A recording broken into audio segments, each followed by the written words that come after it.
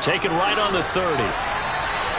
That'll go as a 39-yard punt. Give him 9 on the return. And the Texans will take over. Now this offense back out and set to go for their next drive. And as the offense begins another drive here, pretty simple, Charles. They want to carbon copy what happened the last time out when they ended their drive in the end zone. You're right about that, partner. Sounds pretty simple, doesn't it? Just score again, but we know it's not that simple because we don't just make adjustments at halftime if you're a good football team. You spend that time on the sideline, you study what's on the notes and the tablets, and you make those adjustments to prevent a repeat of the last drive. Series to series, the best teams, that's how they get it done. And we'll find out here soon enough whether those adjustments are enough defensively. Throwing there, but this pass is going to wind up incomplete. The Texans send the punter out. And the way this offense has moved the ball, he hasn't been needed till here in the third. And he couldn't get it to check up. That kicks all the way into the end zone for a touchback. And New York set to take the field. Well, this has been a tough one for them, Charles. They've struggled really on both sides of the football. And one thing that's really plagued them, the turnovers. They've had issues keeping the football in their possession. And every game that's ever been played, all coaches talk about taking care of the football and limiting turnovers. And in this one, after we saw that first turnover, we worried that things would snowball, and it certainly did, especially on the scoreboard. All again on second down. And only able to get 2 here. Stopped at the 30.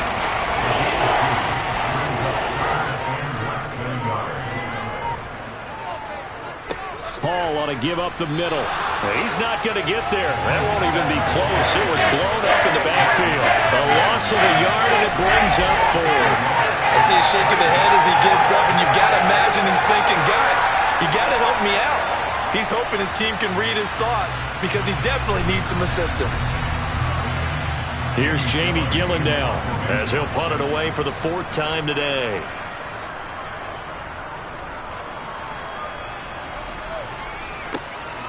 Taken from just outside the 30. It'll be 37 yards there on the punt. And they will take over 1st and 10. And now out comes Houston. No points last time out. They were forced to punt, if you remember, but no time to dwell on that. They've still got the lead here and a chance to add to that here. 1st and 10 as this new drive starts. They'll run with Pollard to begin the drive. And they'll get to him after a gain of 7 to the 47. He's had a ton of success here so far, but you get the feeling that he might be on the verge of popping one. Yeah, even on that one, there was a little bit of a hole, but it closed there quickly at the end. They go back to Pollard on second down. 4 yards the pickup, 1st down.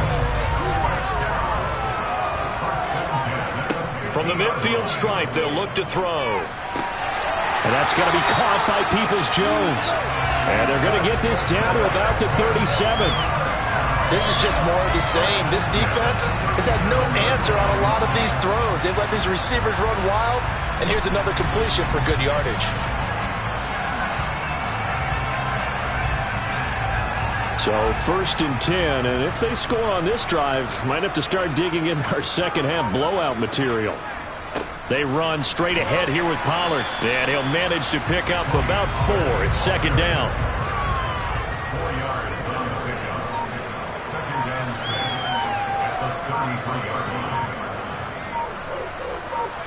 Second and 6. Cooks on the quick slant. And he's going to get this down near the 25. Slant route's effective no matter who's running the route and catching the ball.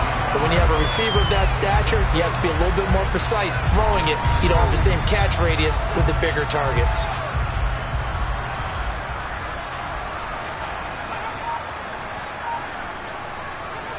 They'll look to throw here on 1st down. Swinging this out for Pollard. And they're going to get this down inside the 20. This drive's been a good mix. 3 passing plays, 3 runs, hitting on all 3 of those passes, and the last one putting them in the red zone. So wouldn't you think play action right here? Because you've got the ability and had the ability to run it and throw it. Go play action and take your shot at the end zone. They'll look to throw. He gets it to Cooks. And he will be brought down at about the 6-yard line. That'll put him north of 100 yards receiving now in this divisional round game. It's a first down. Yeah, I certainly don't want to pile on, but this defense has just not been up to the challenge in this game, and this continues as we see here. Coverage, not been very good. Soft in spots. And there's an easy throw and catch for another first down.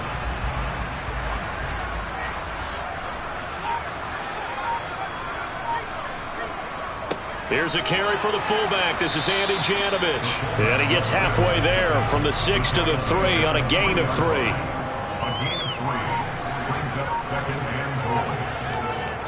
Now here's Pollard. And he's going to get this back to the 3-yard line and no further. 3rd and goal as they look to pour some more salt in the wound. He'll drop to throw. And got his man. It's caught. Touchdown, Houston. John Ross saving his best for the playoffs with his 3rd touchdown of the game. And the Texans are able to extend their lead in the final seconds of this 3rd quarter. Boy, another score. This lead gets even bigger. And Charles, we haven't even hit the 4th quarter yet. Well, forget the deficit, right? They're really not going to cut into that a heck of a lot. But how can they get out of here with some dignity? Can they get a stop or two? Can they make a play on offense themselves? Anything to start to feel better about what's happened to them here in this one. Extra point put through by Boswell. And the lead grows even larger here in the 3rd quarter.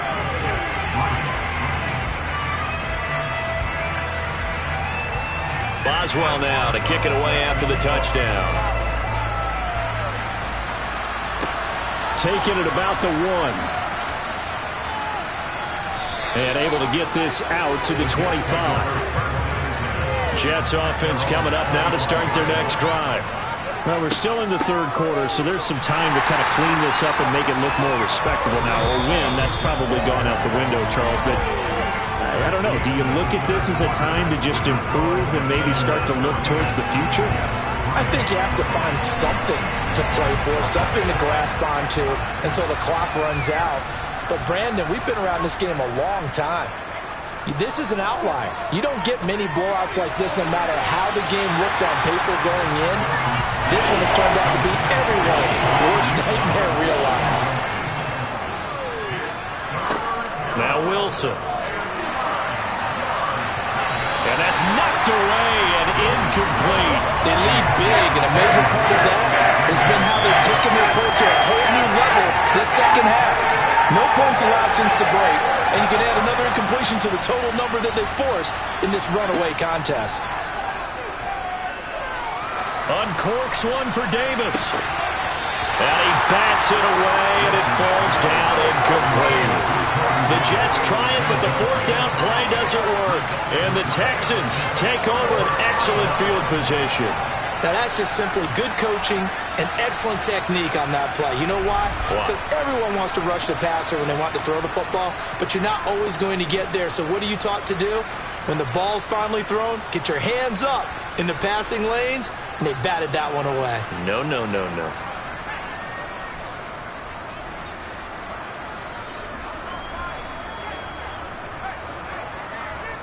They'll go with Pollard here on 1st down. And running room scarce here. He's going to be stopped in his tracks at the line of scrimmage.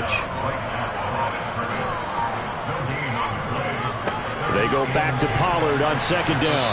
And he's going to get this down close to a first at about the Jets' 18-yard line.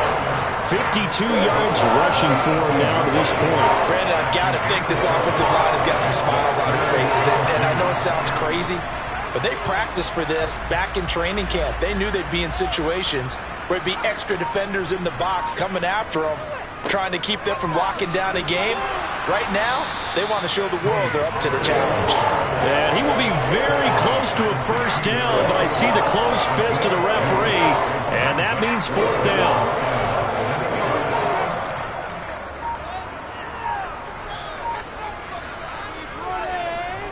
Boswell's kick is good, and that will extend their lead even further.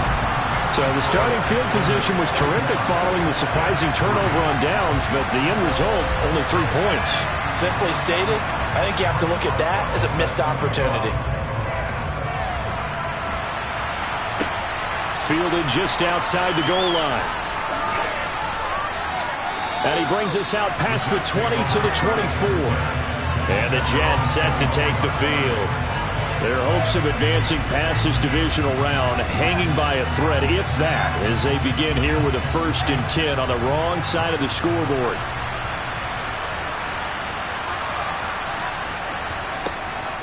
Now Hall to start the drive.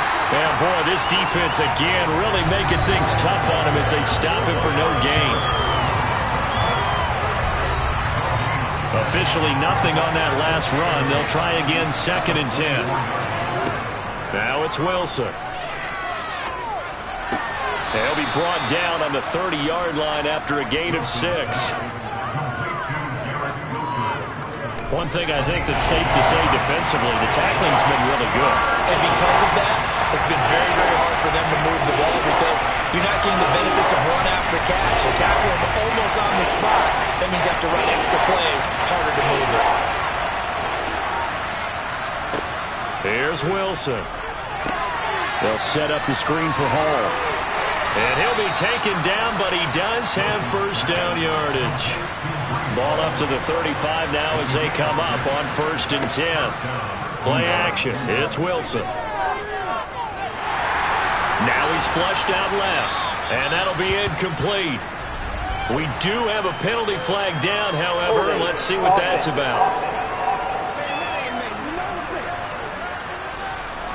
They're backed up here with a 1st and 20 now after the holding penalty. Now it's Wilson. Under pressure, and the Texans able to get in there for the sack. Myles Garrett able to get in there for his 2nd sack of the afternoon. Well, have a game, sir, why don't you? A sack earlier and an exclamation point here late in the game. And this one, won by his side of the ball. They played so well, surprised he didn't get his 2nd sack earlier.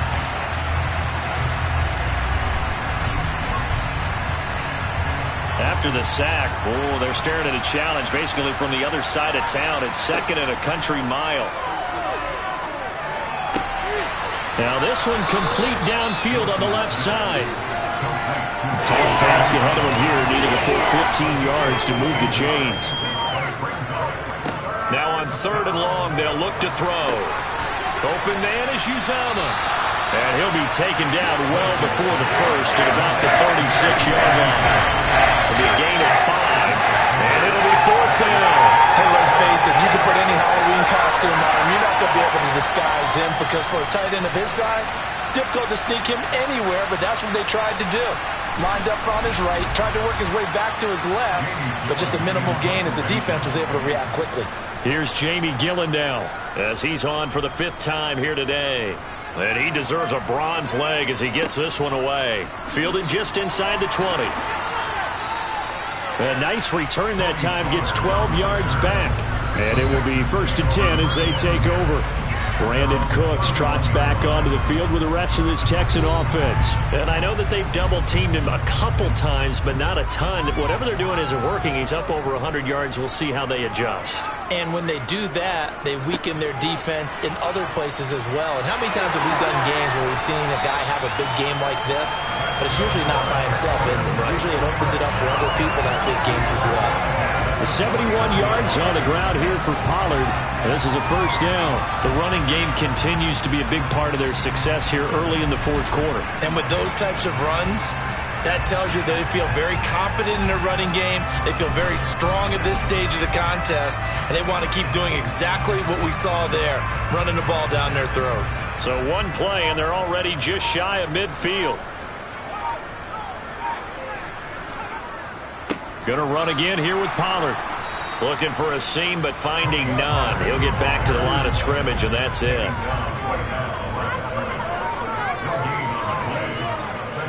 It'll be a handoff to Pollard. 5 yards on the carry there, and it leaves him with 3rd and about 6 yards to go. He'll look to throw. That he won't quite make it.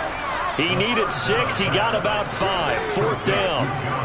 A short gain that doesn't get him the first down brings up a 4th down situation. Really nice job defensively. They knew where the sticks were. They got the stop before it.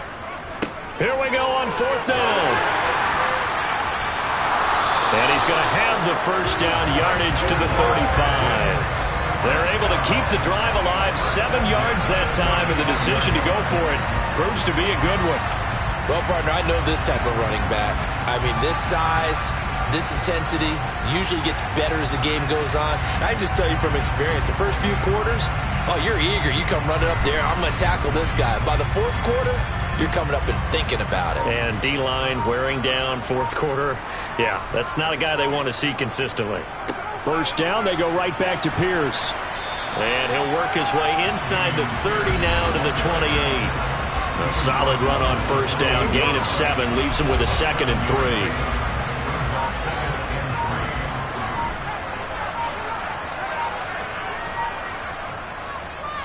They'll run left with Pollard.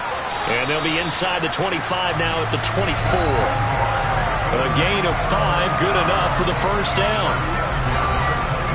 Coming up to the line, and they will need to run another play here before the 2-minute warning.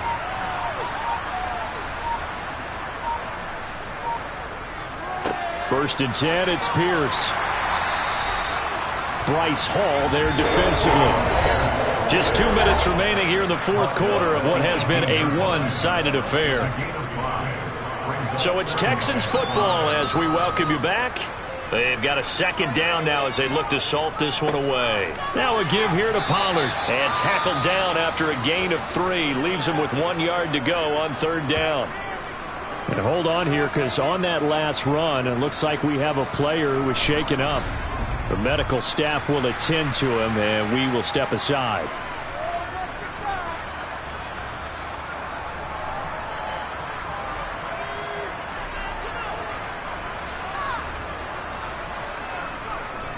They'll look to throw for it on 3rd and 1. That's going to be caught at the 10-yard line.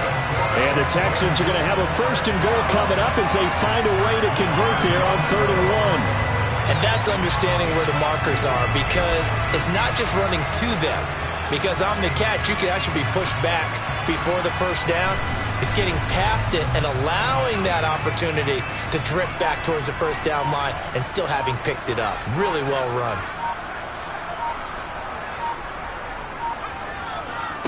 Here's Pollard.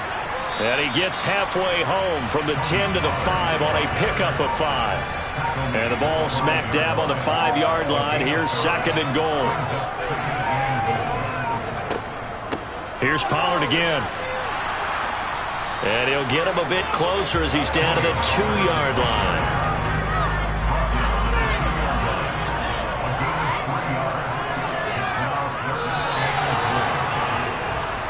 And the Texans are moving on as we say so long, everybody.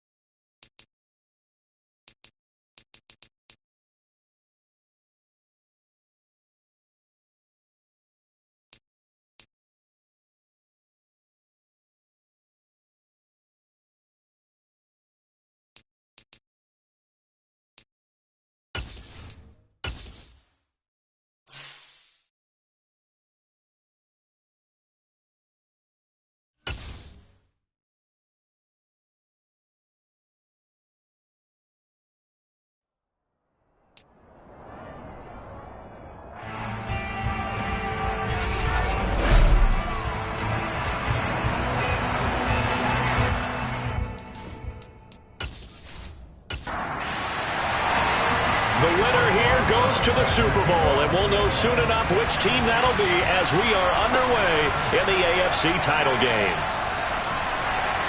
And a good return as he'll be stopped just shy of the 30-yard line. The Bengals offense here ready to rock and roll. Joe Burrow is the man at quarterback. And we can talk all we want about football being a team game and leaning on different parts and aspects in order to get it done. And that's entirely true during the regular season. Some weeks it's the defense, the special teams, running the football. But in the playoffs, all the pressure reverts to the quarterback, and he has to play well and play at a really high level in order for his team to win. Throwing on the first play from scrimmage, here's Burrow. Man open, that's Jamar Chase, complete. And that's good for a pickup of 10 yards. And that'll leave him with a second and just a few inches left. Here's Burrow setting up to throw it. Throw left side, complete. That's Jones.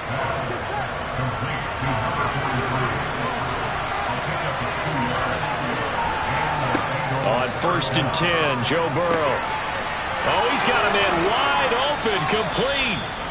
Now he's going to get this all the way down inside the 35. That'll wind up a gain of 27 on the catch and run. For many teams, the evaluation of tight ends has really changed. We used to wonder about how they would block first and foremost. Now we want to know how these guys can run, because we envision them in offenses catch the ball. How much yardage can they gain after that? And that on display there for a good pickup. So a 1st and 10 now in Houston territory, down at the 33. On the ground, this is Joe Mixon, and not much running room, down to the 32. Here's 2nd and 9, just a yard on that last run. They're passing here, Joe Burrow. Over the middle, that's caught by Chase. And he's going to be taken down with another first down as the stop's made at the Texans' 17-yard line. The Bengals passing game finding a rhythm. They've got another first. Well, they clearly wanted to come out, Charles, and be aggressive throwing the football, and they've been pretty efficient along with that aggressiveness. He's now 4 of 4 on this opening drive. Yeah, and that's led to a fresh set of downs. I like what he's doing back there. You can tell he's at ease. Feels good about what he's doing. I think if I'm the play caller, I'm reading that. I'm continuing to let him throw the football. Mixon with a first down carry. And he is out of bounds, getting it down to the 10. Facing a 2nd and 3. Ball on the 10. Burrow will throw. This will be caught at about the 5. And the Bengals are going to have a 1st and goal coming up as the tackle made at the 3-yard line. And they'll turn to the power game to try to get in. And he's going to get this back to the 3-yard line and no further. On 2nd and goal, Burrow. And that is caught. He's got it for a Bengal touchdown. From 3 yards out. And the Bengals are on the board first here in this AFC Championship game. Forget about the storylines of being intimidated in the playoffs on the road. I mean, that was pretty clinical right there. Yeah, they didn't treat it like it was a playoff game in January, did they? No. That felt much more like, hey, we're back in August, running a few drills in the practice field. They seem unaffected by what they're facing in this one.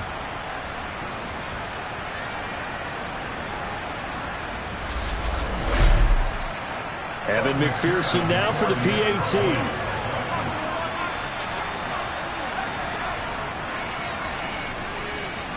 And he's got it to make it 7-0 Bengals. That time a 9-play drive. And it ends with a Bengals score. After the touchdown, McPherson on to kick this one away. And that'll carry over the back line of the end zone for a touchback. So out come the Texans for their opening drive. And they will be led out by their 6'3 quarterback. I tell you what, when he is on schedule for that week, secondaries take notice because you've got to stay alert back there on every snap. A truly powerful arm, one that's capable of challenging any level of the defense on any given play. That's why so many scouts preach arm talent when preparing for the NFL draft. A quarterback with arm strength to make every throw in the book, he's an asset to have in any offense. They'll come out throwing here to start the drive. Oh, he tries to force it in, and it's intercepted. Chidobe Awuzie with a pick. And he will bring it back. It's a pick six for a Bengals TD. Well, CD, we have seen it many times throughout the course of the season. This defense coming up large and snagging a big takeaway. But here they get not just the takeaway, 6 points as well. And you just knew that for this team to advance, it had to get a big performance from this unit. And to this point, they've delivered. McPherson on for the point after.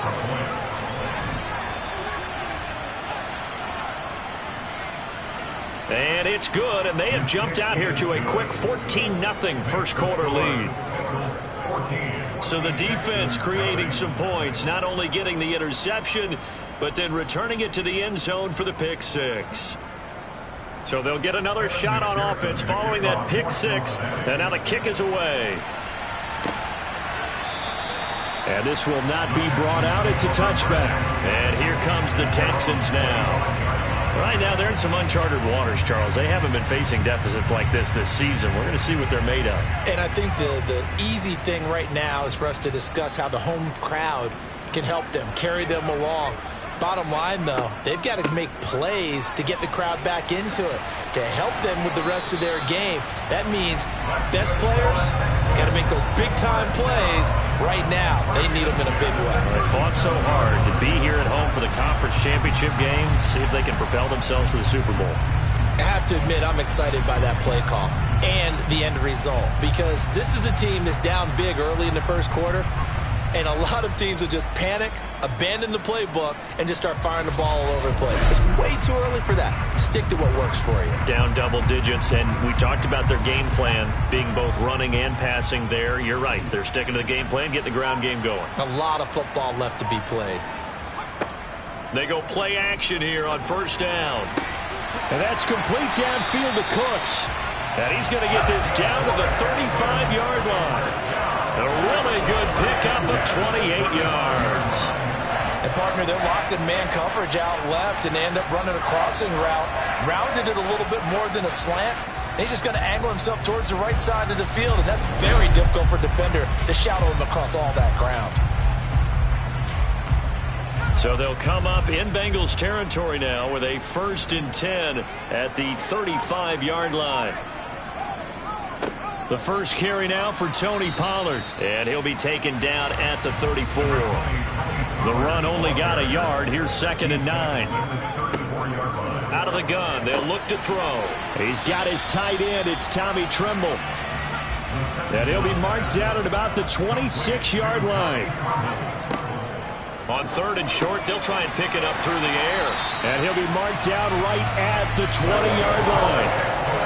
Gotta say, I was a little surprised to see him, Charles, come out in the shotgun on 3rd and less than a yard. Yeah, but the way the NFL is nowadays, we hardly ever see anyone really run for it on short yardage. So they're going to throw the football more times than not. That was a nice, easy rhythm throw right there, and they pick up the first down.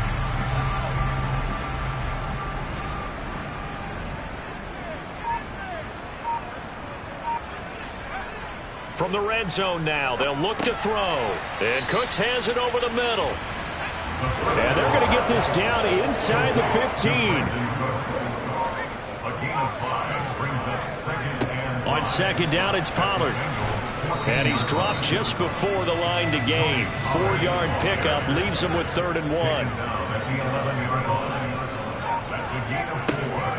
Trying to run for it with Pollard. And he will have the first down inside the 10 to the 9-yard line. Brad, what were they thinking on defense there? They looked like they were playing for the pass. That was 3rd and short. Yeah, it was an easy pickup because they handed it to him. That was way too easy. Just looked like absolute confusion defensively. Not sure why they were in that set. Yeah, I'd say you ought to have a few men in the box there. 1st and goal, and they got to be thinking a chance to get right back into this football game. Edmonds running out of the shotgun. And he's going to pull his way down to about the 1-yard line. 2nd and goal from the 1. Here's Pierce. No signal, and now they say he did not get in. He is stonewalled at the 1. They'll look to throw on 3rd and goal. Under pressure, down he goes. Sacked at the 10. Call it a loss of 8 there, and it's going to lead to a 4th down. 4th and goal. Well, it's about how teams are so competitively matched, and you just want to make those plays that give you an advantage. How about right here? The difference between letting them score a touchdown versus holding them to a field goal, that's absolutely huge with the play he just made. And you know he hated taking the loss there on 3rd down. Now it's Chris Boswell on for the field goal try. This a 27-yard attempt here. Boswell's kick is good. And they will get themselves on the board here at 14-3. Well, I don't know if they would have gone for it on 4th and goal anyway, but the sack on 3rd down pretty much made their mind up for it. You're exactly right about that. And this is a tough place on the field to take a sack because, as you just noted, it took the decision-making away from them. Now they have to go for a field goal instead of potentially going for it. And taken down just past the 20 at about the 21-yard line. Cincinnati coming back onto the field here for their 2nd drive. The offense running out, and they are charged up, ready to go after reaching the end zone on their last drive. And normally I'd warn against getting complacent just because they scored the last time out. But I don't think there's any worries with this group right now. This is a hungry group, and they want to keep building off of their last drive. Now they just want the officials to hurry up and place the ball so they can snap it and get back to work. And this one is incomplete. So the incomplete pass on the last play, and that leads us to a 3rd and 3. They give to Mixon to try to pick it up, and he's going to get to the 31, enough for the 1st down. He's brought down at the 31. It's a gain of 3. After one, a 14-3 ball game. Start of the 2nd quarter, and it's the Bengals in control of the football. Line of scrimmage, the 31 now on 1st and 10. Burrow looking to pass. Throw left side, complete to Chase. And he'll be taken down, but not before they work it across midfield. 22 yards on the catch and run, a 1st down. But that's what you're looking for when you want to throw the ball downfield. You want one of those guys who can play out on the perimeter, can play out wide, who can not only get open, but when they're covered, can uncover themselves downfield and create catches. So a 1st and 10 now in Houston territory at the 46. Out of the gun, it's Burrow. And that one drops down, incomplete. Good coverage there, forced the ball free, and it's 2nd down. They go back to the ground now with Mixon. And he'll get this down only to about the 46. Now play number 7 of this drive, but it's a tough 3rd and 9. Here's Burrow. It's a short one here, complete to the tight end.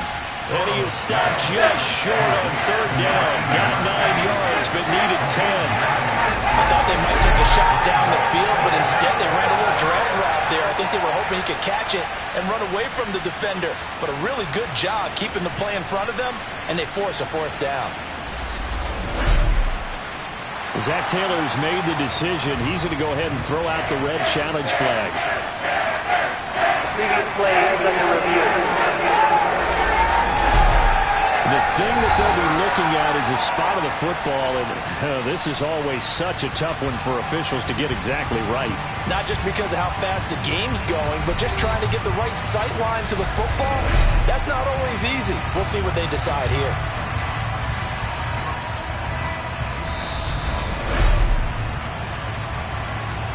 So a good decision that time by Zach Taylor.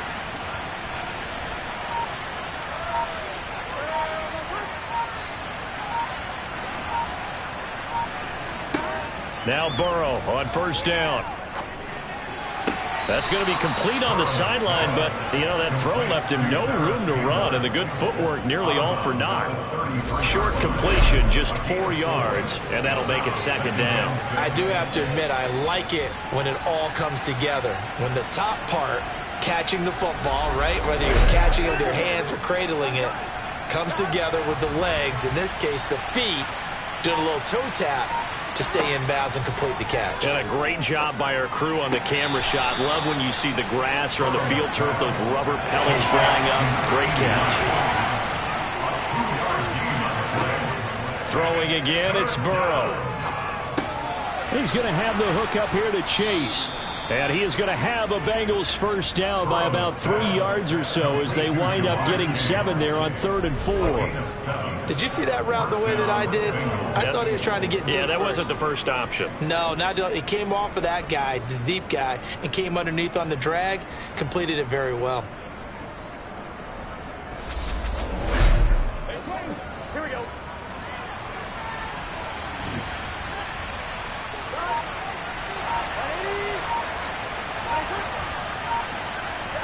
They will throw on first down with Burrow. And he'll go right back to Chase. That's caught again. And he's going to be brought down at about the 16. Looking to throw again on 2nd down. Burrow, throw left side here, complete to Campbell. And they've got this down to about the 12-yard line. First down, here's Burrow. Back to the same target, Campbell. Down to the 6-yard line on a pickup of 6 as he gets halfway to the goal line.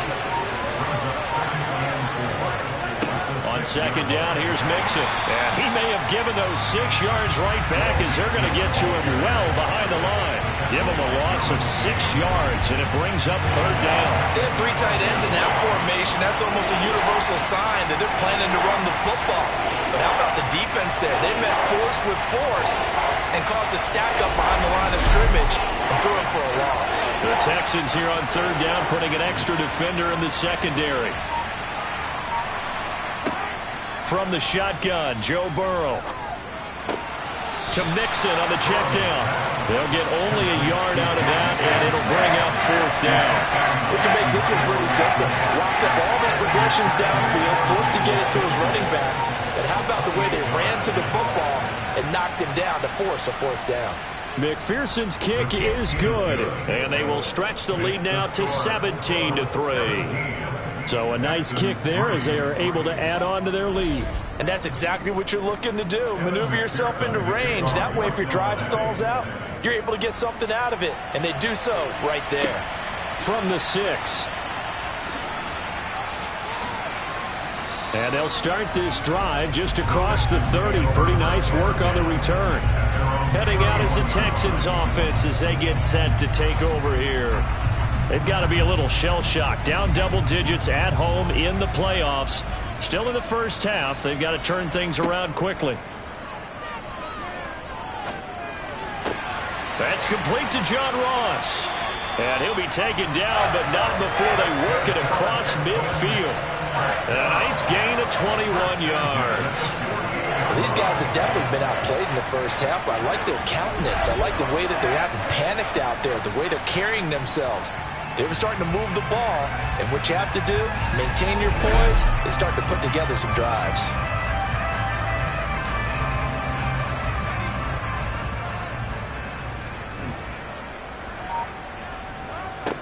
Now on first down, he'll drop to throw it. And that went too far in front. He couldn't reel it in. It's incomplete. After the incomplete pass, here now is 2nd and 10. They'll set up a throw. There goes a deep ball, end zone. And that is caught. Touchdown, Texans. Donovan Peoples-Jones. 48 yards. And the Texans are back within a score. And that looked almost to be a case of, a quarterback saying, hey, I'm going to throw this as far as I can and hope you run under it.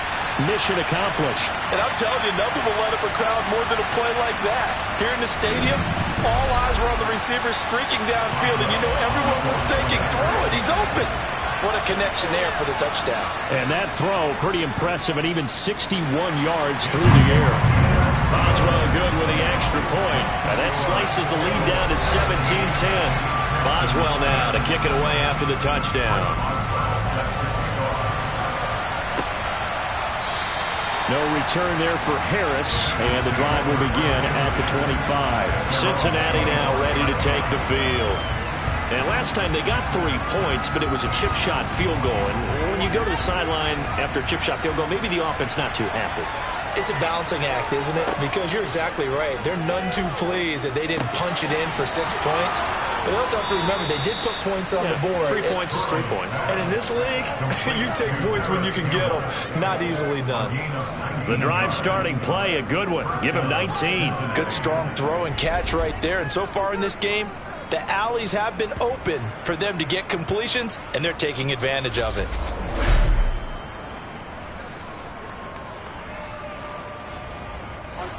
Took just one play to move all the way to the 44 as they try again on first down. Now Burrow. He's going to wind up and air it out. He's got a man complete. And he's going to be brought down at about the 16. And in the run-up to this championship game, so much was made about how would this offense hold up on the road in a hostile environment. Well, that's not the definitive answer, but what a great first answer from them, that big play right there. So the big play means just like that, they'll operate from the red zone now on first down. Here's Chase now on the jet sweep. And nothing doing. He's immediately taken down at the line of scrimmage. Looking to throw on second down. Burrow. Quick hitter here. It's complete. Touchdown, Bengals. A great play there. A beast in the red zone with his second touchdown of the game. And the Bengals have taken a 2-touchdown lead now. Well, we know someone just added to his touchdown passing total, but all he did was get the ball out quickly to his tight end and let him take care of business the rest of the way. McPherson now for the extra point.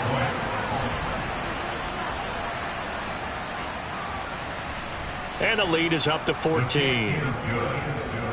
The drive summary, 4 plays, 75 yards. And it's finished off with a Cincinnati touchdown. After the touchdown, McPherson on to kick this one away. Taken in at the 3. And it's a pretty good return here as he'll get this up to the 29. Houston set to take over. Right now, Charles, it just feels like they're trying to keep pace. They did score the touchdown last time out, but they still trail by double digits here. We'll see if this offense is once again up to the task. Yeah, and I think that after the last drive, they've got to be pretty revved up, don't you think? Everything they were doing was working pretty well. They go back out there with the same mindset, play at the same tempo and the same pace. Still a lot of time left to make something happen in this one. The scoreboard tells a story for them, a little bit bleak, and while it's not quite desperation time yet, it's definitely getting close, but the defense reads the scoreboard as well. They're going to back up and make them really earn it. Eluding the pressure right. And he works his way past the line of scrimmage and then slides to a halt. On third down, he'll drop to throw. Over the middle, complete into the hands of Trimble. And he is going to have a Texans first down as they're able to get the third down conversion. Yeah, these are the types of plays they're going to need to hit on if they're going to get back into this game. It hasn't been the greatest of first halves, but this is a nice throw here on third down, and they keep the drive going. AFC title game, second quarter action, 2 minutes to play. A reminder, as we've done all year, we'll send you to Orlando for our EA Sports halftime report in a bit. The coach is with us per usual as we start to look ahead, Charles, to our potential matchups in this year's Super Bowl. Break it down, Coach. Break it down. From the midfield stripe, they'll look to throw. Open man is Ross, complete. And he's got another first down as the tackle's going to be made at the Bengals 35. Texans passing game. They really find out picking up the 31st. You've got to break down the defender, and that's exactly what happened here on this really nicely executed curl route.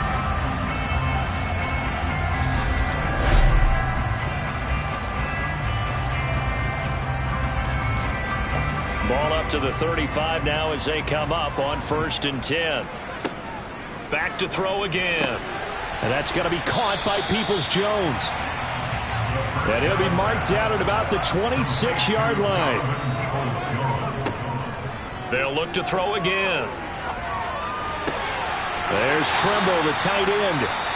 Now the Texans will burn the first of their timeouts as they'll stop it with just over a minute to go before halftime. And this has been a nice answer to the touchdown drive against them a few minutes ago because they've come out and reestablished the tempo. A nice throw there, and they're putting together a very strong drive as a response. Open man is Cooks. He's got it. Touchdown, Texans. A 16-yard touchdown. And the Texans get a late score here in the final minute of the first half. Extra point put through by Boswell. And that cuts the lead to 24-17. Boswell now to kick it away after the touchdown. And we will not see a run back here from Harris. The Bengals going to take over late in this first half. And with a little under a minute to go, still time to try to put a drive together to add to their lead should they so choose.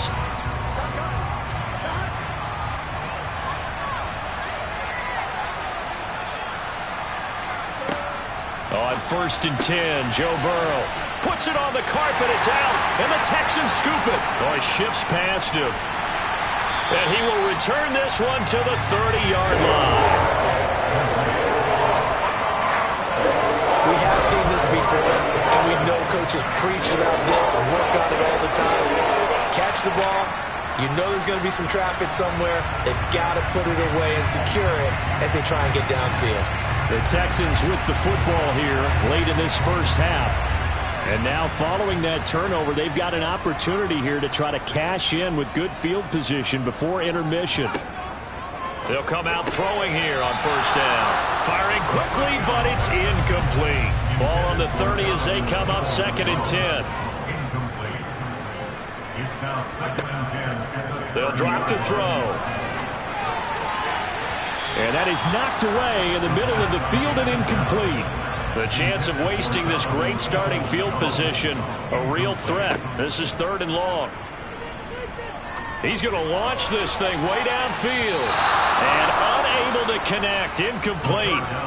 Give them credit. They took their shot, but it's going to bring up 4th down. Boswell's kick is good. And that'll bring him back within 4. So the fumble recovery had them set up in ideal field position, but they can muster only 3 points out of it. Yeah, when you're able to force turnovers, especially when it results in field position like they had, you really want to make it hurt. Here, they take the field goal. That's definitely not what they were hoping for. No return there for Harris, and the drive will begin at the 25. The Bengals going to take over late in this first half. And we'll see how this is played. Offensively, they've got the lead. Not a whole lot of time left. What do you think, Charles? Well, it's tempting to try and add to your lead, but a mistake there, that can change things in a big way. I say go ahead, take the knee, get on out for the half.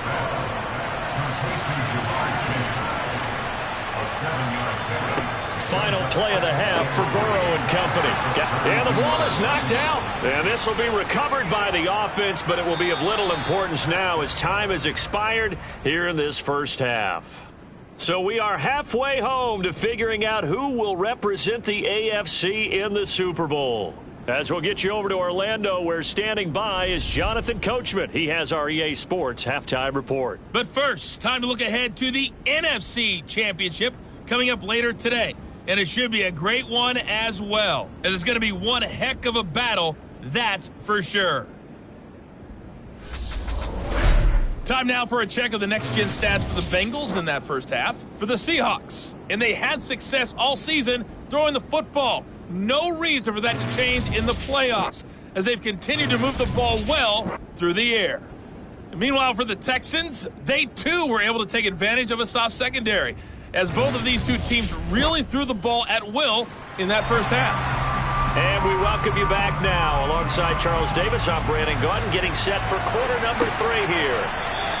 And no fireworks to start the half. This will be a touchback. For the Texans getting ready to go here to begin the third quarter. And they have work to do in the second half if they want to earn that berth to the Super Bowl.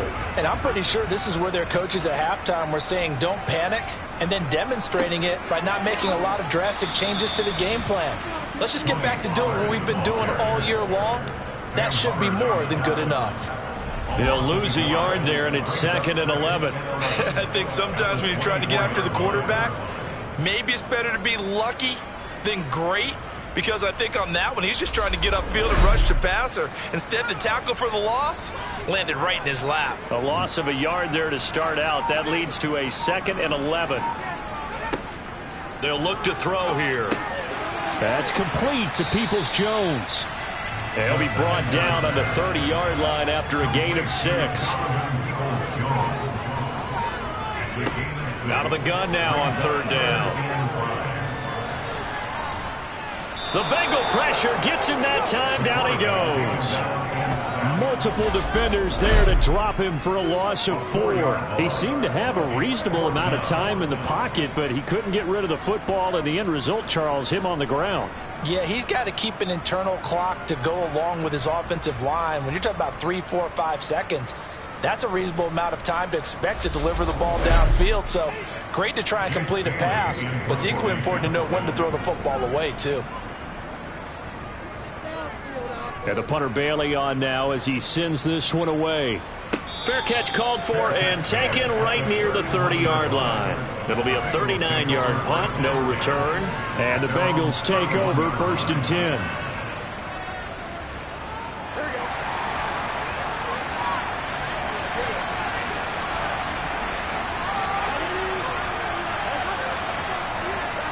Now it's Burrow. Wide open receiver complete. And out across midfield down to the 45. 23 yards on the play. As they began this drive, I was wondering how they were going to attack since they're playing with the lead. Would they continue to try and push the ball downfield? Well, after one play, it appears that the answer is yes.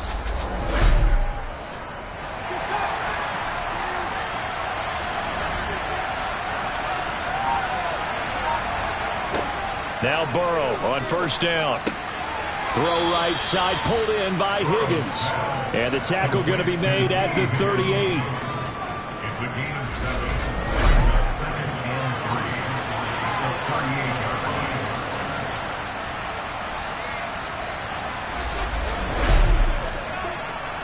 and 38. 3 yards remain for 2nd down.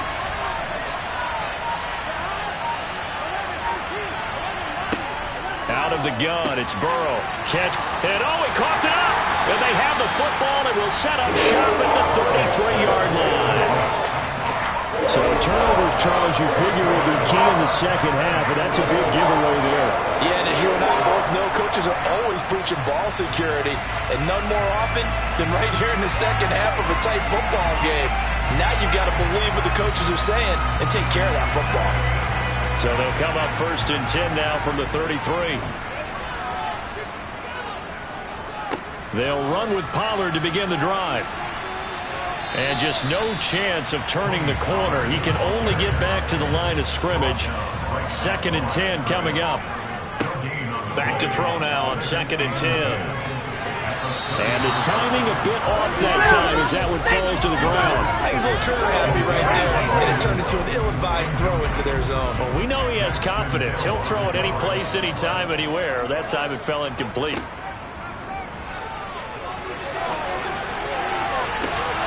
And it's going to be incomplete. He was able to catch it there on the right sideline, but out of bounds, says the line judge. And it's going to bring up 4th down. Now on 4th down, on is the punt team sending this one away. Now the Cincinnati offense ready to see what they can do here. And last drive, obviously not what you're looking for. You've got the lead. You got to protect the football. So in other words, someone got lucky because they've been moving the ball really well and wearing them down. In this case, though, giving up the football doesn't make them very happy. They can't wait to get back out there and atone for it. Yeah, try to atone for it here on this drive.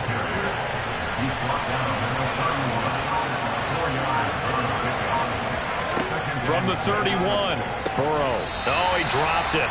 They were looking for him in the middle third. He couldn't catch it. Now 3rd down.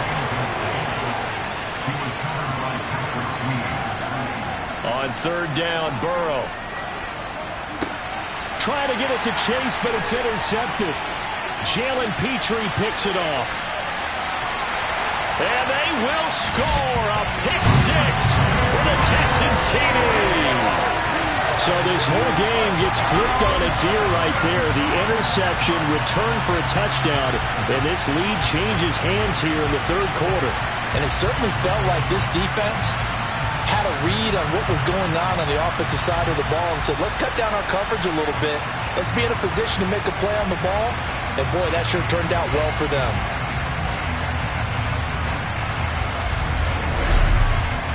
Extra point now by Boswell.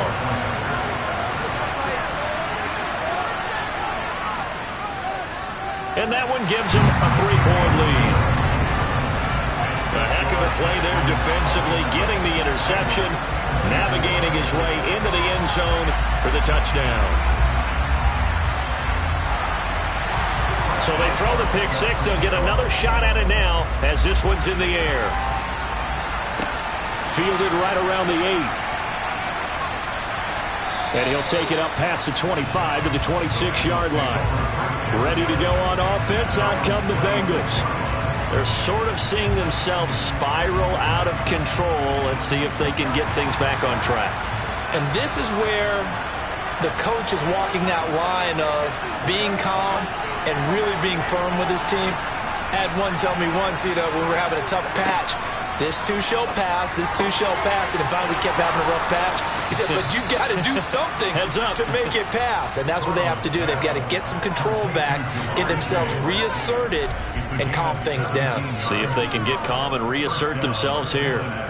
If you're going to blitz, likely going to leave you in man coverage with this guy, and that is less than ideal. It is, because just about any offense that has an elite receiver, if you blitz and have him in man coverage, you're going to him, even if he has an elite defender on him, because he usually knows where the ball is before the defender does. And now a throw on first down there, but it's incomplete. So second down, still 10 yards to go. Ball on the 43. Now it's Burrow. And he comes back with one complete. And not much happening there. He's taken down, but a late penalty flag in the backfield. And this looks like a roughing call. So roughing the passer penalty, never one that you like to see. Not at all, and especially when you're in that final push of the season. You can't afford to get your quarterback hurt before the playoffs roll around. And we know they'll be here before you know it. Throwing on first down, but this one winds up to be incomplete.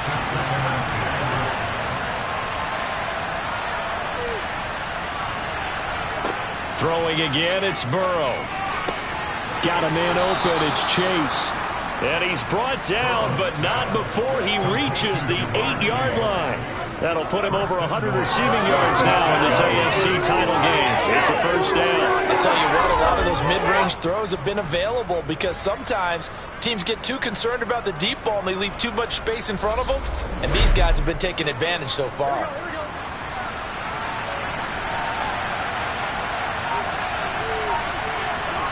Burrow will throw. And it's caught. And he'll be brought down right on the edge of the goal line at about the 1-yard line. A gain of 7 that time. Second goal.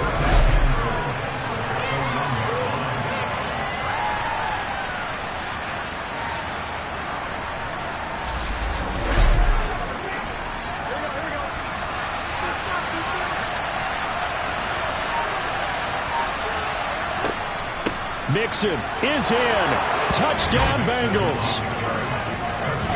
That almost looked too easy, and I think thanks goes to the offensive line for making it look easy. Yeah, I agree with you totally on that one.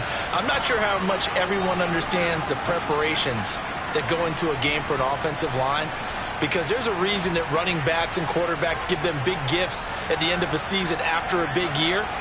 The consistency and the continuity it takes to know each other and execute their blocks is pretty impressive. And McPherson on for the extra point.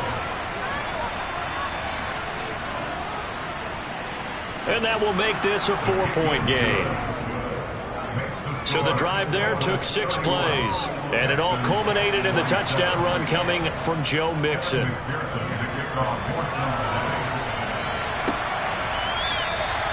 from back there, a wise move. He'll just sit on this one, and it'll come out to the 25. Out comes the Houston offense as they get set to take over here.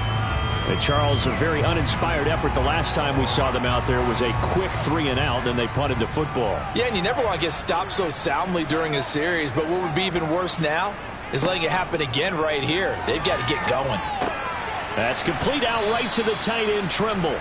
And he's upended after a gain of 2 out to the 27.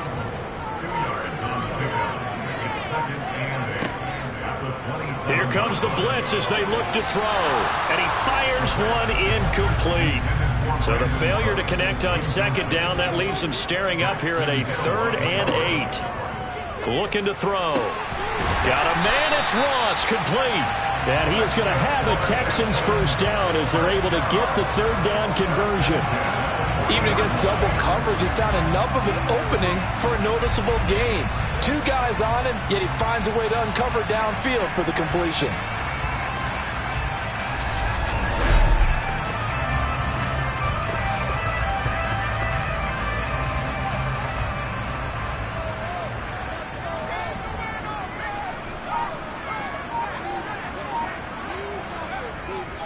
They'll go with Pollard here on first down.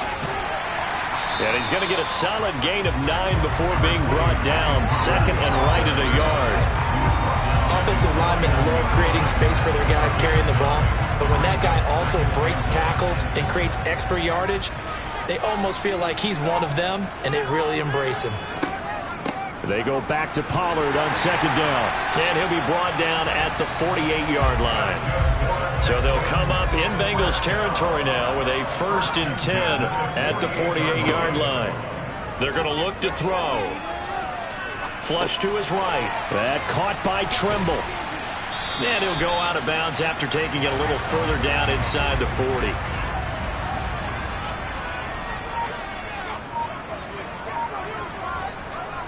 They run straight ahead here with Pollard. And a very determined run there as he'll take this all the way down to the 27. Good effort. A pickup of 11 and a Texans first down. Running lanes were at a premium in the first half, but he's able to find some room there, and he's hoping that that's a precursor of a big second half.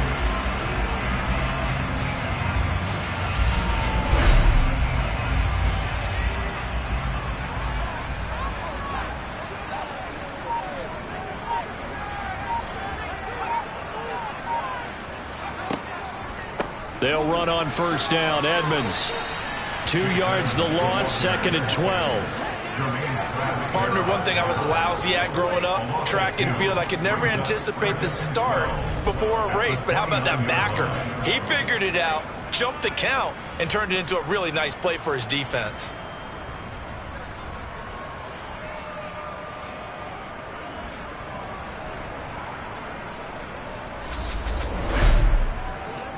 A rare misstep on that last play because the drive has been strong, but now it's 2nd and 12. Again, they run with Edmonds. And he is met quickly in the backfield. Down he goes, folded like a lawn chair. Back-to-back 2-yard losses, and that sets up a tough 3rd and 14. That's a play to take note of there for the defense. I think in the future, if you're going to try and block him, maybe you get a guard to help double-team him and try and steer him out of the play. They should have done it on that snap. Couple of plays sent them the wrong way, and now they face a 3rd and 14. Now back to throw. And that will be incomplete. How about this defense? They give him a couple big plays in this sequence, and none better than the one right there, forcing the incompletion and bringing up 4th down.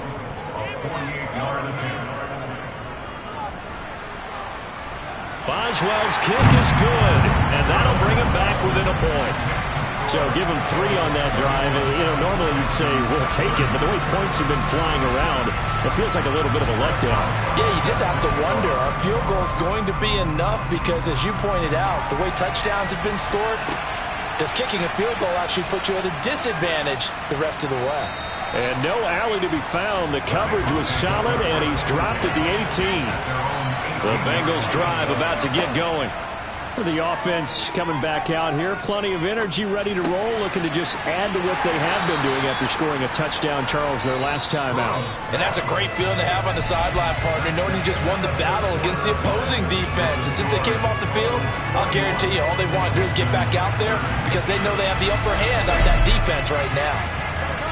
Back now in Houston. And we've got a dandy here. A one-point game as we begin the fourth.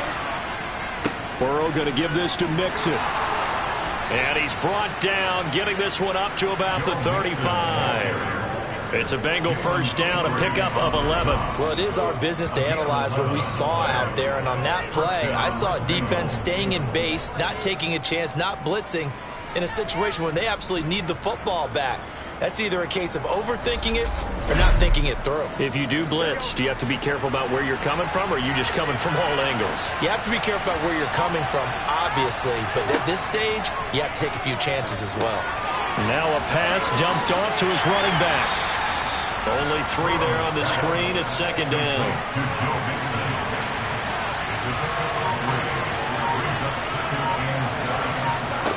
They're passing here. Joe Burrow. Campbell making the catch. 7 catches for him now, and this last one, a first down. I think that's a big pickup for a first down because when you run a drag route against zone, you're sometimes asking for trouble because you might run into a defender. Yeah, well, there they ran into a first down, executed it to perfection. A couple of first downs on the drive already, as they'll go from the 47 now on first down. Now he's going to swing this one out to his running back. And they'll get this down to around the 47-yard line. If nothing else, they've already taken a couple minutes off the clock here already as they come up second down. Burrow's throw caught by Higgins. And he's going to be taken down with another first down as the stop's made at the Texans' 35. The Bengals passing game finding a rhythm. They've got another first. Well, that should be a reminder defensively, and I think it's a reminder to myself because you just can't sell out to stop the run. There's still enough time that this offense can move the football through the air, even on first and second downs, and they obviously picked the right spot to throw the ball there. Ball up to the 35 now as they come up on first and 10. Again, it's Burrow. That's complete to the tight end, Werner. And he's going to be taken down at about the 33. This drive's taken more than 3 minutes off the clock already as they come up on second down. Mix it up the middle. And not much running room. Down to the 32. Now third down is looming. A pickup of 2 on first down and just 1 yard there. So 7 yards from the first down here as they come up to the line of scrimmage. Here's Burrow setting up to throw it. It's a short one here, complete to his tight end. And he'll be taken down shy of the 25 that he needed. He'll be a yard or 2 short. That's good for a gain of 6. And that's going to bring up a fourth down. I thought maybe when he caught it, he'd have a good chance of getting that first down, but that's a nice job of holding him up and preventing him from getting to the sticks.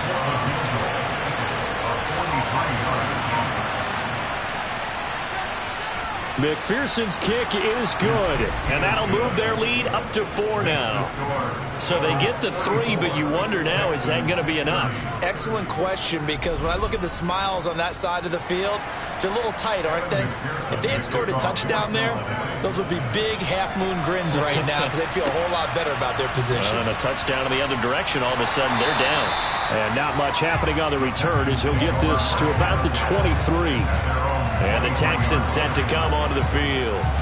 And what a pressure spot for both sides, really. But they're at home now. They have the football here in the playoffs, sort of controlling their own destiny. It's a spot they've all dreamed of. This is where you want to be. Home, have the ball, a chance to win the game, control your own destiny, as you noted. But here's the thing. Don't let the crowd get too involved if you're this team now. You've got to make sure you let them carry you, but not cause you to do things out of what you're supposed to do, right? Take you away from focusing and concentrating on the game. Because sometimes you get so amped from the crowd that can carry you into spots you don't want to be. Is that what you're saying? From experience, sometimes that crowd gets so involved in it and you get involved with them that you end up making plays or trying to do things that maybe you shouldn't have done.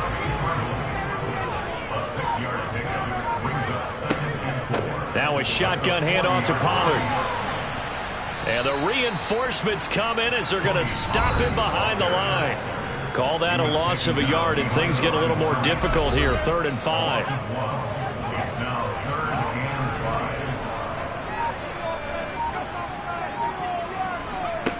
They'll look to throw here. He gets it to Cooks. And he is going to have a Texans first down by about a yard as they find a way to convert there on 3rd down and 5. I don't care how many times we see it. I still get a kick out of watching quarterbacks and receivers do the pass tree in pregame warm-up. But I always remember that when we go to practices, we see that after practices as well. They really tune it up, don't they? They tune it up. They know why they do it for these situations. First down. And they build that trust, and that's why they're able to find him in this type of a situation. And he is met in his tracks behind the line of scrimmage. 2 yards the loss, 2nd and 12. There's no question that coming into this game, this defense was pretty vocal about its desire to take this running back out of his game. And all that pregame wolfing has turned into results. So the first down run lost a couple. Now they come up 2nd and 12. Now a run straight ahead with Edmonds. And he'll take this for about 4 up to the 46-yard line. The Texans on 3rd down. They've hit on half of them, 5 for 10. This is 3rd and 9. He's going to loft one deep left side here. And this is caught. They're able to convert on 3rd down, and that sets up a 1st and goal. Sometimes you just got to marvel at how these guys can throw the football. He gave that everything he had, and it was right on the money. And you'd think on 3rd down they'd just be looking for something right beyond the sticks. And I think they caught the defense flat-footed as a result because they decided they were going to take a shot right there, and it ended up being a big play. And that throw, pretty impressive, and even 61 yards through the air. Only way to get the lead here, of course, with a touchdown. And that's what they're gunning for on 1st and goal. Pollard, oh, he's going absolutely nowhere as he is hit behind the line. That's going to wind up a loss of a full 3 yards on 1st down. That's a really alert defense there because they saw the heavy look come in from the offense, countered it with extra linebackers who brought a little bit of speed and heft, and able to really make a big-time play for their defense. On 2nd down, this is Edmonds. And that winds up a decent run, and it also takes us to the 2-minute warning. So it's Texans football as we welcome you back. A pretty big play now in this AFC Championship, 3rd and goal. He'll drop to throw. To the end zone, but knocked away and incomplete.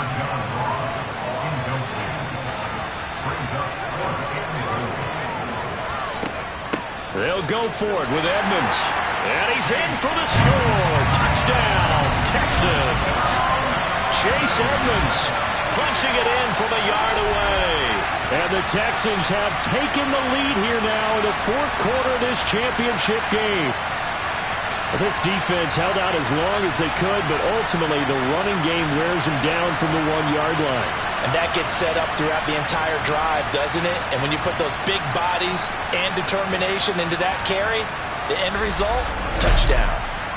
Still an important piece of business to take care of, the extra point. He's got it, and this is indeed up to a 3-point lead. That one in the books as a 12-play drive. And it was capped off by the Chase Edmonds touchdown run. Boswell now to kick it away after the touchdown. And this will not be returnable. It's out of the back of the end zone for a touchback. So Burrow and the Bengals down by a field goal. A minute 56 to go. A field goal sends this championship game to overtime as they've got a 1st and 10. And that's going to be caught. T. Higgins.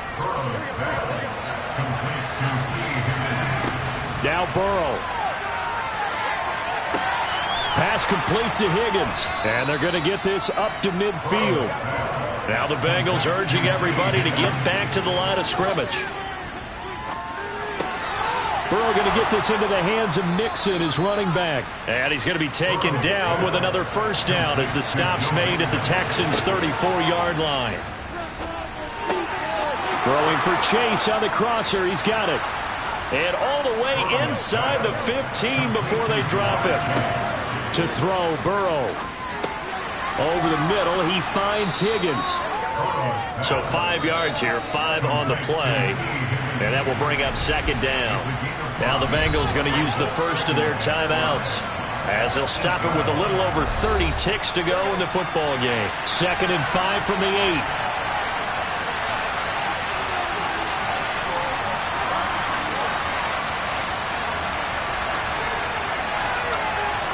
Burrow. And this is caught. Touchdown. And they've taken the lead here in the final minute. What an outstanding drive right there to take the lead. And also, Charles, didn't leave their opposition with a whole lot of time on the clock. Yeah, I like the way that you're viewing this because they did a tremendous job to put themselves in a position to win, but they can't celebrate just yet. They've got to clamp down on any big plays and force them to use up those timeouts without making any headway. And now remember, all touchdowns are reviewed, and in a tight game like this, they're going to take a good long look at it. They're taking a peek at whether or not those feet were in bounds, and obviously a big call here in the end zone. And not just the feet. How about the hands? How is the ball possessed while the feet are hopefully getting down in bounds? That's what they're trying to look at to see if it all comes together. So take away the touchdown there, as that's going to be ruled an incomplete pass.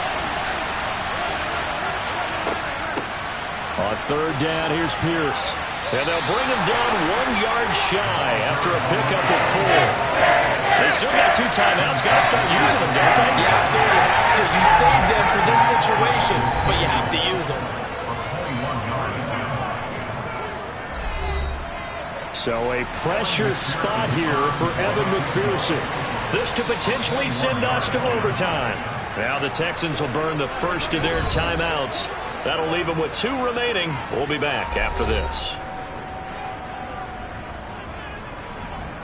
So on 4th down, out trots the kicker in a big spot here. This to tie things up in the final minute. And his kick is good. And they will tie this game here in the final seconds. So a money kick there in the final seconds. And now, barring any hijinks on the kickoff here, partner, I think you and I, we're going to settle in for a little overtime. And I wouldn't have it any other way. This has been a dogfight all through regulation. No reason to think it won't continue in the extra period. And he'll be stopped up at the 25. Houston's offense already at the line, set to get going. Tie game, and barring something incredible here, we're likely headed to overtime. What I would do is either hand it off inside or more likely to take a knee and let the clock run out. Because if I'm back there trying to throw and a sack happens, the ball comes free, I can lose the game here. If I get to overtime, I can still win it.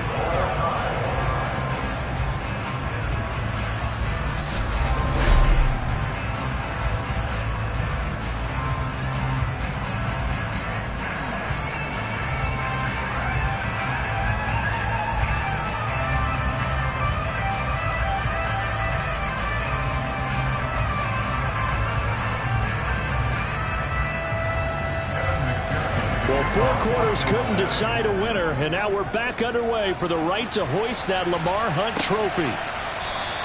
And they will play it safe here and bring this one out to the 25. The Texans offense set to regain possession. Well, CD, certainly doesn't get any more exciting than this. Overtime in the postseason. Of course, keep in mind things are different than the old way it was. In the playoffs now, both teams guaranteed a possession, so a touchdown here, if they get one, the ball game will not be over. And partners, we both know many people have called for this change before, and they finally got it after the Buffalo-Kansas City Classic in the 2022 playoffs. Patrick Mahomes and KC, they score first. Game over. Josh Allen and Bills never touched the football, and people hated that. Now if the game reaches OT, every playoff team has a chance to fight to extend their season. So the plan has got to be, if you win the toss and you take the ball, reach the end zone and score, and put as much pressure on your opponent as possible to try and win a game in OT in the playoffs. Now a first throw here in overtime. On the screen, this is Edmonds. What will they draw up to try to keep this opening drive of overtime moving? 3rd and 7. They'll set up a throw. He's going to have the hook up to Ross. And he is going to have a Texans first down as they're able to get the 3rd down conversion. Well, we can talk about it like it's just a basic route, but how about the timing on this one? Lined up on the right, runs a deep in route, and how about the throw? Right on the money. Bam, puts it right in there and on his hands. Nice completion, really good pickup. A good opening drive so far here in overtime, looking to put the pressure on with a touchdown. It's 1st and 10. They'll run left with Pollard. And he's going to get this one down near the 45-yard line. He was brought down at the 45-yard line. 1-yard gain. 2nd and 9 now. And a loose football. But fortunately, he's able to recover his own fumble, and that could have been trouble. So possession still theirs, but now they face a 3rd down. Trying to run for it with Pollard. And they needed 2. They could only get 1. 4th down. He's brought down at the 37-yard line. Well, partner, recent conference championship games that have been needed to decide who goes to the Super Bowl. If we go back to 2015, how about Green Bay at Seattle? And it looks like Green Bay's got this thing. Russell Wilson to Jermaine Kearse, that gets it done. And then go back to 2010. We think Brett Favre with the Vikings has the destiny, but they're at New Orleans. It's the Saints. And they get it done. And in overtime, go on to the Super Bowl. And they won that one. They beat the Colts, correct? A couple of the more memorable ones for sure. And he is going to have a Texans first down as they manage to convert. And that'll keep the drive alive. Now a man open down the middle of the field. This will be a gain of about 8 to the 27-yard line. It's a gain of 8. Brings up 2nd and 2. 2nd and 2. He's going to go up top for the end zone. And that's going to be incomplete. Good effort there trying to take a shot, but it's 3rd down. On 3rd down, it's Pollard. And he is going to lose yardage here. The defense stiffens to force 4th down following that first down gain of 8. You know, Charles, just thinking about it, plenty of recent conference championship games have needed OT to decide who goes to the Super Bowl. And we can go back a little ways, can't we? Go back 2012. Giants in San Francisco. That was an overtime game. The Giants ended up going on to the Super Bowl. How about the one where the Giants went to Green Bay, Lambeau, and beat the magic of that stadium in that freezing, bitterly cold game and got it done there. Yeah, it was 2008. It was absolutely freezing, and they went on to beat the Patriots in the Super Bowl that year. They're able to put 3 on the board here on the opening drive of OT, and now up to their defense to try and see if they can hold this one. I like how you framed it up because obviously this game is not over, right? They go down and kick a field goal, then we head to sudden death. But if the defense can hold, take the ball away, turn it over on downs, this game's over. The Bengals getting set to go. And last time able to get 3. It's not what they wanted. They wanted 6, but they got at least something. They mustered something out of the drive. They'll take it. I like the way you've described it. Not ideal, but they'll take it. Anything to put some points on the board. But this time on offense, they don't even want to see the field goal kicker trot on the field. They want that ball in the end zone. Yeah, they'll be going for 6. Throwing again on 2nd down. Burrow. They'll drop this one down to Mixon. And he takes this up to the 40-yard line before being corralled. 10 yards there on a Bengal first. Charles, he's now over 400 yards passing in this one. It feels like he has a zillion completions. Just a very memorable effort from a guy that we thought could be in line for a big game, and he has exceeded our expectation. That he has, and I'm not really surprised at all because when you look at this offensive unit, they are loaded across the board. And, of course, the guy throwing them, he's a big-time player himself. They brought it from start to finish and really helped get the better of the opposing secondary. Looking for Campbell downfield. Oh, it's intercepted. That'll seal it. Jalen Petrie picks it off. And the Texans are going to win this football game here in overtime. Gigantic play by this defense, Charles. So they came back in the fourth quarter, took the momentum into overtime, and now they take the football. And how do you think the team that just threw their pick feels right now? They surrendered the lead, got to overtime, had a chance to redeem themselves, and now they put the game in jeopardy with another pick. And guess what? Their defense has to hold.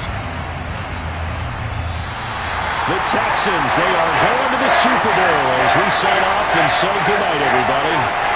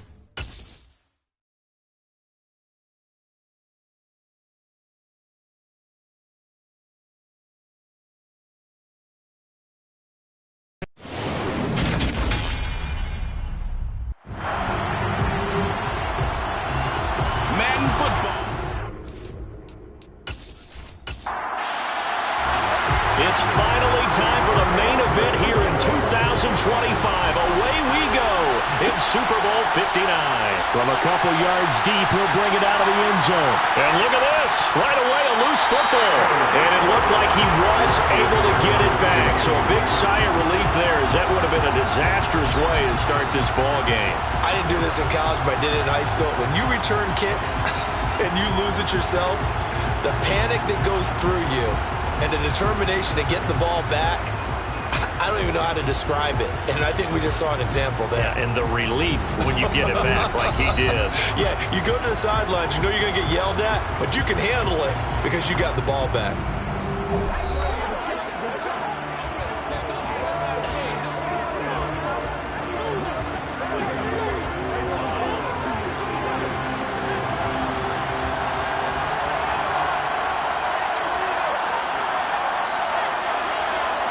They'll try and start this drive in the air. He completes this to Cole Turner. This will be stopped about 2 yards shy of the marker. 8-yard gain, 2nd and 2. He'll look to throw. That's complete. Terry McLaurin with it. And now time will be called here as Washington has an injured player down on the field. Well, now they're going to come out and take a look at this injury, and we'll be back in a moment.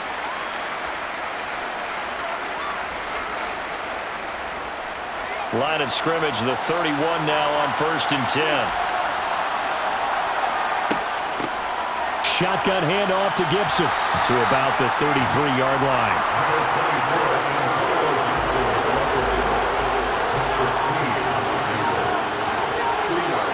Here's 2nd and 8. And that's caught. It's Brian Edwards. And they're able to work this across midfield to the 48. Well, that certainly has to feel good. It's not all the time that the play caller should get all the credit. Sometimes I think in the huddle, the quarterback just says, hey, who's going to make a play for me? I just need something right here. And the end result there, nice first down. Drive keeps moving. So a 1st and 10 now in Houston territory at the 48-yard line. They'll set up to throw. They'll dump that off to Gibson, complete.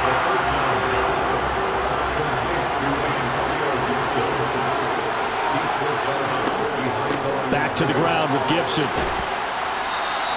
Give him 3 yards, and now they're left needing a conversion here on 3rd and 6.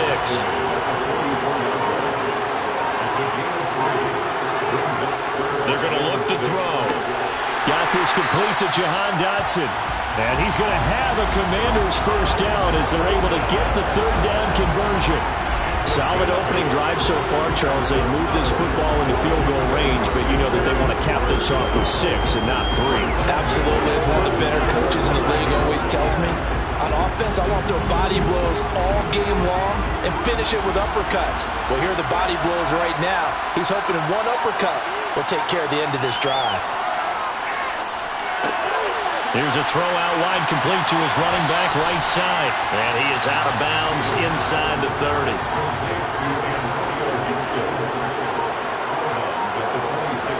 On 2nd down, a run with Gibson. And they'll be inside the 25 now at the 24.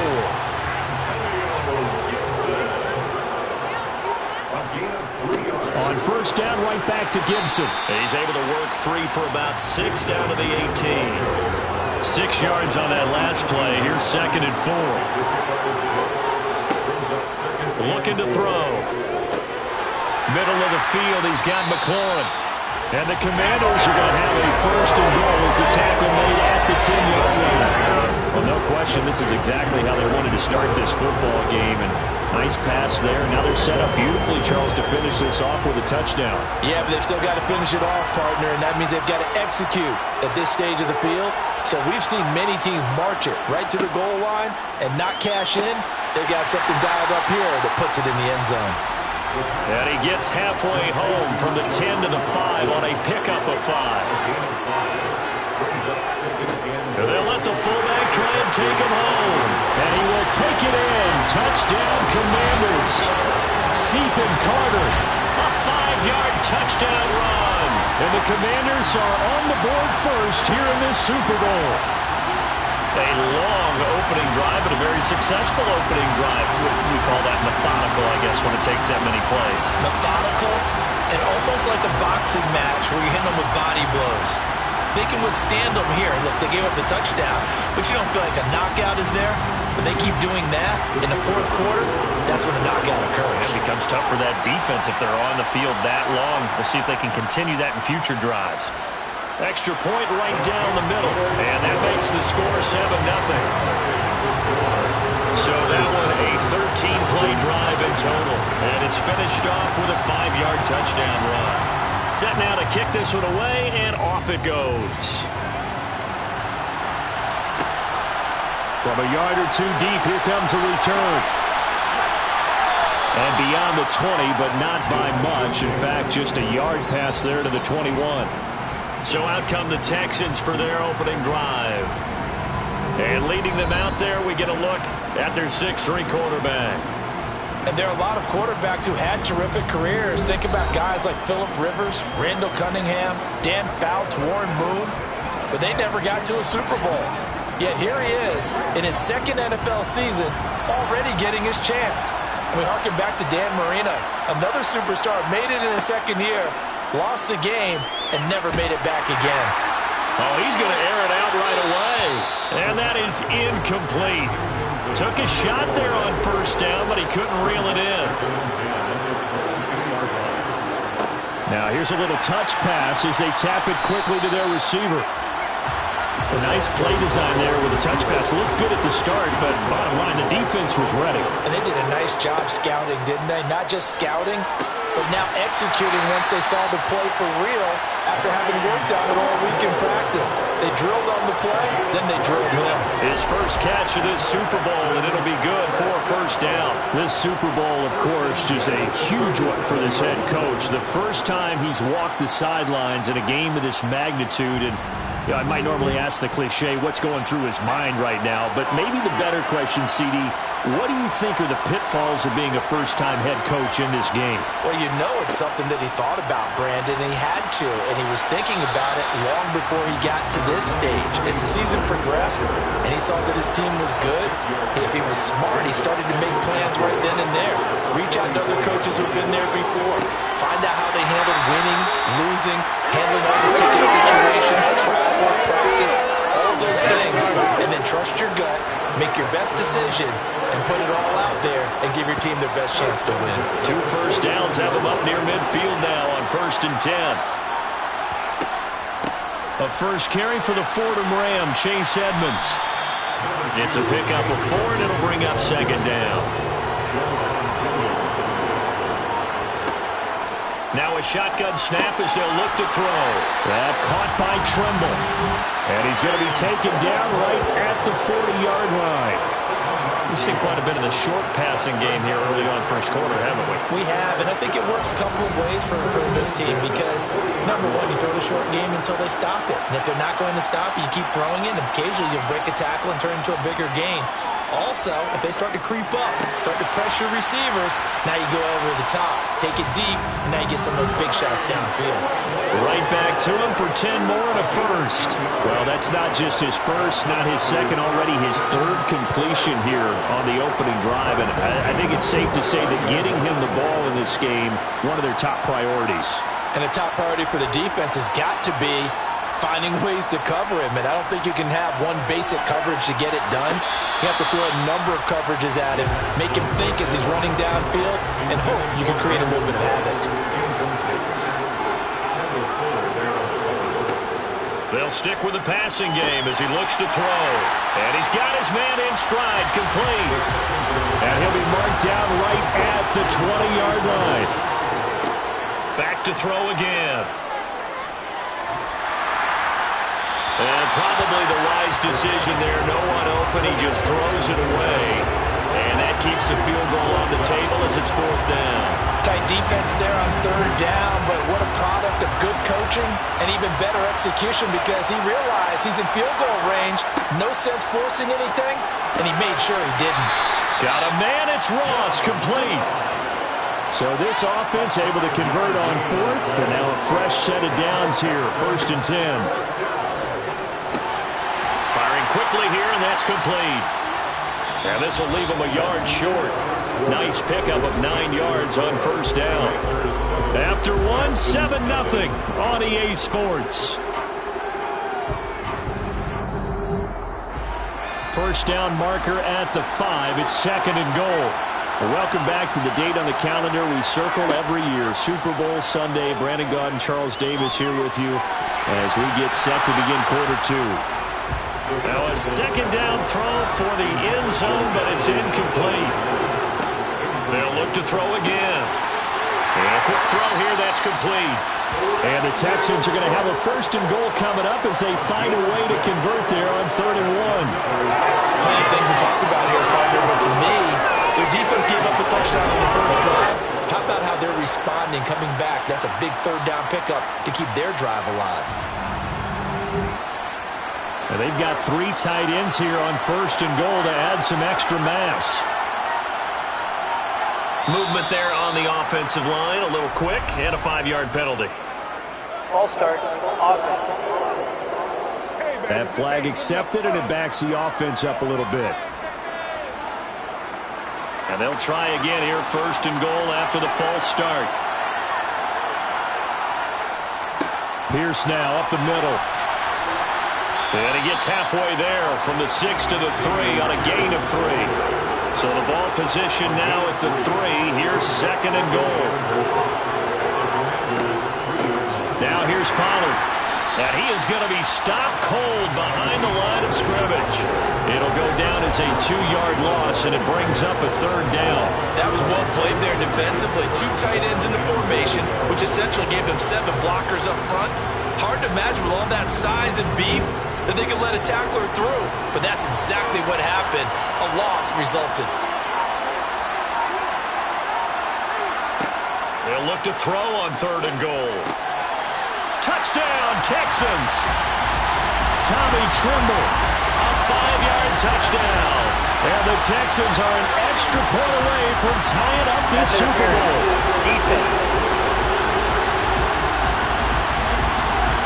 So obviously they will decline the penalty there, and the result is 6 points. That penalty is declined.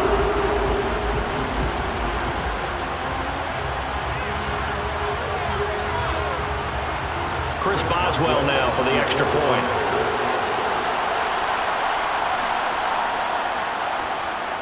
It's up and good, and we're tied at 7 here in quarter number 2. So that about as lengthy a drive as you're ever going to see. And the result, a Houston touchdown. Each team's had it. Each team has scored. 7-7 here as the kick's away. Fielded just outside the goal line. And he'll go down as this drive will start at the 25-yard line. The Commander's going to retake the field for drive number 2. So both of these teams, Charles, coming off touchdowns now, but this offense, they just had to stand on the sideline, watch their opponent author a really impressive drive to reach the end zone. Yeah, and I think you're not telling yourself the truth. But when this ball's tipped and intercepted. Derek Stingley picks it, and the Texans are going to take possession of the football. Well, that's a drive killer right there. Not a really confident throw either. This one was kind of up for grabs, and it's going to come down the hands of the wrong team.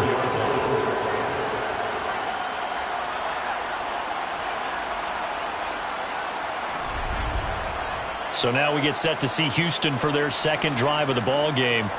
They'll have very good starting field position here as they try to break our tie, and they start 1st and 10.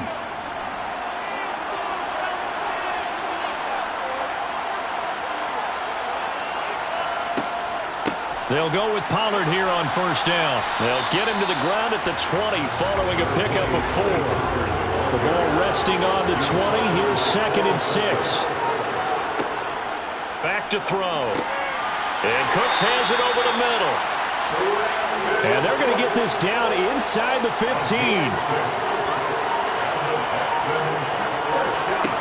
Back to throw now on 1st down. Touchdown! John Ross, a 14-yard touchdown. And the Texans have taken the lead. CD for them. This has just been an offensive explosion here in the second quarter. Yeah, held scoreless in the first quarter. Now they find the end zone again here in the second. Sometimes you just have to have some patience. A lot of people think it's always an adjustment. You have to change what you're doing. Sometimes you just have to do your game plan just a little bit better. And I think that's part of what we're seeing here. Boswell good with the extra point, and that makes the score 14-7. Boswell now to kick it away after the touchdown. And here comes a return from just beyond the goal line. And only able to get this to the 19, so probably should have opted for the touchback. The Washington offense set to take over again. And for this offense, Charles, you got to think kind of crucial here to put something together on this drive, because remember last time out, they threw the interception on the very first play. And you can't afford to let this defense keep building any more momentum. They're playing awfully well, and they're awfully confident right now. To me, it's time to attack and take some of that momentum back. But make sure you're selective in doing so. Understand where you want to throw the football and make sure it's open before the ball leaves your hands. Straight ahead, Gibson. And this is going to be a Commander's first down as he's able to get this up to the 37-yard line. Even though they gave up more than they wanted to on that play, it actually illustrates how well they bottled them up throughout the game, because that was his longest run of this contest.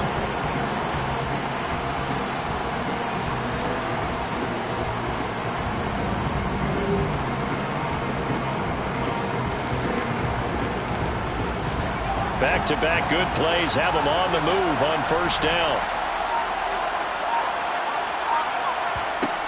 From the shotgun, he'll look to throw. Complete, it's Dodson. And getting this just shy of midfield, they'll spot it at the 49. It's a pickup of 12 and a Commander's first down. Well, one of the ways that quarterbacks keep all the receivers alive in a play, never lock in on any one guy. Make sure you keep your eyes moving, scan the field. And here he finds the open guy for a nice pickup. They'll look to throw now on first down. And this will be well too low for him to bring in. It's incomplete. So now 2nd and 10 after the incompletion on first down. Back to throw here.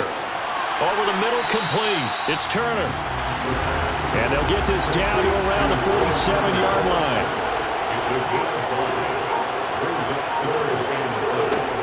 Again, he'll drop to throw. And this is going to be incomplete.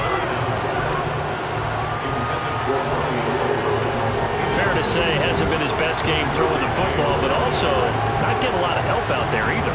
Yeah, you nailed it pretty well, you know. He's got to throw it better, got to get more help. Obviously one that should have been caught.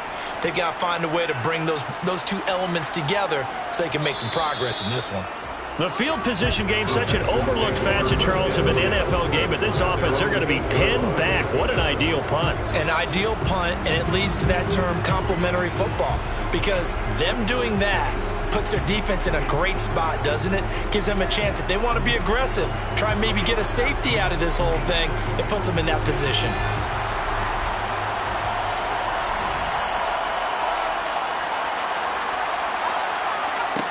They'll come out throwing here on first down. There's Tremble, the tight end.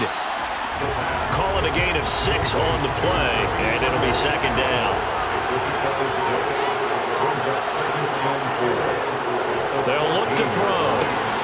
That's complete to Peoples-Jones. And he works it across the 25 before being tackled. His 2nd catch of the Super Bowl, and it's good enough for a first down. Charles, to move the chains that time, they had to complete it into double coverage, and they got it done.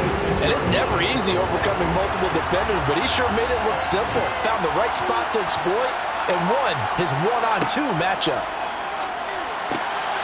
A throw over the middle, taken in. And they get him down, but not before he takes it across the 40-yard line. Another nice gain, 16 yards there, and a first down again.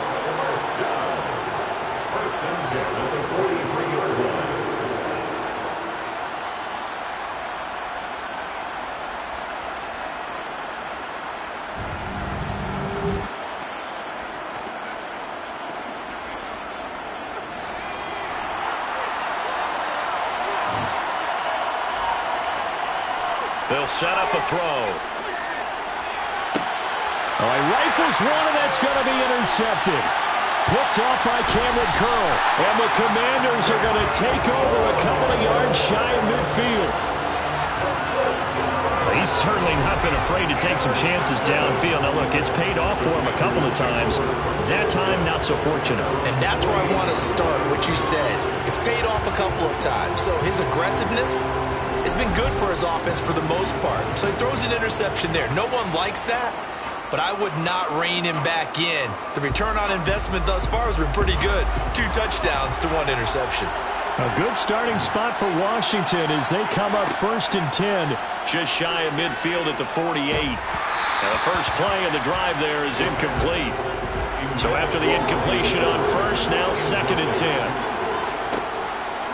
Now they'll throw here out of the gun. Toward the left sideline, but it's incomplete.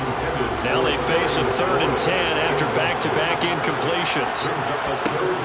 They'll drop to throw. Escaping, and he can't get rid of it. He's taken down. Myles Garrett drops him for a loss of 14 yards, and it also brings up 4th down. Okay, I'm not sure you could actually draw a better pass rush than that one right there. Nowhere to go outside. He had to keep backing up and backing up and backing up. Eventually dropped for a huge loss. Tress Way on 4th down is sent out to punt.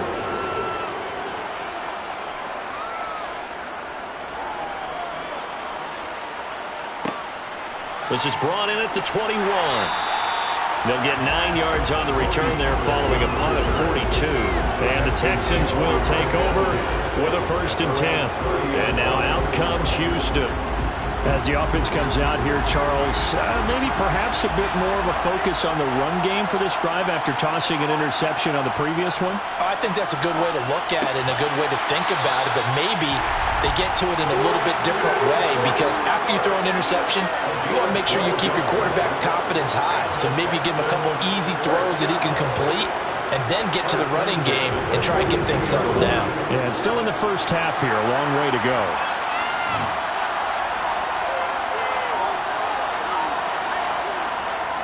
They run straight ahead here with Pollard. And he works his way forward to pick up 4 yards there. 2nd down. 2nd and 6. And that's going to be caught by Peoples-Jones. And they'll get this down to around the 47-yard line. Good throw, good catch, but I really like the route. The drag and being able to run away from defenders, hard to stick with them for that long. Yeah, better against man than zone, or? Better against man, because now you're running away from someone and you're not running into a defensive player in another zone.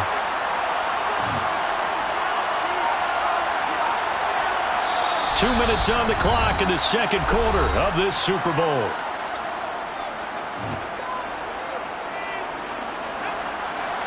A reminder, coming up at intermission, we'll get highlights of this Super Bowl from Jonathan Coachman and the crew in Orlando for our EA Sports halftime report.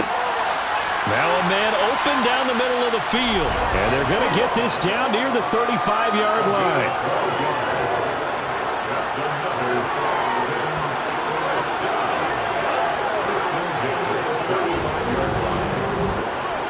Ball up to the 35 now as they come up on 1st and 10. Out of the gun, they'll look to throw. And he just gets rid of it, throws it away. The wise move there, looked like nobody open, now 2nd down. And 2nd and 10, he'll look to throw again. And this is incomplete. Here comes the 7th play now of this drive as this is 3rd and 10. He'll look to throw. Over the middle, that's caught by Ross. Washington now going to use the first of their 3 timeouts as they'll head to the sideline and talk over what to do next. Now it's Chris Boswell off for the field goal try. On the right hash, it's a 43-yard attempt. Boswell's kick is good, and they will move up by 10 now, 17-7. So they get the 3. It was 4th and 1, and I think you were doing what I was doing. I was looking down at the sideline. I'm not sure the offensive unit wanted the 3. They wanted to go for it. But when have we ever seen a unit that didn't want to go for it in that situation, right? Sometimes it's just way more important to have the points on the board than to worry about any type of a gamble. The Washington offense back out there. And Charles, we'll see what they can do here. Not a ton of time left, but enough certainly to get points out of this drive, and they need them right now because they're trailing. Yeah, this is exactly why you practice a 2-minute drill all through camp and at least one practice each week before a game. A minute left, more than enough time to string a few completions together, reach the end zone, and then make that walk back to the locker room just a little more animated. Throwing on first down, but this one winds up to be incomplete. After the incomplete pass, here now is 2nd and 10.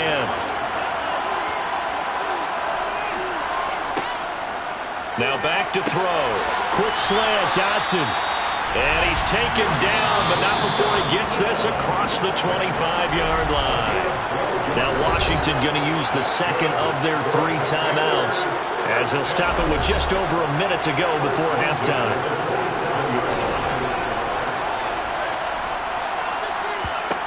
On first down, he'll drop to throw. He's going to drop this one down to Gibson. The result, only 4 yards there on the play, and it'll be 2nd down. They'll stick with the passing game as he looks to throw. Open man is Higbee, the tight end. And he's out of bounds, able to take this one up to the 35. Back to throw again. And able to find Higbee. It's complete. And he'll be out of bounds, but able to get it up past the 45. They'll look to throw again. That's complete to his tight end, Higbee. Now the offense will burn their 3rd and final timeout as the clock will stop with 21 seconds to go here in the first half. Working with a 2nd and 4.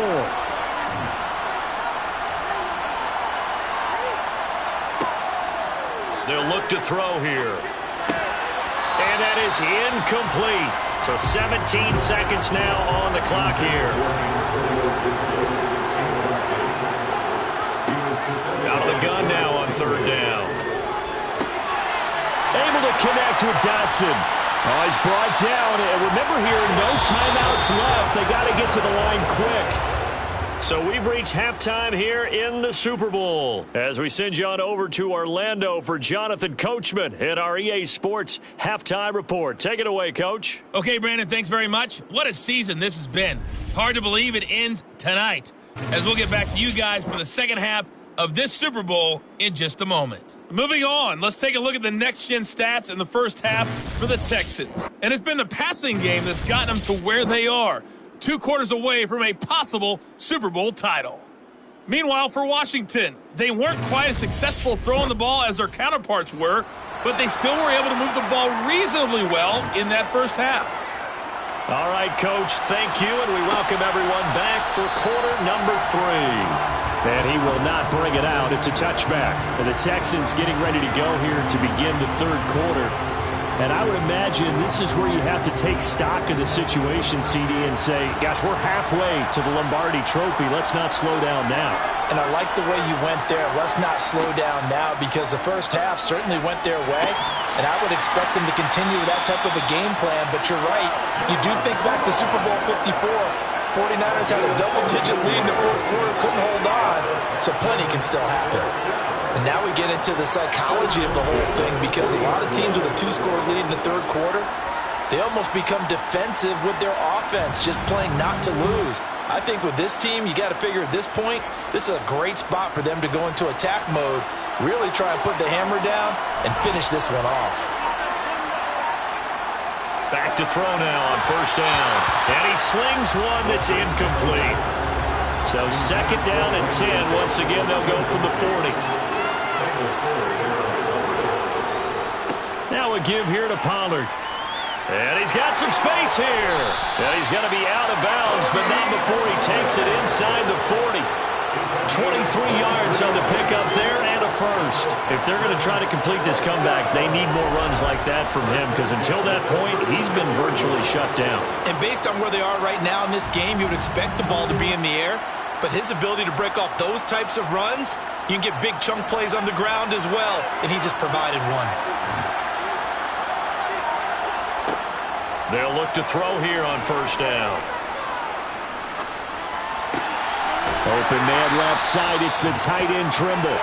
And all the way inside the 15 before they drop it. That's back-to-back plays of over 20 yards. Well, again, plenty of time to sit in the pocket and deliver the football. While the offensive linemen, they may be nameless and faceless to a lot of people, they certainly aren't to their teammates who are in the skill position, guys. They appreciate the heck out of them, and they're capitalizing. Here's a 1st and 10 at the 14-yard line. From the red zone now, they'll look to throw. Swinging this out for Pollard. And he's taken down at the 7 after a gain of 7. He's already proven to be a factor in the running game on this drive. Now he gets involved in the passing game. I think what we're seeing here is the modern version of workhorse in the NFL, being able to run it and catch it with equal proficiency. 2nd and 3. And got his man. It's caught.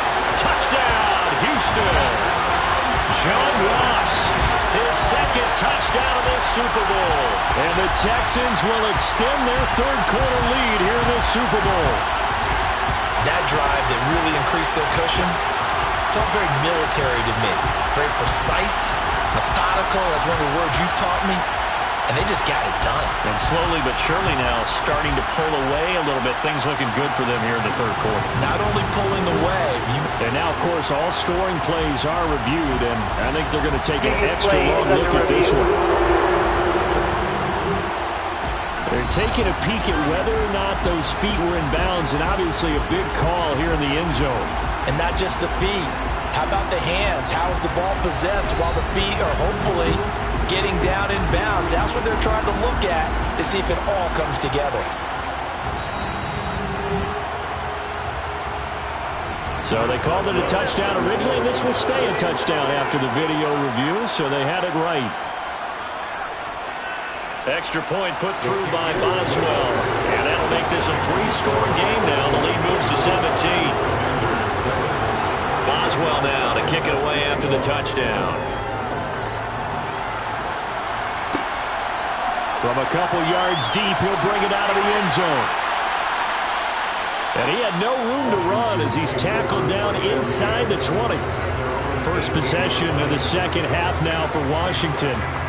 And their halftime hole now even deeper, and they need a big drive here just to answer the first touchdown of the 2nd half scored against them. They were down at the half. Now, as you mentioned, they're down a little bit bigger, but no time for discouragement. Just got to get back to it, right? Put your shoulder against the boulder and start. He's got a man, complete. And he'll be taken down here just shy of the 30. Every defensive staff harps on limiting explosive plays. Job not so well done there. Yeah, they talk about it all the time. A lot harder to stop, though, isn't it? And when you think of an explosive play, most offensive staffs define them as passes of 20 or more yards and runs of 15 or more yards. They went zooming past that number there.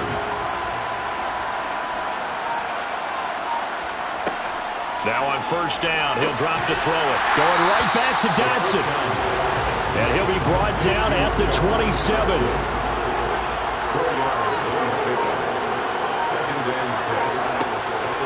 Looking to throw.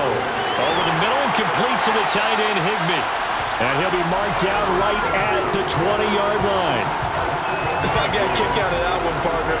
You and I talk often about trying to hide receivers in certain situations, but a guy of his size can't really hide him. But the tight end drag route, definitely an effective way to sneak him across the formation for an easy completion and a first down.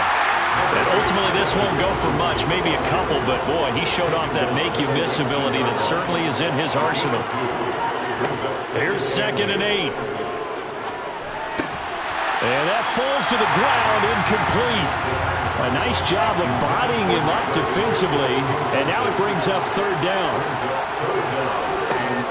Off the play fake, he'll look to throw. Dotson has it. Touchdown, Commanders. From 19 yards away. And the Commanders are able to cut into that deficit. So a very important first drive of the third quarter, Charles, and safe to say, a much-needed touchdown. Which leads to the question, where was this in the first half? Because if they'd had a few more drives like that, they wouldn't be in this situation. But that is the kind of drive that sends a message to the other side. We're going to be here, and we're going to battle you to the end. Extra point splits the uprights, and the lead down to 10, 24-14. Taken in at the 3. And they'll get him down inside the 30 at the 27. Houston set to take over. This now a 10-point game, so things tightening a little bit after that last score.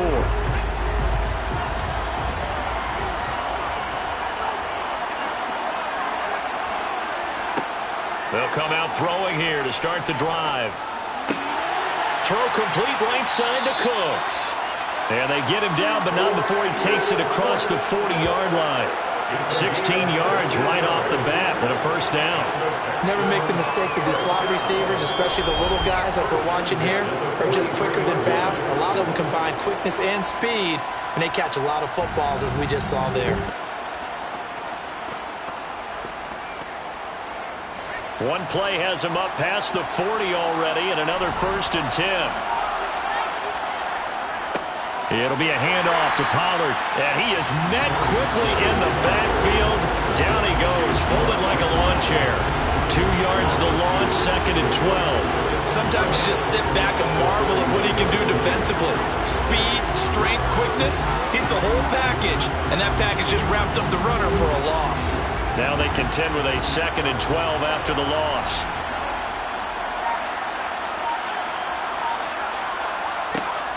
Back to throw. And Cooks has it over the middle.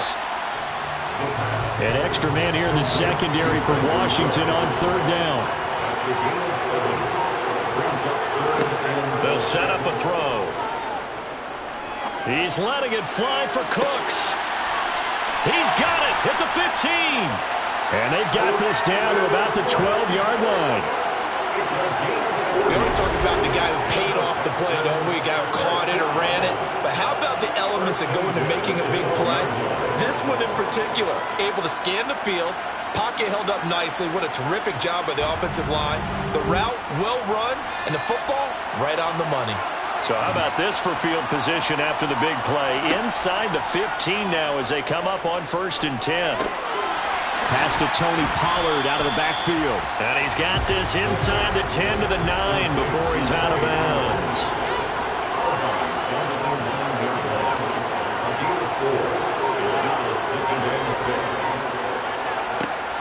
Again, he'll drop to throw. He'll get this underneath to Edmonds. And the stop will come inside the 5 at the 4. This will be play number 7 on the drive. 3rd and a yard. They'll look to throw. To the goal line, but it's incomplete. I see the surprise in your face there, partner. That is a rare incompletion from him. He's been on point this entire game. He has percentage completion-wise way up. Not that time.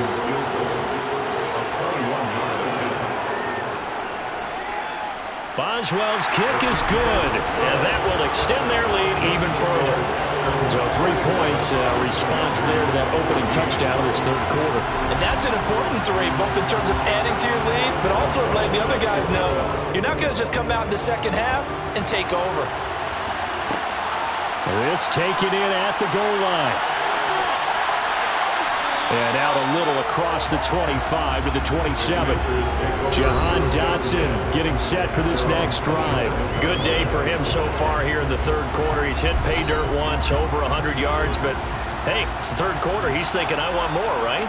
He wants more, and it just increases the confidence of his team because every play he makes That means his quarterback is really feeling good about throwing the football. Probably feels like he can't throw an incomplete pass when he throws it to him right now. Yeah, he's looked really, really sharp. A good gain on first. Has him set up with second and just a couple of inches now from the 29. Second down and a run by Robinson. And he slips up past the 45 before being tackled. 10 yards there, good for a Washington first down. Despite the score, despite the deficit, no quitting this guy. He's running angry, running through arm tackles. He wants to change what that scoreboard is saying.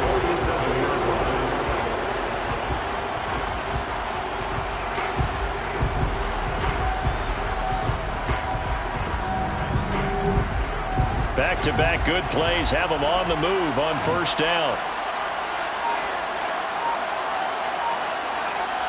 They'll set up to throw. And the throw left sideline here is caught, but they'll rule it incomplete. Couldn't keep his feet in. Second down. Third quarter of the biggest spectacle in sport, the Super Bowl. Thanks for joining us, everybody. 2nd and 10. Here's a throw out wide, complete to his running back right side. And they'll get him down on the other side of midfield. On third down, he'll drop to throw. That's going to be knocked away and incomplete. Here's Tressway now as he's on to punt for Washington.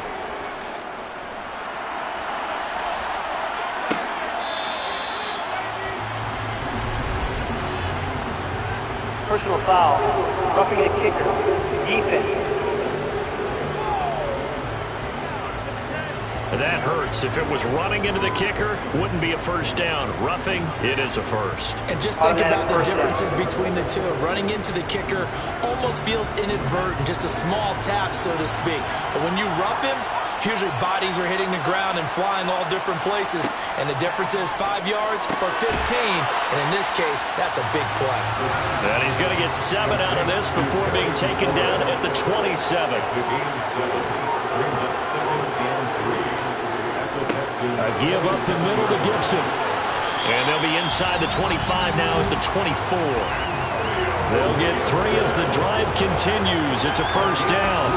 Well, they still have time to get him established, but in my estimation, they've got to pick up the urgency here. They've got to get quickly in and out of the huddle and run off a bunch more plays.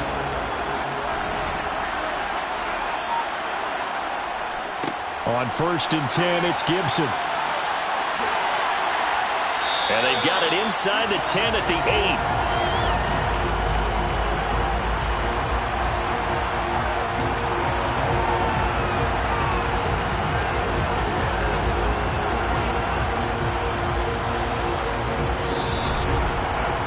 An entire season coming down to this next quarter. 3 in the books here in the Super Bowl. We'll return with more after this break. You're watching the NFL on EA Sports. And we're back in the Super Bowl. Time to decide who gets to hoist that Lombardi trophy as we begin the 4th and final quarter of action. They'll get this halfway home from the 8 to the 4 on a gain of 4. 2nd and goal from inside the 5. Now they'll switch it up here and look to throw. Toward the end zone, but that's going to wind up incomplete. 3rd and goal. Keep in mind, very possibly 4-down territory. He'll drop to throw. Looking for McLaurin, and he's got it. Touchdown, Washington. 4 yards on the touchdown grab. And the Commanders have made it a one-score game again here in the 4th. They went empty backfield, all their weapons out wide, so there really was no secret here to what they were going to do. No secret, but they still had to execute it, and they still had to protect the guy throwing the ball, because oftentimes when you empty the backfield, people bring pressure at you. They managed to hold in there and successfully complete the touchdown pass. Point after, right down the middle. And now things get a bit more interesting here in this 4th quarter.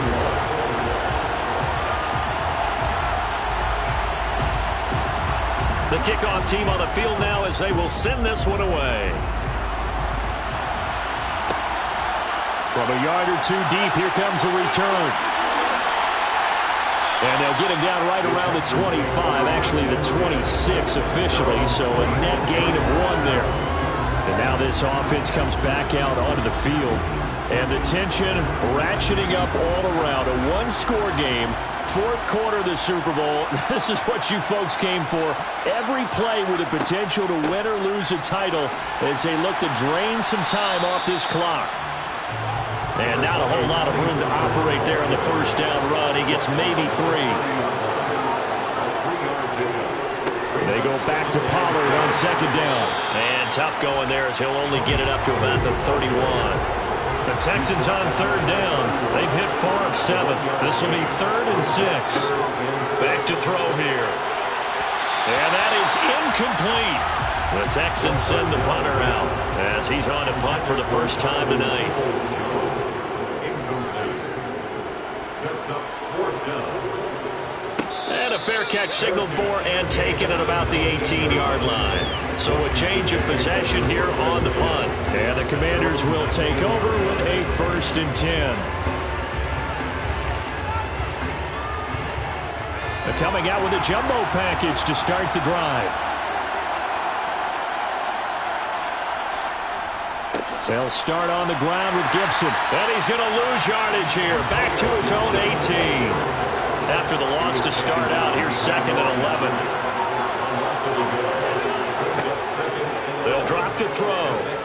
Flushed out right. And he slides and covers up at the end as he's going to be able to pick up decent yardage.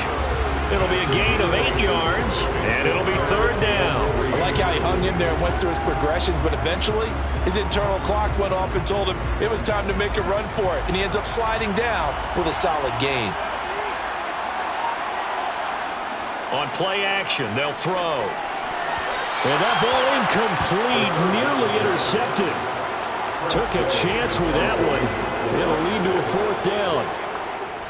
And now the punter, Tress Way, as he sends this one away. That'll be a 41-yard punt, just 1 yard on the return. And the Texans will take over. Out comes the Houston offense as they get set to take over here. Now, the previous drive they punted, but that was just the first time they've had to do so in this game. And when they turn on the game film, the coaches will rant about this, right? They'll say, oh, God, we got to move the ball, guys. We can't punt the ball away. But they have to keep smiles off their faces because it's the first time in the game they've had to do so. They've moved it quite well. They'll overall be happy with what they've seen. A CD, you know, so often we talk about quarterbacks holding on to the ball too long. Well, we can't say that there. He had no time to do much of anything. Yeah, that's one where you turn to your lineman and say, guys, can I get a little help here? And you have to ask politely because, remember, they're blocking for you the entire game. But as a quarterback, you've also got to have the clock running in your head when you need to get rid of the football. Ron Rivera scowling down on the sideline, and he's thrown out the red challenge flag. Under review. Did he keep those feet in bounds? That's the question they've got to decide. And I got to say, watching it in real time, it was awfully close. Yeah, it certainly looked like a heck of a catch because he didn't appear to bobble it, which could complicate things. But even with the benefit of replay, that's pretty tight. Well, here's the call. So the challenge there does not go their way. This will indeed remain a completed pass. Now back to throw. And the throw there going to be incomplete. Critical play in this football game because if they pick up the first there, that clock keeps rolling. Has to be a little frustrating for them because they know that if they pick up a first down there and continue to eat away at the clock, really increases their chances of closing this one out. Now they're likely going to have to give the football up and sweat it out on the sideline. And a fair catch signaled for and taken just outside the 20-yard line. So possession goes over here on the punt. And it will be Washington football now with a 1st and 10.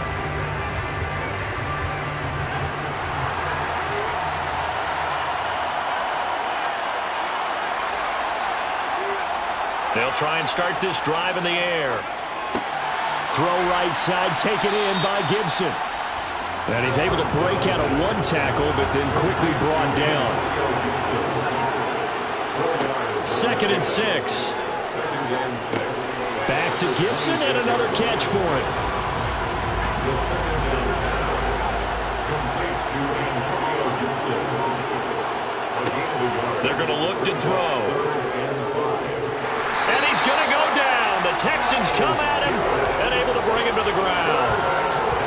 Myles Garrett, his second sack of the night. How about that, partner? His second sack of the game, and that puts him in some pretty good company. 17 guys have had 2 sacks in the previous 52 Super Bowls, but only 3 have had the record number of 3 sacks in this game. And we've got the list here. If he gets another one and everyone behaves nicely, we might just list those out for him.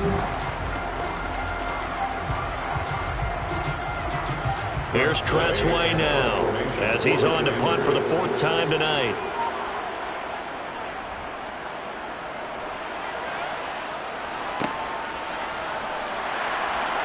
A little juke. It takes a touchdown-saving tackle to bring him down as he goes 32 yards on the return. And the Texans with great field position to start this drive as they take over 1st and 10. And now out comes Houston. Their defense got the stop, forced the punt, and now you really start to monitor the clock as they nurse this slim lead. Line of scrimmage, the 31 now on 1st and 10. Now a shotgun handoff to Pollard. Montez Sweat with the tackle. The first down run got 5. Here's 2nd and 5. He'll look to throw.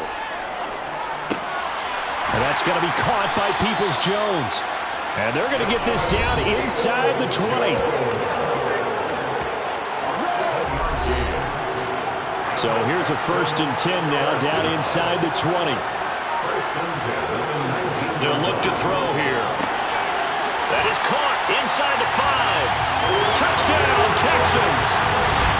Brandon Cooks from 19 yards away.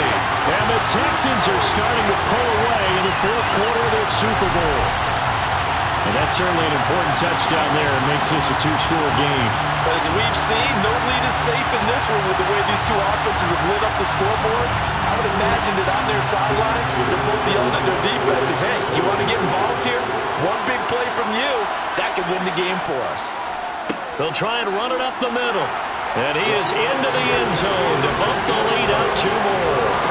And so they run it in on the 2-point try. And so often, Charles, we talk about from the offense's perspective what you do on a 2-point conversion. How about the defense? How do they play run versus pass? It's really difficult for them because I think most teams want to play for the pass. That's what they see most teams do. And so are you able to mass enough people inside if the team decides to run it? Very difficult. I think what you're seeing a lot more now, people blitzing the 2-point conversion. They want you to make a quick decision and make it right now. There, the offense wins the battle for 2. And some good special teams coverage as they bring him down just outside of the 15. A look at Washington as they come onto the field. And we're at the time in this Super Bowl where, look, they need points. And they need them badly. Trailing here in the 4th quarter as they begin this drive 1st and 10. He'll look to throw. Toward the sideline, and look at that catch. Dragging the toes, and that's going to be a 1st down. Well done. A good pickup there, 26 yards. Good yardage on the completion there. When they look at the scoreboard, they do understand a field goal is not going to do them any good. My guess, they're going to press the ball downfield as far as possible, try and throw it into the end zone and get a score because they know they've got to get that done and get the ball back as quickly as possible. Gibson here running out of the gun. And he can only manage to get a couple. 2nd and 8 coming up. The last run good for 2. Here's 2nd and 8. Looking to throw. And his throw is going to be incomplete. The offense on 3rd down tonight, they've hit on half of them, 5 for 10. This is 3rd and 8. And he finds McLaurin. And they'll get this well past midfield before being stopped just before the 35. His 5th catch tonight, and it's good for a 1st down. And a 2-score game, obviously. Every play, every 3rd down, like we saw there, magnified. Big pickup. It was a huge pickup. What they really want, though, is to not even get to 3rd down. They've got to maximize time and conserve as much as possible. On 1st down, he'll drop to throw. Gets this into the hands of the tight end, Higbee. And he'll be out of bounds as he gets it down to the 30 there. Back to throw again. And a little floater there is incomplete. Here's the 7th play of this drive. This is 3rd and 4.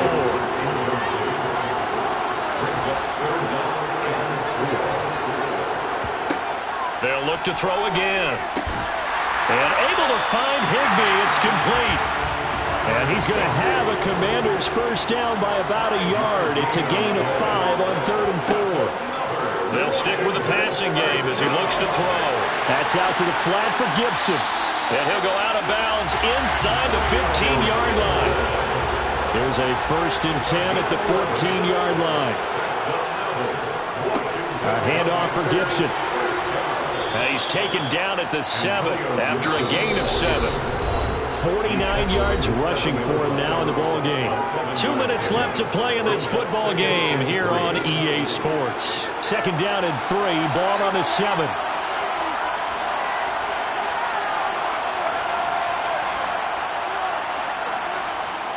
Back to throw. Caught on the slant. Touchdown, Washington.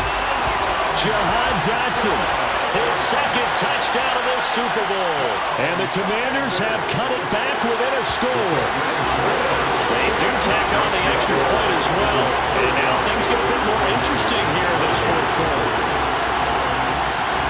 So just under 2 minutes to play, and this would figure to pretty much be your ball game right here. And the effort snuffed out. The Texans' hands team recovers. And now looking at the clock here, they do have 2 timeouts, but even if they force a 3 and out, they're going to have very little time remaining. So that means they've got to be aggressive and find a way to knock the ball free. They've got to come up with it because they can't just rely, as you noted, on using their timeouts and getting the ball back. They might not have any time to mount an attack, even if they do play it that way. Get the football. That's their mantra.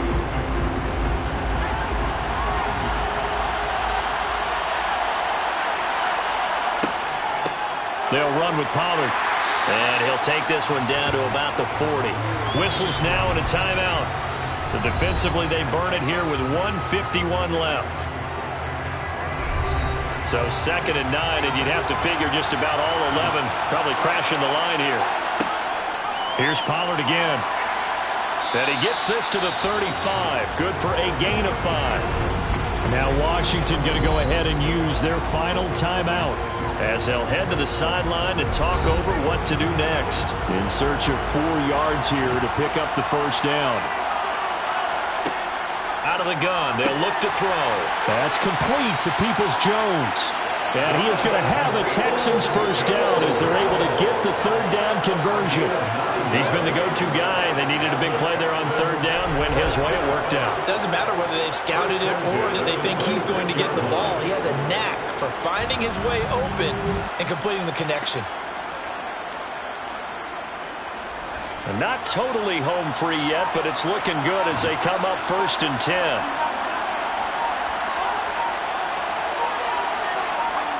Down to a knee here as the Texans look to let the clock roll.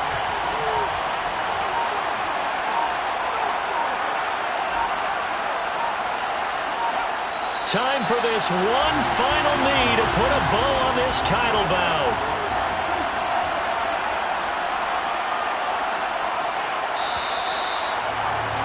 And the Lone Star State has a new champion. It's the Houston Texans, kings of the Super Bowl.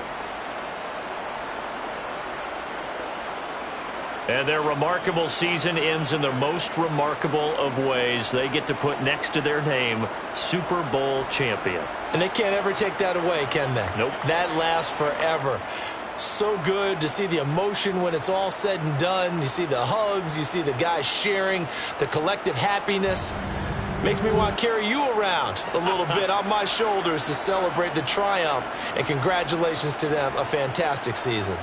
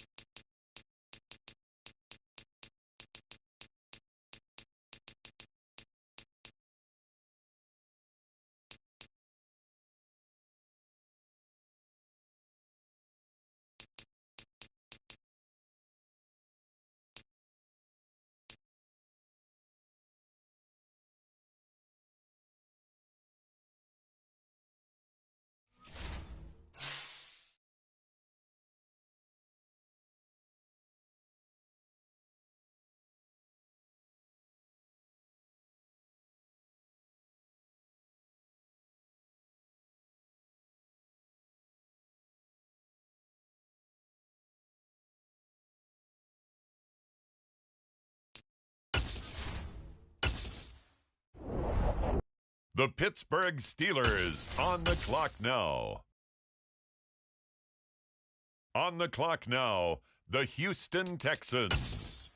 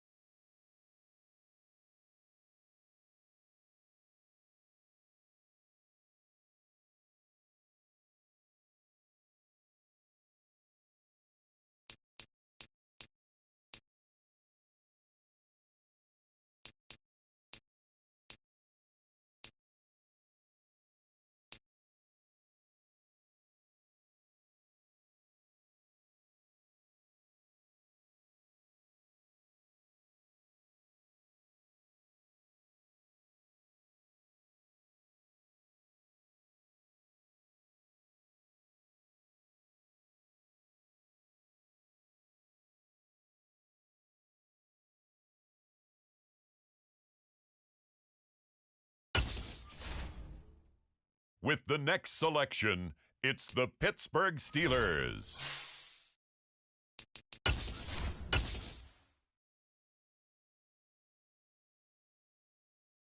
On the clock now, the Houston Texans.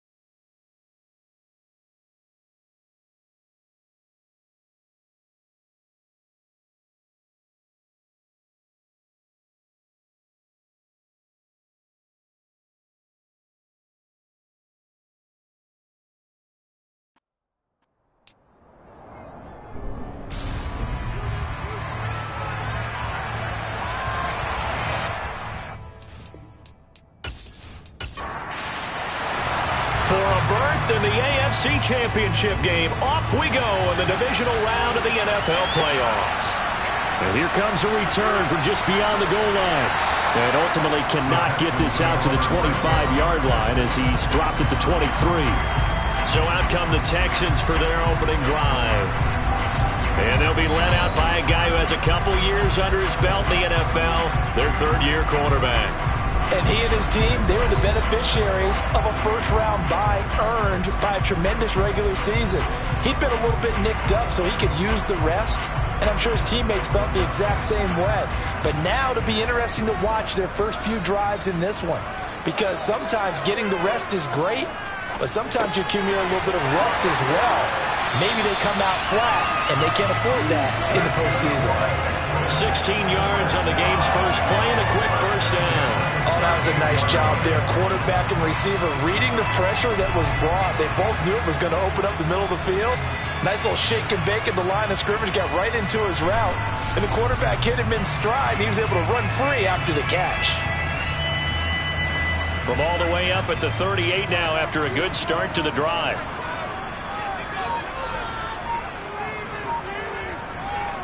They'll look to throw. That's into the hands of Donovan Peoples-Jones. And he'll go down, but not before getting this inside the 30. It's another first down on a big gainer there, 33 yards.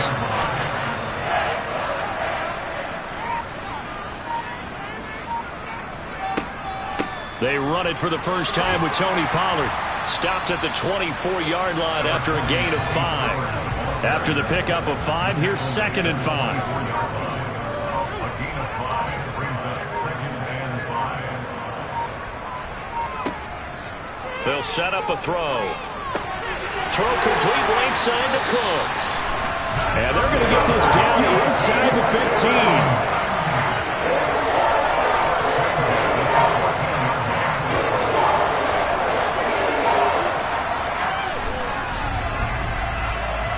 Here's a 1st and 10 at the 14-yard line.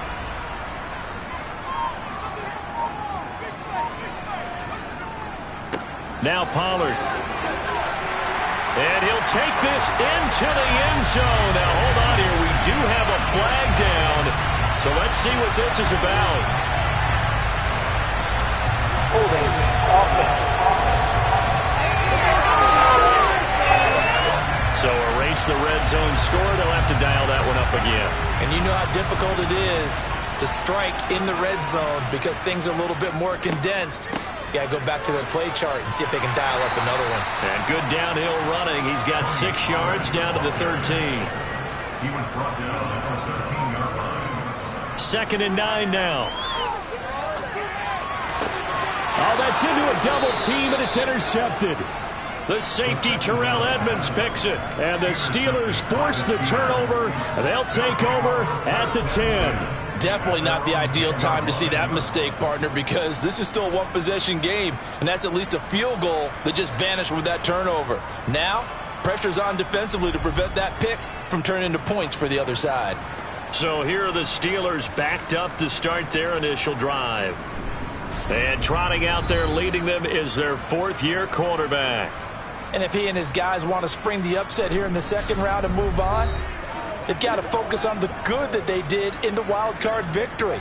At the top of that list, protecting the football. Got a little careless last week. A few got away from him. Might not be so fortunate this time around. And if that's the case, they'll end up going home. They'll start out here with a jet sweep. And he'll take this one only up to about his 13-yard line.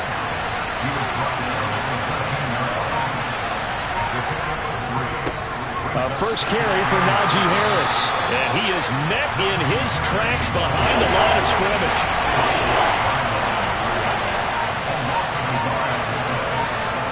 Throwing on 3rd down. Here's Pickett. Setting up the screen. Harris. And he'll be taken down, but he does have first down yardage.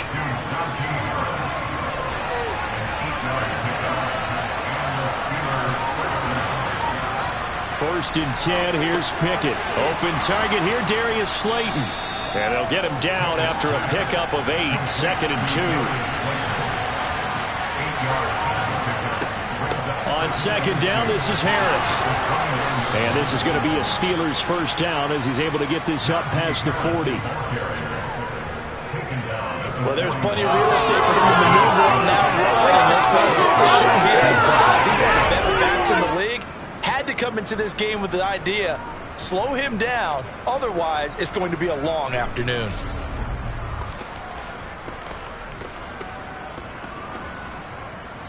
Two first downs have him up to the 41 now for 1st and 10.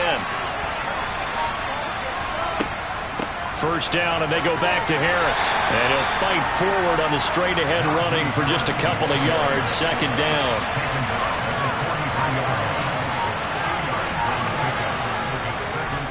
They'll keep it on the ground. Harris again. And he is going to be stopped cold behind the line of scrimmage. Now it appears we have a Steeler here slow to get up. So as the medical staff takes a look, we'll step aside.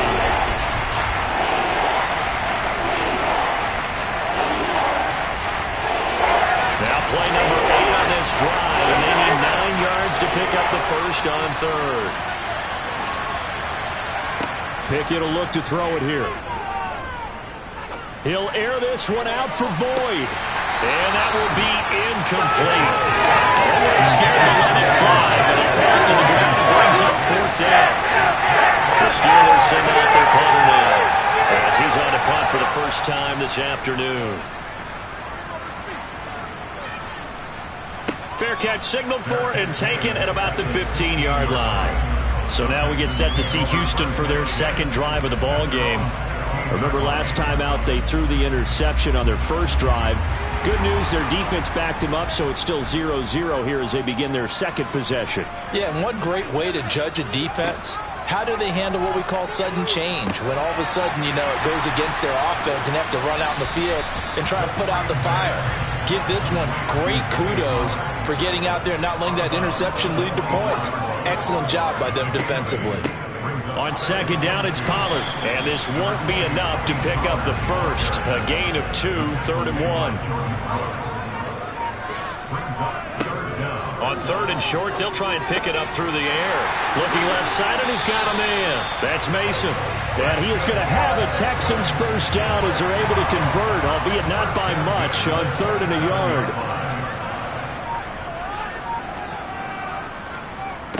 Run for Pollard. And the result here, a pickup of 8. Leaves him with 2 to go on second down. 8 yards on the pickup.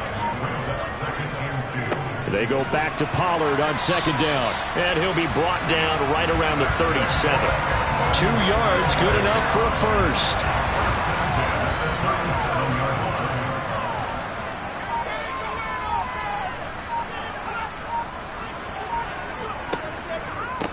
Here's Pollard. Call it a full 3 yards in the wrong direction there. Brings up second down. The running lanes have definitely not been there for him here in the first half, and I don't think it's all been his fault. His offensive line hasn't given him much space. A loss results there.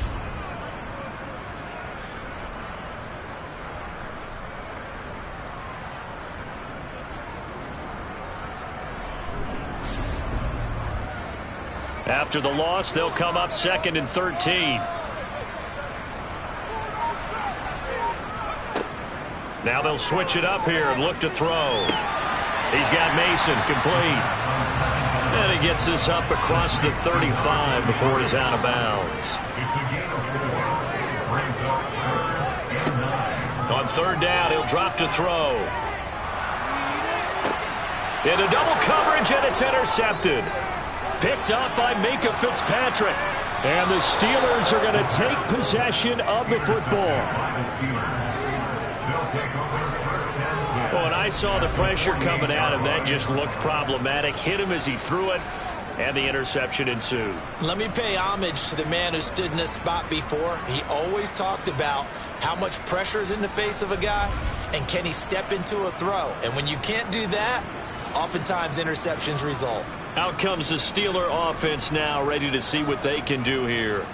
And for them, maybe a little carryover from last week's game. They got the win on the road in the wild card round, on the road here again in the divisional round, but they're hanging tough. Hey, cue a little music, right? On the road again. I mean, this has been kind of the mantra they're under right now, and they can't change it. The season dictated what would happen with them, right? They had to go on the road for the first round for the playoff.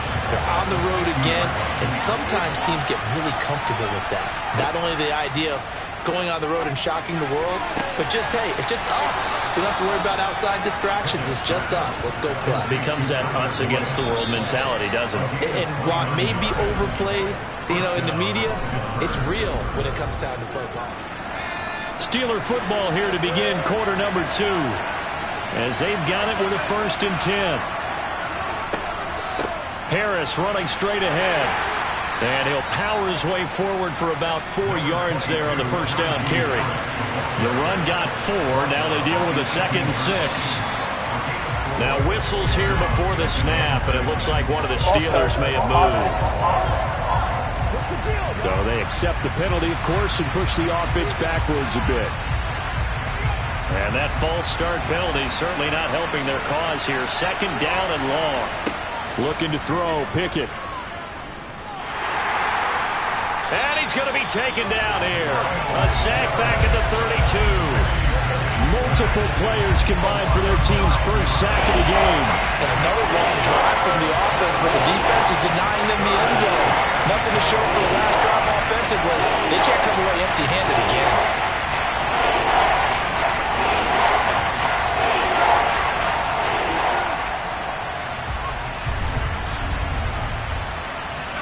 Pickett and the Steelers in need of a big play here. 3rd and long after the sack.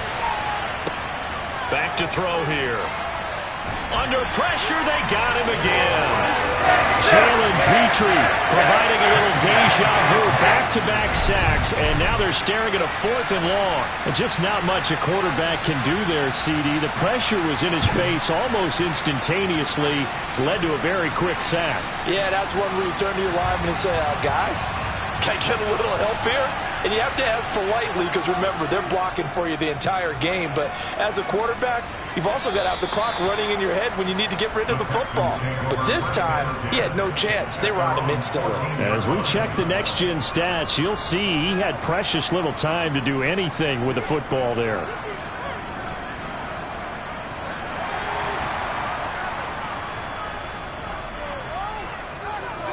Trying to shake off the interception. He'll look to throw. Finds his man. It's John Mechie. And he'll be corralled well upfield right around the 40-yard line. A time called here because a member of the Texans is in some discomfort. Hopefully, obviously nothing serious here. Medical staff, though, going to take a peek, and we'll take a break. This offense finding its legs now. Here's another 1st and 10. They run straight ahead here with Pollard. And he's tackled a yard short of the marker. Good gain of 9 on 1st down. They go back to Pollard on 2nd down. And he'll take it down shy of the 45 at the 46. And hold on here, because on that last run, it looks like we have a player who was shaken up. While they come out and take a look at him, we will step aside for just a moment.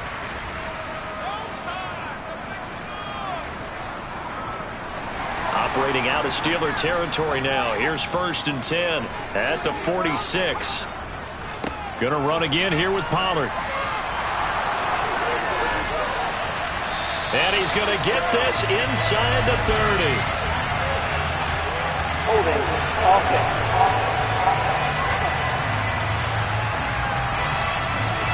So that flag obviously takes away the good yardage that they had on the play. And talk about a momentum shift, because we can visibly see this celebration shifting from one side of the field to the other as soon as everyone saw the flag. Taking down right now, last scrimmage. No gain on the play. Brings up 2nd down. They're going to look to throw. Oh, it's a screen pass. That's complete. And this one goes nowhere. Losing yardage on the play back at the 46. Just a 1-yard loss that time, but that's not what they needed. Now they're dealing with a 3rd and long. Now that screen there on 2nd down certainly didn't develop how they had hoped. Is that one they should have even tried, or is that one the quarterback sticks in his pocket? I think the latter. I like what you said there, because trying it is one thing. We can second guess just about every call. But in this case, when you realize that it's broken down, just throw it at the feet of your intended receiver so that no one can pick it off, right? You don't have the ball tipped up in the air, and you come back and try and pick up the 1st down on 3rd down. That way you don't lose any yardage. And he gets it away, a directional kick going toward the sideline. The Steelers offense now, they get ready to head back on the field. And, partner, I know so far, we're still in the first half, but you love this game as a defensive guy. 0-0. We'll see if the offense can get going on this drive. Well, you know how they talk about music to your ears? How about what it does for your eyes when you watch something like this, right, where these teams are locked in and going at it, no points going up on the scoreboard? I'm loving it. You're exactly right. Well, switch over, though, to an offensive mindset for a moment. What do they need to do here to get on track and get some points? Well, I think a couple of ways. Number one, you pull out something that maybe they haven't seen before. Coach is always talking about unscouted looks. Maybe you give them something that they haven't seen on tape, and now you shock them that way. The second, run your basic playbook, but run it so well that you give your skill position guys a chance to make big plays individually.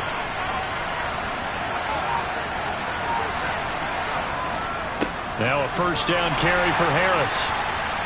And he goes across midfield and down into Houston territory. The previous run, good for 9. Here's 2nd and a yard.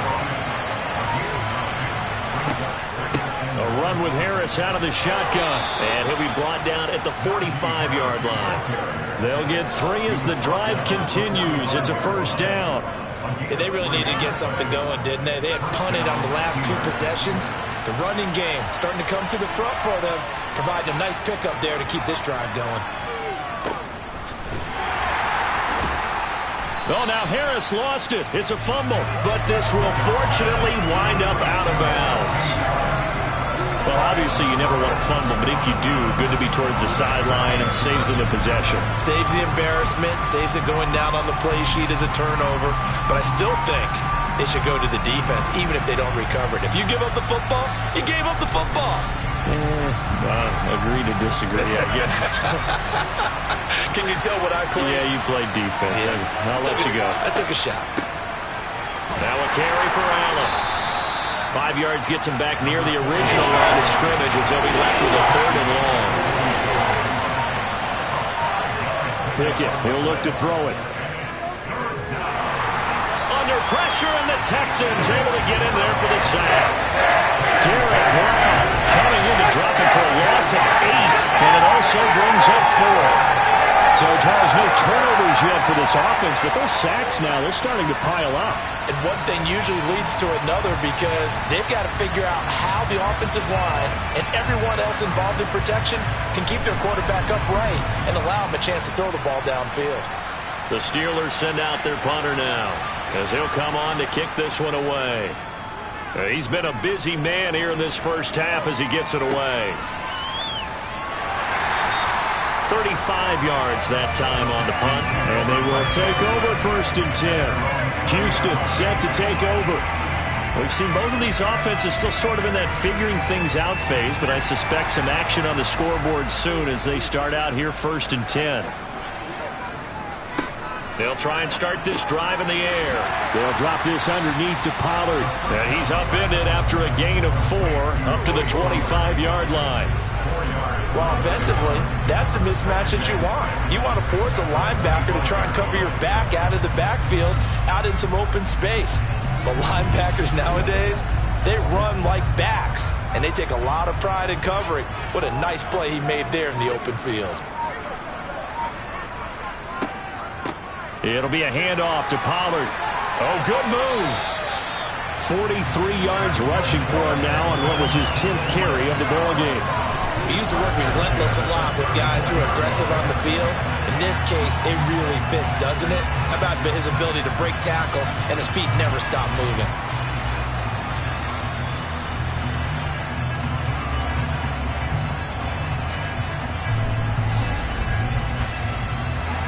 From the 34 now. Here's 1st and 10.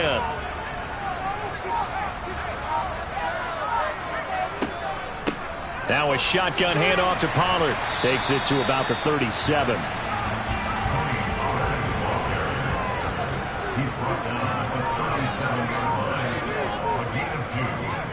Pollard going to try the right side. And he'll get about 3 out of that up to the 39-yard line. Second quarter action, 2 minutes to go on divisional round weekend. Coming up at halftime, I'll go from one personality, that's you, Charles Davis, to another one in Orlando, the coach. He'll have stats and scores from around the NFL. You and Jonathan Coachman both larger than life. No doubt about it. But you're stuck with me in this booth, yes, and he's miles away and smiling. And happy. Throw left side complete. That's Mason. And they're going to get this to about the 44-yard line.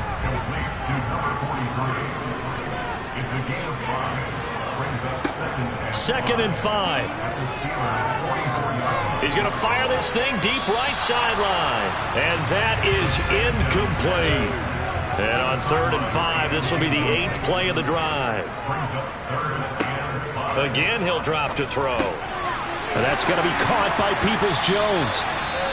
And he is going to have a Texans first down as he's able to get 8 yards there on 3rd and 5. Now it looks like we're going to get a stoppage here. An injured Steeler on that last play. Well, the medical staff is going to come out here and take a look, and we will take a short break.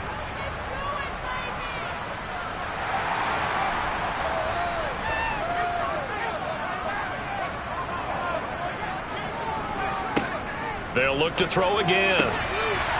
Quick hitter here, it's complete. And he'll be brought down on the 30-yard line after a gain of 6. Now the Texans will burn the first of their timeouts as they'll stop it with just over a minute to go before halftime. Now the ball on the 30, here's 2nd and 4. On play action, they'll throw. And he'll be hit as he releases it, and that'll fall incomplete.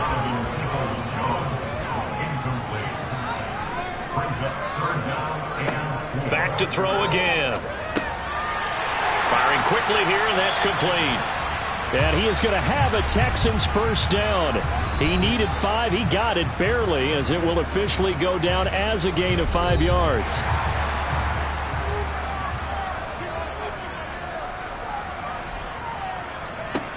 They'll stick with the passing game as he looks to throw. And for the 3rd time here in this half, it's intercepted. And a big turnover there as his guys will get the football back. If you're a lover of offense, this has not been the half for you thus far. Luckily for me, though, I'm sitting next to a lover of defense, and we have had plenty of that, including that interception. Yeah, and I mean, that still makes it a great game, doesn't it? Everybody talks about if the ball's not in the end zone and points going up on the board, it's not as much fun.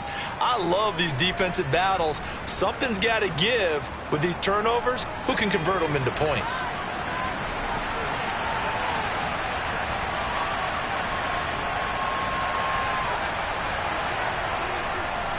They'll start on the ground with Harris. And he'll fight forward on the straight-ahead running for just a couple of yards. 2nd down.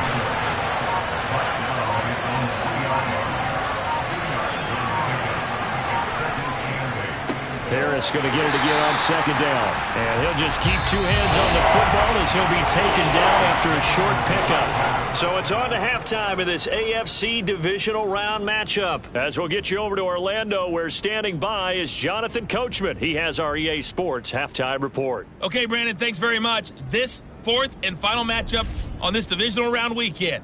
We'll get back to you guys in just a moment. But first, let's take a look back to Saturday's AFC divisional round game. And it's the Baltimore Ravens who will continue on as they knock off the Kansas City Chiefs. Time now for a check of the next-gen stats for the Steelers in that first half. And they didn't get a whole lot done in the rushing department in those first 2 quarters. They probably feel pretty lucky to be tied here at halftime. Meanwhile, for the Texans, here's a look at their numbers throwing the football in what was a very even first half.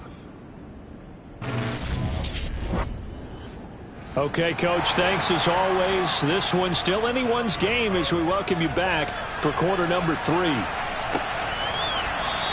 And the half will begin with a touchback. The Steeler offense now with a football first here to begin the third quarter. And we thought this game had the potential to be tight. Maybe not this tight, scoreless as we start the third quarter. And I love the way you use the word tight. I'm going to take it in a little bit different direction here because it's not just tight on the scoreboard. I think both offenses have been tight in how they've played this game. No one's been loose. No one's been free. They've got to find a way to make some plays, and I don't think you do it if you're really tight in everything that you're doing in the game. Officially, it's a 1-yard loss. That's going to bring up 2nd and 11. This defense is just flat getting after it. They have not given up much of any right there. A loss of a yard there to start out. That leads to a 2nd and 11.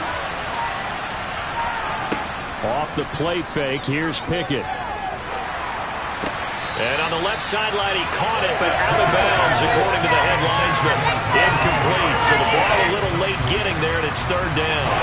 An incomplete pass on that last play, and that means they'll need to come up with something here on 3rd down. They take a shot downfield there, but it winds up falling incomplete. The Steelers send out their punter now, as he'll punt it away for the 4th time today.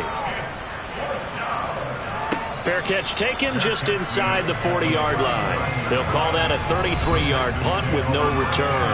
And out will come the offense as they take over. Here's the Texans offense now, readying for their first possession of the second half.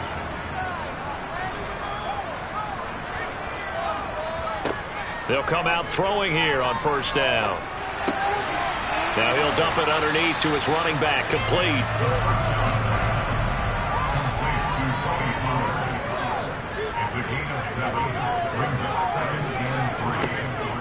Now a give here to Pollard. On the move past the 40. Touchdown, Houston. Tony Pollard, 54 yards. And the Texans are on the board first here in this division round matchup. Apparently the week off hasn't hurt him one bit. 1,000-yard rush in the regular season. Get his first touchdown here in the playoffs. Perhaps the week off energized him. A great article in the paper this morning basically saying that they would not have won the division without him, and he's not their only piece, but I think that's a fair statement. It's easy to say it this way. He's their main cog. Boswell good with the extra point, and it's now a 7-0 game. It only took him 2 plays there to find the end zone. The last one, the long run, getting him in for 6 points. No run back here, down to a knee, and this drive will start at the 25. And Pittsburgh getting set to take the field. They'll be looking to match that touchdown from a moment ago. 7-0 is the score as they begin with a 1st down.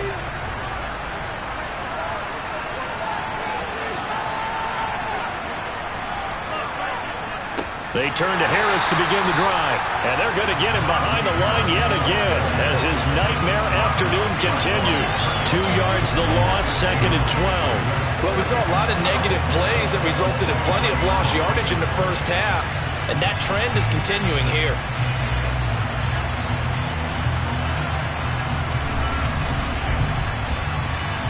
So the 1st down run lost a couple. Now they come up 2nd and 12. Now here's another carry for Harris. And he'll manage only a couple here up to the 25. A 3rd down now. Those last 2 plays indicative of how things have gone for them. Just nowhere to go on the ground and struggling to put up points. A throw there, but that's going to wind up incomplete. The Steelers send out their punter now as he's on for the 5th time here today. And he deserves a bronze leg as he gets this one away. And a fair 35-yard punt, no return. And the Texans will take over with a 1st and 10.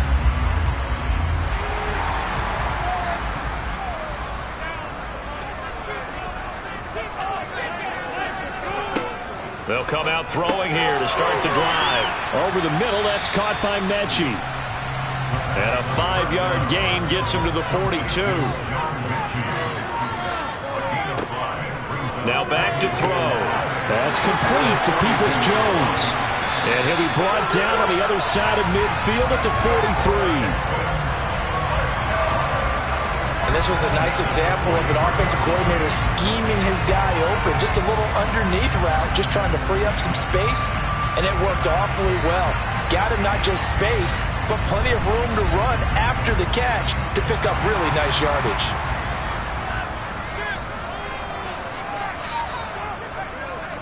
They'll go with Pollard here on first down, and they're going to stop him right at the line of scrimmage. Just no cutback lane to be found whatsoever. 2nd and 10. Now he'll look to throw here on 2nd and 10. It's caught left side by Cooks. And they're going to have themselves another first down as the tackle's made at the Steelers' 30. Texans passing game in rhythm right now, picking up another first. Well, they obviously red man covers their partner, and he got downfield, broke down the defender, made him What do you mean by that, Brooke? Yeah, he made him think he was going to run a different route. Probably thought he was going to take it upfield, and then he curls back inside for the completion. They'll look to throw here on first down. Swinging this out for Pollard. And he stopped right at the 25 after a gain of 5. Now Pollard. And just good downhill running there as he'll take this to the 15-yard line. 113 yards for him on the ground, guys. He has been terrific here this afternoon. He continues to be effective running the football, a big reason that they have the lead. And I love one of the quotes that I read about him where he said of himself, I love it when a team just hops on my back and I just carry them along. Line of scrimmage, the 15. It's 1st and 10. On the draw, it's Pollard. Call it no gain on the play, and it'll be 2nd down. Looking to throw. Out to the flat. That's complete to his running back. They'll break the huddle and come up on the 9th play of this drive, needing 5 yards on 3rd down. Touchdown! Brandon Cooks. A 9-yard touchdown ground. And the Texans go up by 2 touchdowns. That seemed pretty ideal there for the offense, Charles. You take a little bit of time off the clock here in the 3rd quarter, decent length drive, and you pad your lead as well at the end of it. And what it does is let you feel like you're in control of this game, even more so than a 2-touchdown lead, right? Because you have taken that time off, as you noted, which means they couldn't get you off the field. You ran your playbook the way you wanted to, and you gave your defense some rest. What a big-time drive in that situation. Bailey now to kick it away after the touchdown.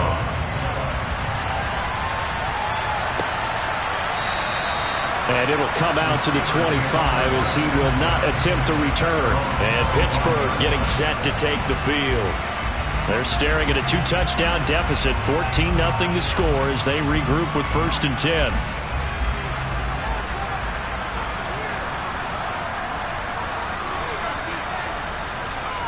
To the air on first down with Pickett. He's got his tight end Freiermuth over the middle. And this will be a gain of 5 as he gets it to the 30. To throw again on 2nd down.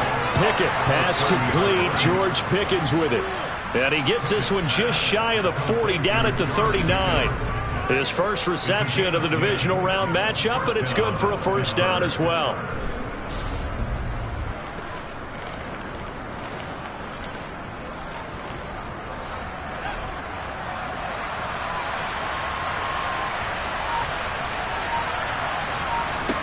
Pickett to throw on first down.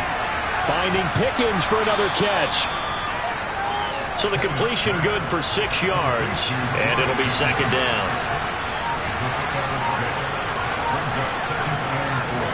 They run with Harris.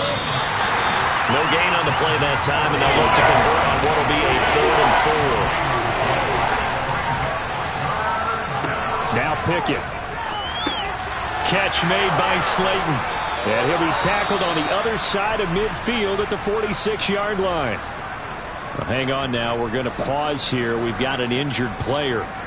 The medical staff will attend to him, and we will step aside.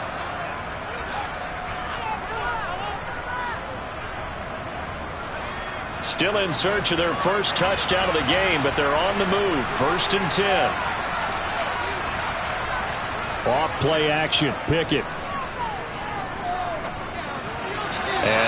going to come up short. Low throw. 2nd and 10 here as we sit in the 3rd quarter of this divisional round matchup. Pickett will look to throw it here.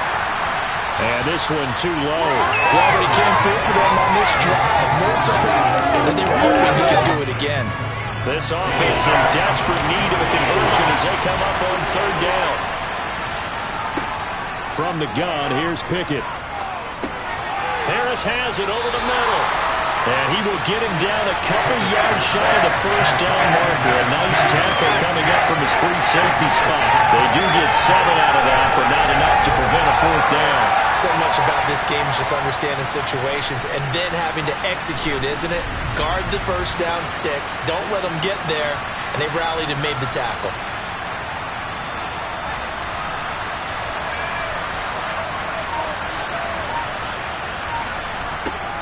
They run for it with Harris. And he's able to get it to the 31, and that's enough for the 1st. They're able to keep the drive alive. 7 yards that time, and the decision to go for it proves to be a good one. Sometimes with the running game, you've just got to stick with it. Look, it's the 3rd quarter, no time to panic. But that also doesn't mean you just do it the same way you've been doing it the entire ball game. Maybe change up some blocking assignments or run a few different plays, but stay with the overall essence of the running game. So they convert on 4th, and now from just outside the 30, here's 1st and 10. They run again with Harris. Big Derek Brown making the stop.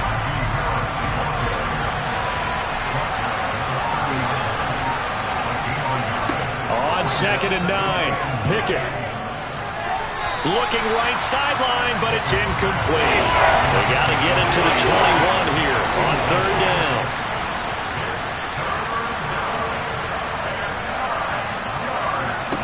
Looking to throw, Pickett. Looking deep downfield. And he overshot him there. It's out of bounds, incomplete.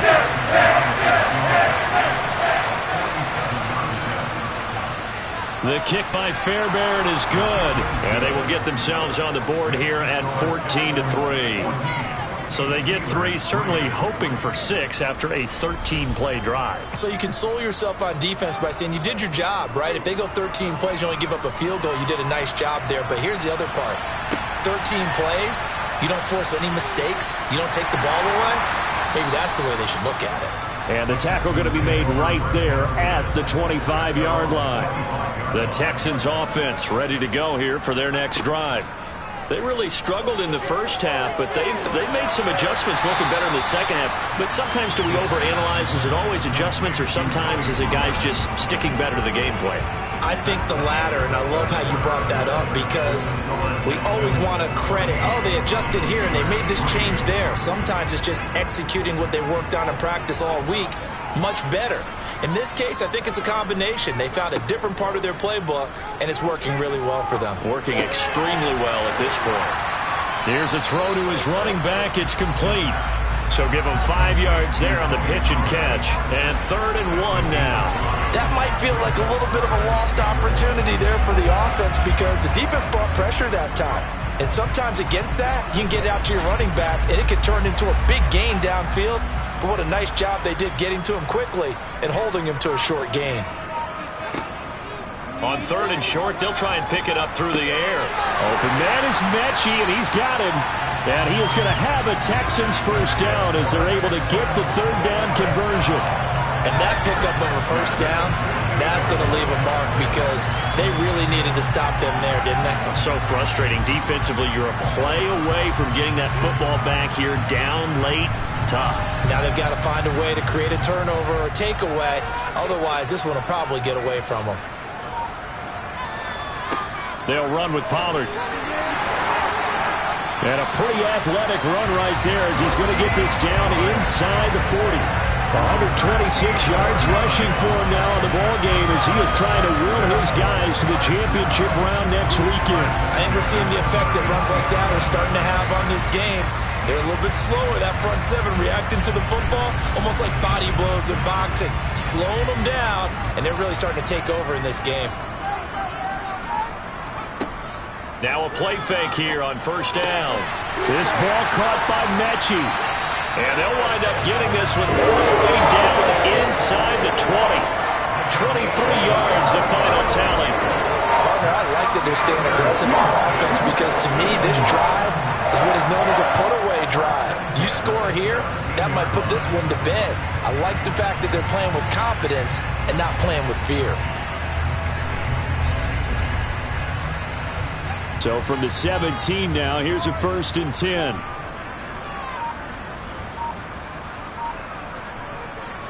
From the red zone now, they'll look to throw. Looking end zone, but it's incomplete. That was a touchdown if he could have hung on. Instead, it was a well-timed collision to jar that one free. An incomplete pass on 1st down. That leads to a 2nd and 10. Now a shotgun snap as they'll look to throw. His throw caught at about the 5. And the Texans are going to be looking at 1st and goal as they move this down to the 4-yard line. Well, this is where reading defenses and practice time comes into play. You got to know what you're running versus zone versus man and how to run the proper route. And they just executed that one pretty well. A good chance now to put this game on ice. This is 1st and goal. They'll look to throw again. And the coverage terrific there as that's knocked down and incomplete. Line of scrimmage, again the 4-yard line. 2nd and goal. Pollard is going to go backwards. He'll lose yardage back to the 5. A lot of tired bodies on that field, but this is a big play. 3rd and goal. Eluding the pressure right to the end zone, but it's incomplete. Now it's Chris Boswell on for the field goal try. This a fairly straightforward 22-yard short attempt. Boswell's kick is good, and they will stretch the lead now to 17-3. So that maybe not a knockout blow, but I suppose certainly every little bit helps when you're trying to salt one away in the 4th. Well, the possibility of being beaten by 2 late touchdowns or at least sent to overtime does exist, but time, definitely a big factor at this stage of the game, is in their favor. And makes it across the 20 as his guys will set up shop at the 23-yard line. The Steelers offense now, they head back onto the field. And this could be the defining moment of their season, all hyperbole aside. You're trailing here in the 4th quarter, the divisional round. And they need to come up with something as they get this drive started. His throw incomplete. Once again, they'll go from the 23-yard line on 2nd and 10. Pickett, he'll look to throw it. This one is Slayton over the middle. 9 yards, not quite enough, and they'll be left now with 3rd and 1.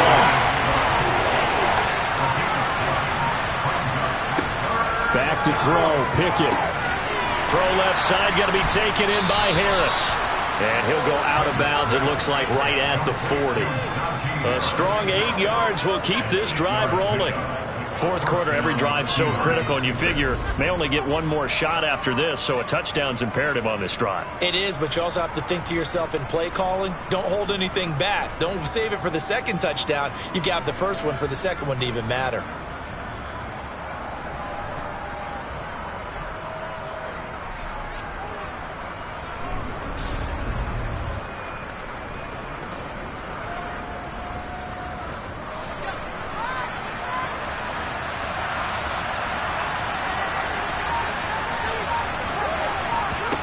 On 1st and 10, it's Pickett. That one thrown away from the pocket. The officials kind of looking at each other, but they'll say there was a receiver in the area, so no penalty, just an incomplete pass.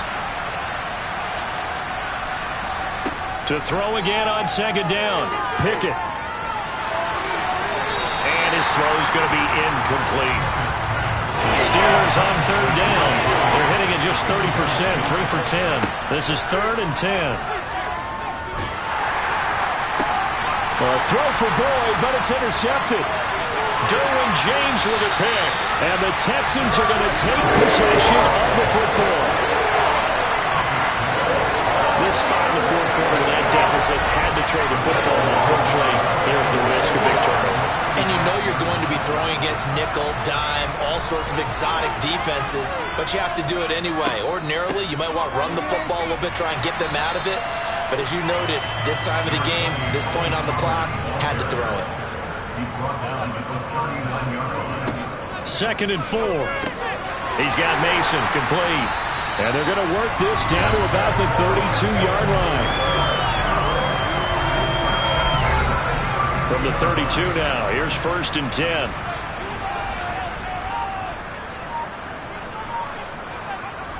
He'll drop to throw. And Cooks has it over the middle. And he'll go down at the 26, following a gain of 6.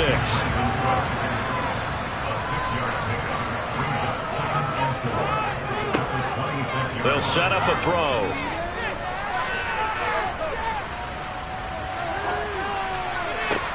This is caught. And he doesn't quite make it, taking it within an eyelash. Dropped at the 1.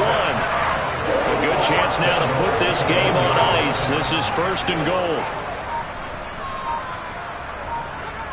Back to throw again. And that is caught.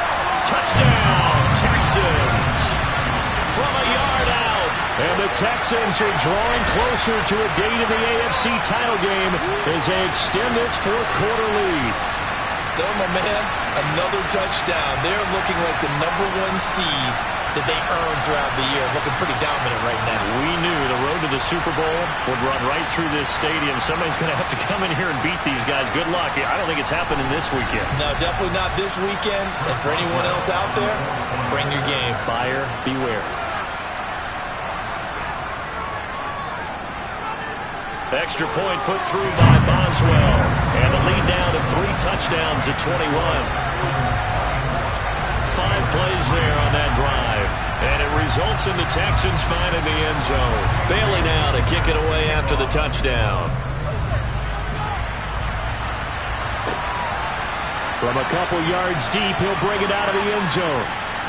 And no chance to get away as they'll get him down at about the 17-yard line. And the Steelers set to take the field. They knew this would be tough on the road, divisional round, and that has certainly been the case with the deficit they face in this 4th quarter. Trying to shake off the interception from the last drive. He'll look to throw. Yeah, he's going to get a solid gain of 9 before being brought down. 2nd and right at a yard.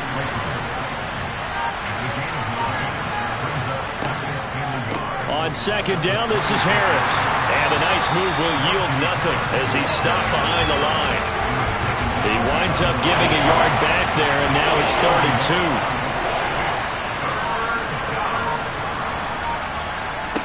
2. Pickett back to throw. And that will be incomplete.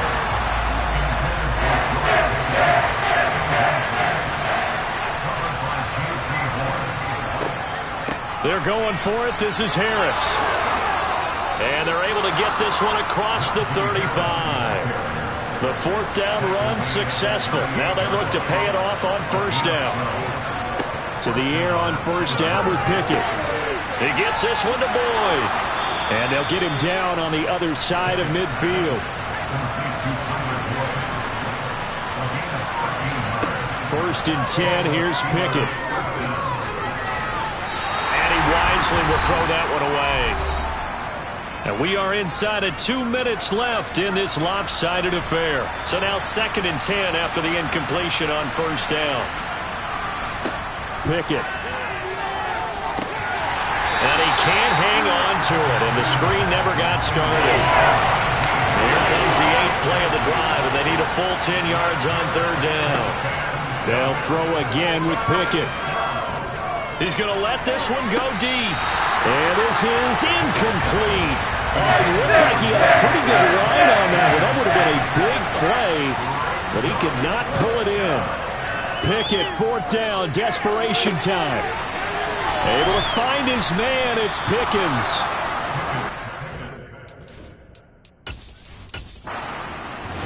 And the Texans are moving on as we say so long, everybody.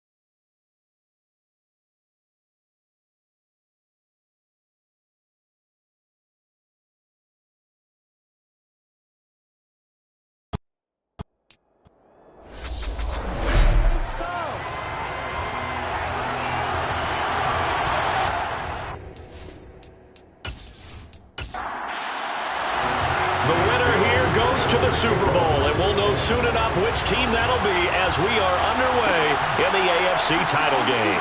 This fielded right at the goal line. And he's up past the 20 to the 22-yard line.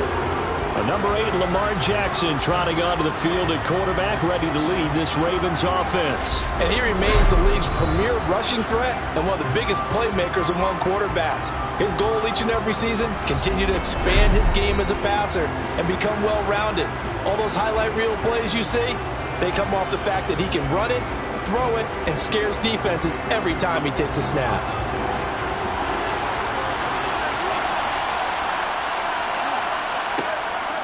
Here's the local Texas product, J.K. Dobbins. And nothing much materializing there on the first down run. He'll get a couple, and that's it. Now they'll run the option to the short side left.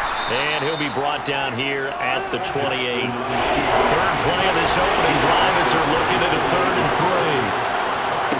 3. Jackson. It's hauled in by Hardy.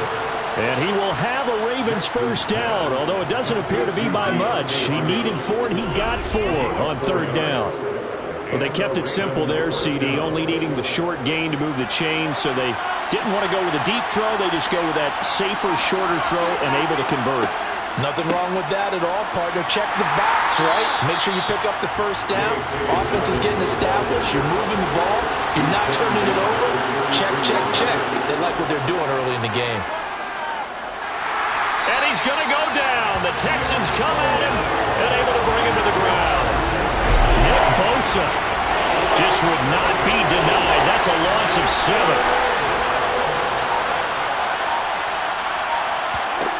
Now on 3rd and long, they'll look to throw. And incomplete on the deep ball. 4th down, and out comes Jordan Stout here to punt.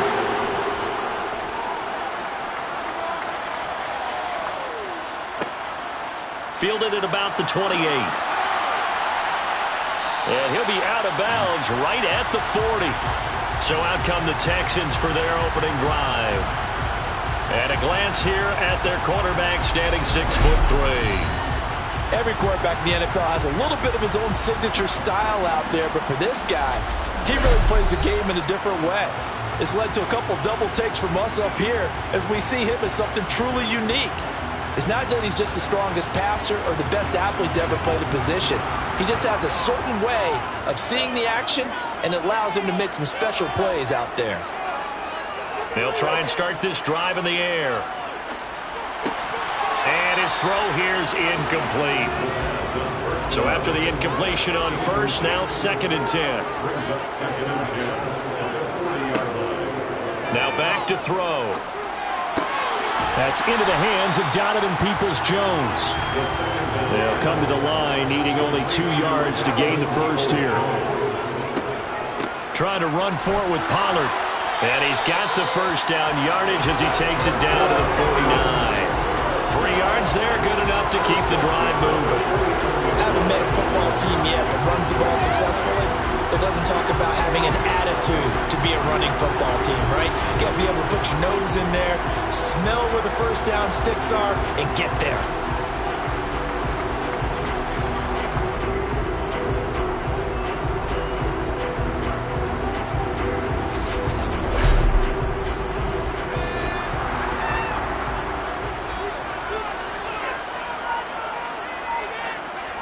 On first down, he'll drop to throw. Throwing the out route incomplete. It's Mason. And they're going to get this down near the 35-yard line. And what a nice example there of a tight end doing exactly what he needs to do. How about how he worked his way to the outside, made sure he secured the catch, and then anything after that, we count that as a bonus. And indeed, he gets enough for the first down. They'll look to throw here on first down. Finds his man. It's John Mechie. And he's brought down inside the 20 at the 18-yard line.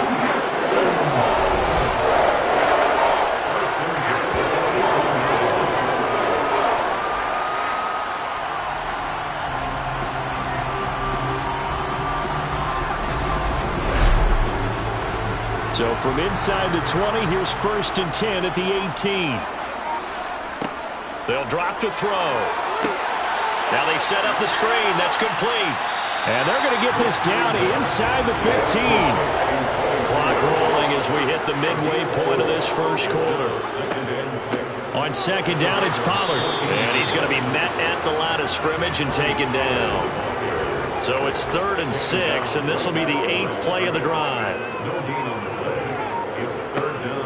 Looking to throw. Touchdown, Texans. Brandon Cooks. A 14-yard touchdown. And the Texans are on the board first here in this AFC Championship game. Boswell good with the extra point, and that makes the score 7-0. So that drive takes him down the field in 8 plays. And the result, a Houston touchdown.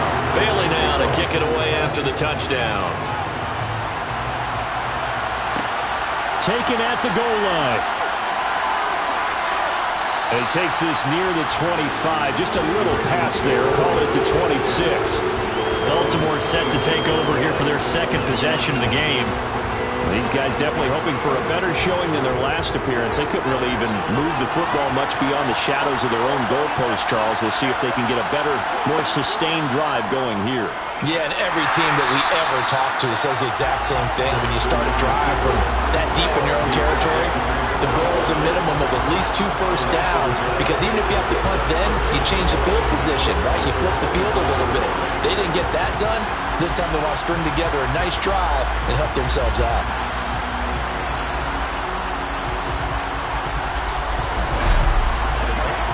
After the loss to start out, here's 2nd and 11. Jackson. And he'll slide to a halt here, still a little shy of the first down marker. Jackson looking to throw on 3rd.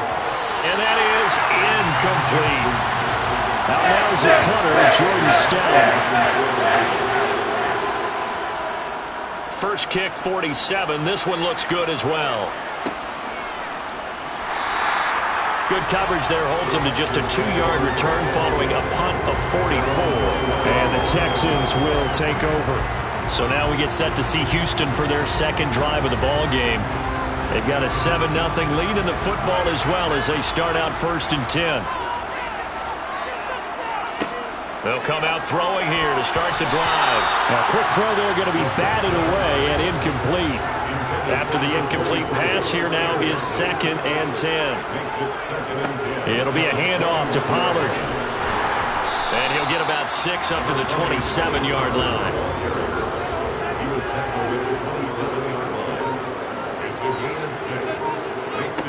He'll look to throw. And that's going to be caught by Peoples-Jones.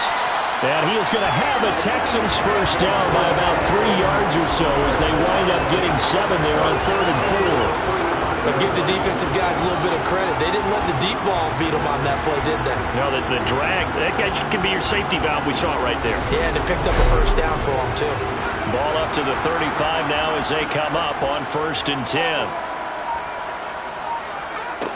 They're going to look to throw. Got his man complete over the middle. That's Mason. Now after the play, it looks like there's a Texan here slow to get up. Well, now they're going to come out and take a look at this injury, and we'll be back in a moment.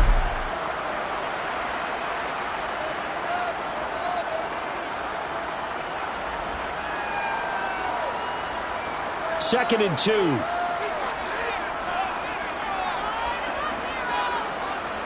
Off the play fake, he'll look to throw. They'll drop this underneath to Pollard. And he'll go down right around the 47 this time. Pass interference. Defense.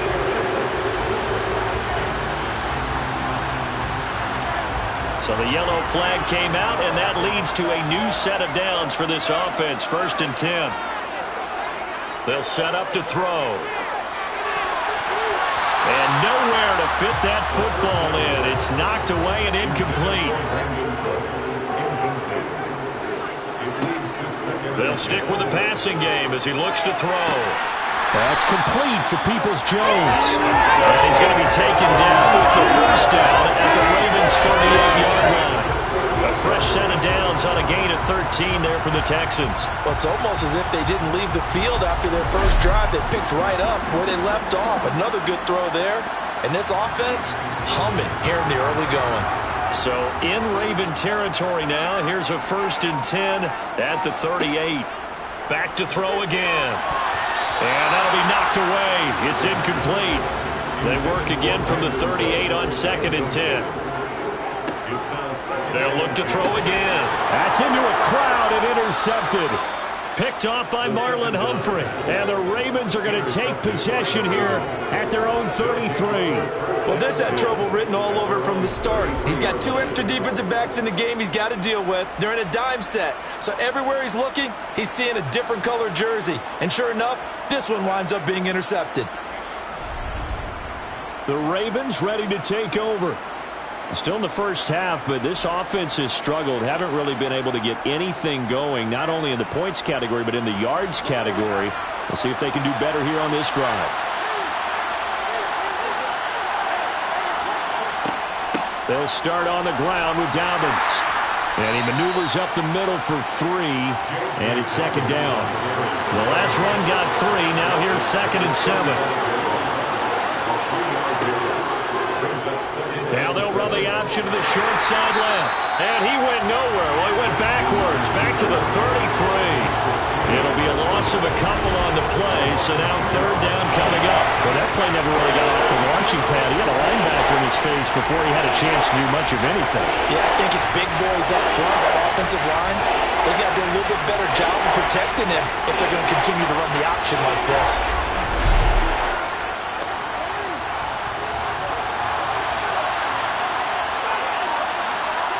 On 3rd down, Jackson.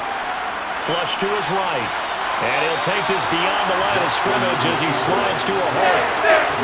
Here's Jordan Stout now. And he's getting a workout here in this first quarter as he gets it away. Fair catch called for and made at the 16 or maybe the 17-yard line. After 1, 7-0 on EA Sports. Ready for the second quarter from Houston. It's the Texans in possession of the football. Houston's offense already at the line, set to get going. So the drive's going to start with Pollard. As the offense comes out here, Charles, remember they threw the interception last time out, but they were moving the football down the field. Looked like they were going to have a sustained drive that ended in points, but then the pick ensued. And because of that, there's no way you can call the last drive a success. Yes, there are things to build on because they found some play calls at work. Now, they've got to build another drive and find a way to avoid the turnover the play did on the last one.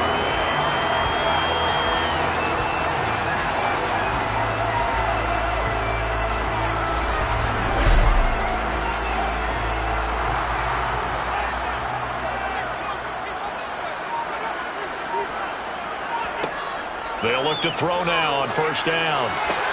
Looking for the out route here, and he's got Cooks.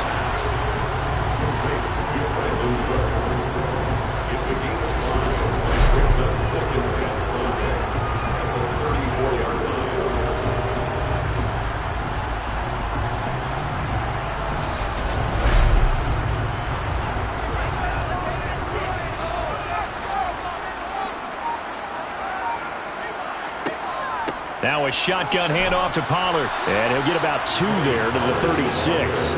The Texans on 3rd down. A perfect 3 for 3 as they look to keep that streak going. This time it's 3rd and 3. Over the middle, it's complete. And he is going to have a Texans first down as they're able to get the 3rd down conversion. And Brandon, from our time in college football, where receivers weren't running the traditional NFL route tree, one thing they did learn, find open areas, find soft spots, and set up and catch the ball. And I think we just saw that there. Yeah, we saw that indeed, picking up the first. So after 2 first downs, they get another here. 1st and 10 at the 45. Back to throw. Pass to Tony Pollard out of the backfield. And he'll be brought down on the other side of midfield at the 43. That's now 4 completions in a row. A good bounce back following the interception last drive. Certainly not letting it affect him, that's for sure. And we all know interceptions are going to happen.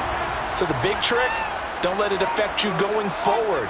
Most of the good quarterbacks, they just tell the ball boy, get that one out of the rotation, give me a fresh ball, and let's go. He's got his offense moving again.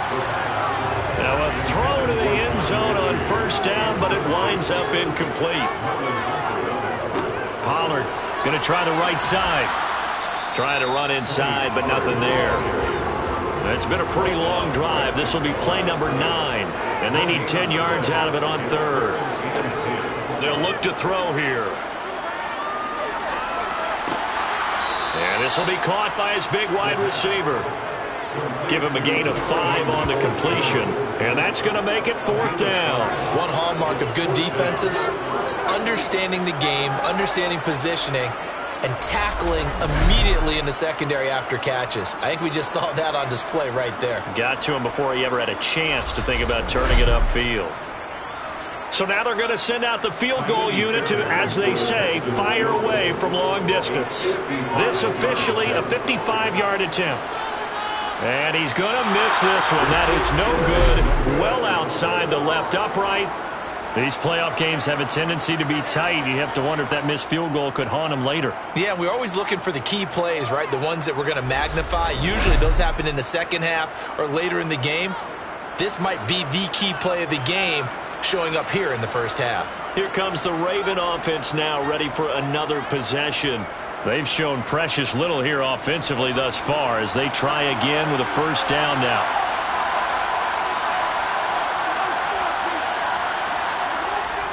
The drive will commence with a run by J.K. Dobbins. And he'll work this forward for about 3 at second down.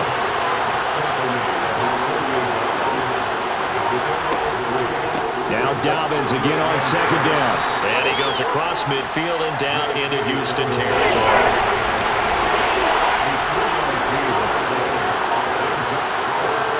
Here's Jackson. And that is incomplete. The Ravens send their punter out now as he's on here to punt it away.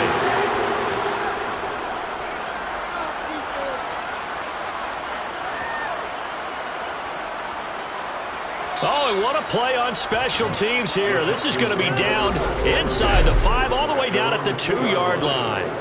And he's got to be fired up about that effort. I don't think he could have walked down and placed it any better than where he ended up putting the football. That was excellent. Houston's offense taking over again. And the way their last drive ended, boy, it was frustrating. They had a pretty good drive going. It was sustained, and then it stalled out, Charles, and they missed the field goal and got nothing out of it. Is that insult to injury? Because they had such a sustained drive, as you noted. So you know for the head coach, it almost felt like a little bit of failure to send out the field goal unit and then not even see the ball go through the post. What a bummer on that last drive for them. Got to pick themselves up from that one. They were backed up to start the drive, but how about that aggressiveness? Firing it downfield right away. Nice job there getting out towards what would have been their normal starting position.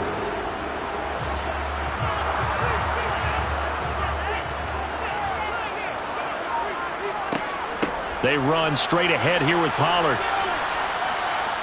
And this will go as a gain of 7 as he gets it to the 30-yard line. A good run got 7 on first. Here's 2nd and 3. He'll drop to throw. He's got Mason complete. It'll be a pickup of 4. Good enough to earn him yet another first down.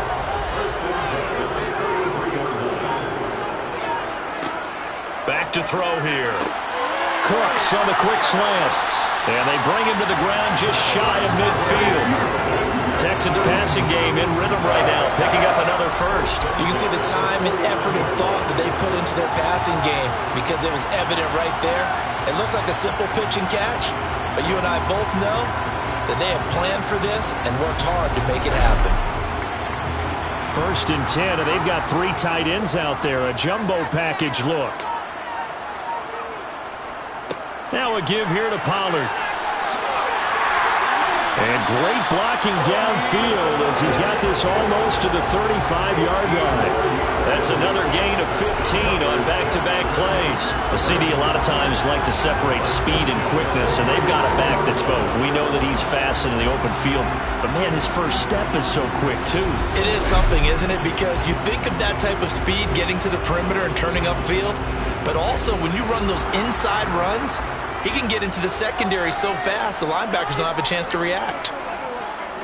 First down, and it's Pollard again. And he'll take this ahead for about 4. Second down coming up. Following the pickup of 4, here's 2nd and 6. They'll set up a throw. He gets this one to Mechie. And they're going to move it down to inside the 25.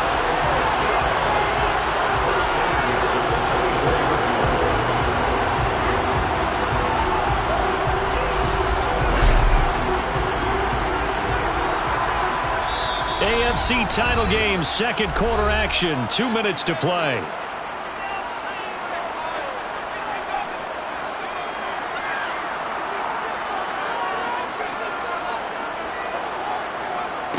Back to throw now on first down. He finds his man, complete. It's Mason. And they're going to get this down to about the 17-yard line here. 2nd and 3. Looking middle, and that's complete. And he's going to be marked down just outside the 10.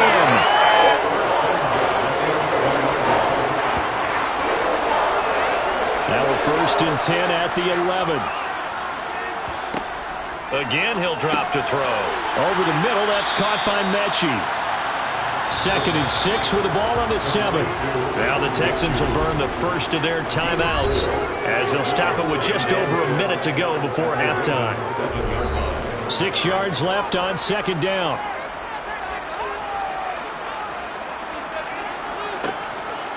Now back to throw. He'll be hit and taken down at the 21.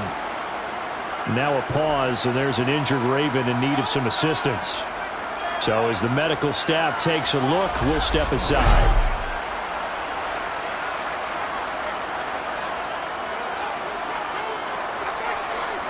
They missed a field goal on their last drive. Here they need something to even get into field goal range on 3rd down. Looking to throw. Swinging this out for Pollard. And they're going to get this down to about the 17-yard line here. Now a second timeout called for by the defense as they get the stoppage with just under 50 seconds remaining in half number 1.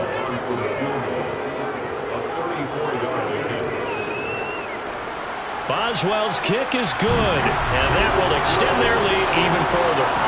So another scoring drive there, Charles, and an early 2-score lead. You'd like the 6 there, partner, but you'll take the 3, and I think they have to be happy about the way they moved the ball in these first 2 drives. They have to feel good about their opportunities the rest of the game. This taken in at the goal line. And he won't get this to the 20-yard line as he's down at the 19. Baltimore's offense set for this next possession. They're certainly in need of some kind of points here before the end of the half. A field goal or something. Being shut out right now, they could really use some momentum before they head into halftime. On 1st and 10, it's Jackson. He rifles one that's intercepted. Derek Stingley picks it, and the Ravens are going to take possession as they've got it at the 42-yard line.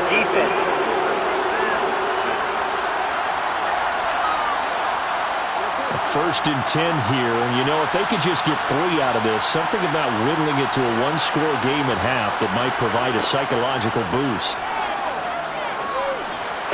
And the throw left sideline here is caught, but they'll rule it incomplete. Couldn't keep his feet in. 2nd down. Throwing again on 2nd and 10. Jackson. He gets this underneath to Dobbins. And he'll be brought down right on the 50. A gain of 3. Ravens going to use their 3rd and final timeout as the clock will stop with 20 seconds to go in the first half.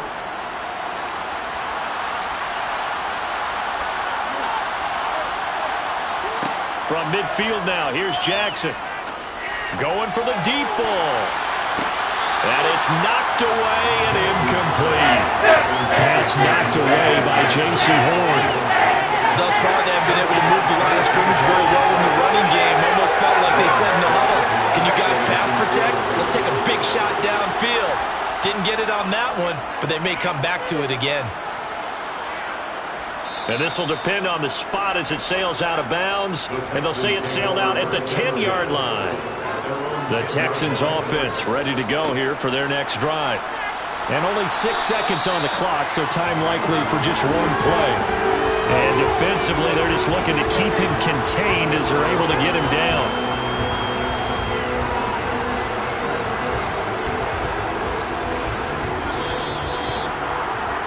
So we come upon halftime in the AFC title game as we send you on over to Orlando for Jonathan Coachman at our EA Sports Halftime Report. Take it away, Coach. All right, Brandon, thanks. As always, one half remains in the battle to see who will take home that Lamar Hunt trophy and represent the AFC in the Super Bowl. We'll get back to you guys in just a moment. But first, time to look ahead to the NFC Championship coming up later today. And it should be a great one as well, as it's going to be one heck of a battle, that's for sure. Next, a look at the next-gen stats in that first half for the Ravens. And not much went right in those first two quarters. You can see the numbers on the ground there. Not a whole lot to write home about so far. Meanwhile, for the Texans, you get a look at what they were able to do throwing the football. And whatever they've done, it's worked, as they have the lead through 2 quarters of play. All right, Coach, thank you, and we welcome everyone back for quarter number 3. One more half to decide who takes home the Lamar Hunt trophy as we're back underway in this AFC Championship. Room to run at the 50. Still going inside the 30. And they are not going to catch him. He's in. Touchdown, Texans. Extra point put through by Boswell. And that makes our score 17-0. And what a job there by all 11 on the kick return. The blocking excellent, the return excellent. The result, 6 points. So let's try this again. After the kick return TD, here's yet another kickoff. Taken in at the 3. And he'll get it up across the 20 to the 21-yard line. The Ravens offense getting ready now for their first possession of the second half. Jackson and the Ravens come up now 1st and 10 at their own 21. And they'll begin by running the option. And he'll go down right at the 30-yard line.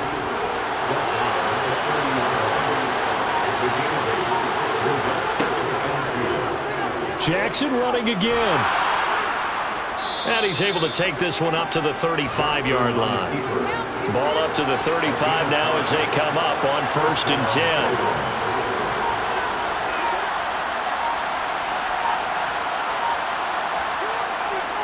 Jackson on the give to Dobbins. And he's going to take this ahead for right around 3 yards, but no more than that. 2nd down.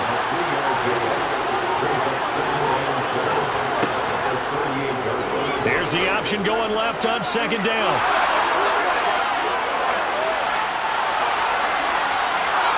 And all the way in for a Ravens touchdown. Lamar Jackson, 62 yards. And the Ravens are able to make some inroads here to that deficit. Well, we've certainly seen this before, CD. No one can quite electrify a crowd like Lamar Jackson, and really don't know what else to say other than that was special right there. I think you pretty much said it all, but I go back to what you said about electrifying a crowd. He's also electrifying us, and we're calling the game. This guy is simply sensational. Justin Tucker for the extra point. And it's 17-7. Just a 4-play drive that time. And it was capped off by the touchdown run that came from Lamar Jackson.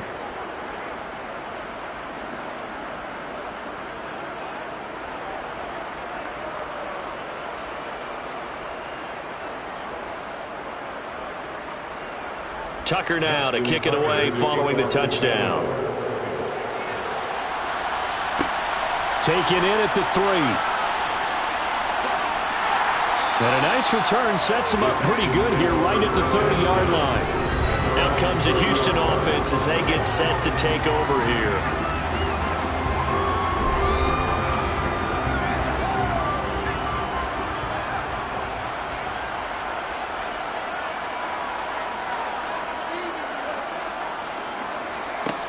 They'll come out throwing here on first down.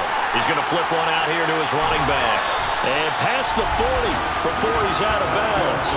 The drive starting with a first down, 11 yards on that pickup.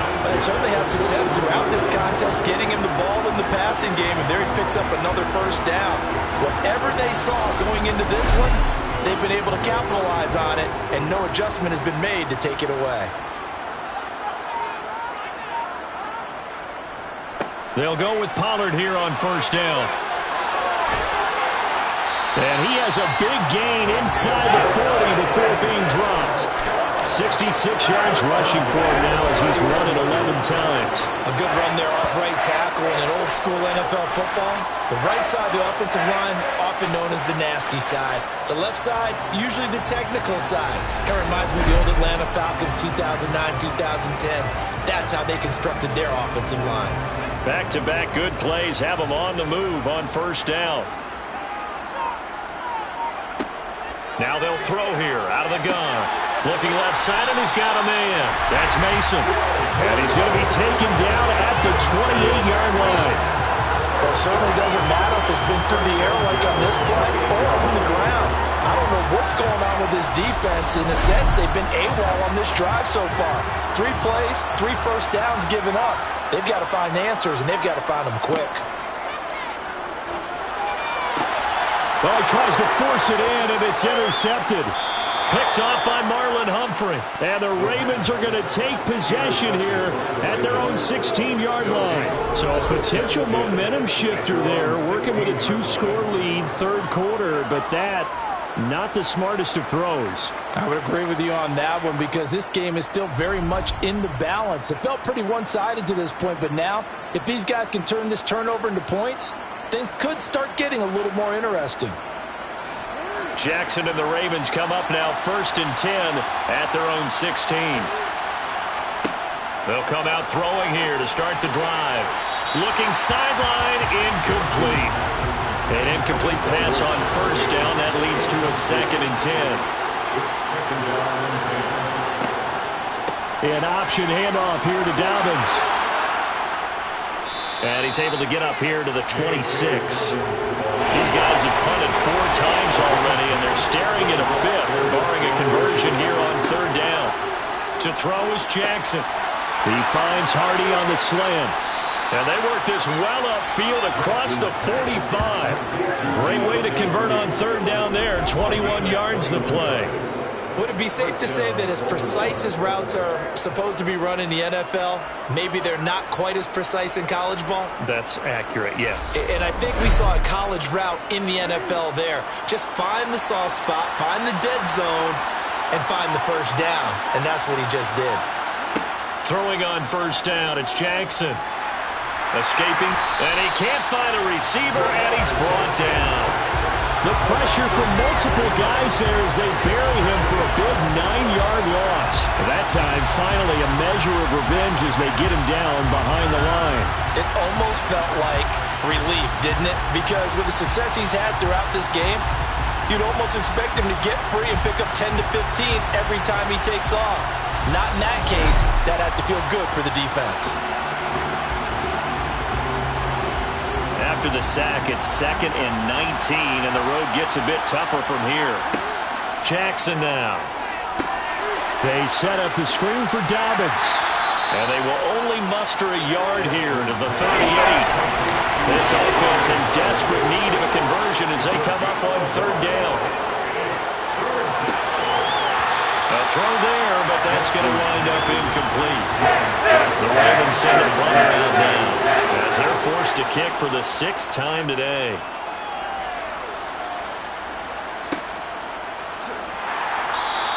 That'll be a 41-yard punt, just 1 yard on the return. And it will be 1st and 10 as they take over. And now out comes Houston. As this offense takes the field against CD, remember last drive they were moving the football, but then they threw that costly interception, so we'll see if they can right the ship here on this drive. And doesn't that just sum up football? We see it all the time, don't we? The defense goes from losing the battle to making a huge play and stealing the momentum. So you know they're riding high right now, and they're ready to challenge this offense and that quarterback one more time. And we'll see if the offense is up for that challenge here as things start to get more interesting here in the second half. 9 yards to pick up there, and it's a first down.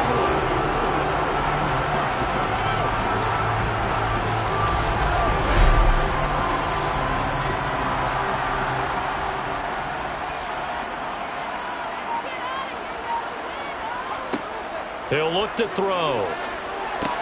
There again is Cooks, complete. It'll go down as a gain of 6, and it's second down.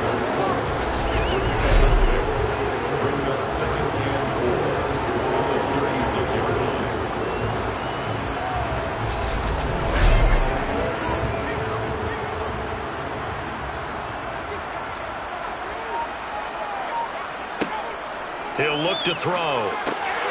This will be complete to Mechie. And he'll be tackled right on the chalk of the 45. A gain of 10 as they look to add on to this 10-point lead.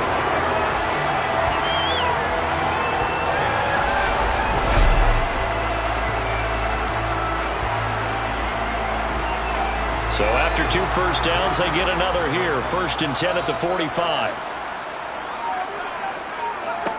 They'll stick with the passing game as he looks to throw. He's going to fire this thing deep right sideline. It's incomplete. Took a shot, couldn't connect. Run for Pollard. And down he goes at the 49, a 3-yard pickup. Here's play number 7 on the drive. This is 3rd and 7. It's 3rd and 7. They'll look to throw. He gets it to Cooks. And he's going to be taken down with the first down at the Ravens 37. Texans passing game in rhythm right now, picking up another first. That's the 3rd time on this drive that these two connected with each other. They've got a real rapport going. And right now, it's paying off with big chunks of yardage, as shown by that last play. So in Raven territory now, here's a 1st and 10 at the 37-yard line.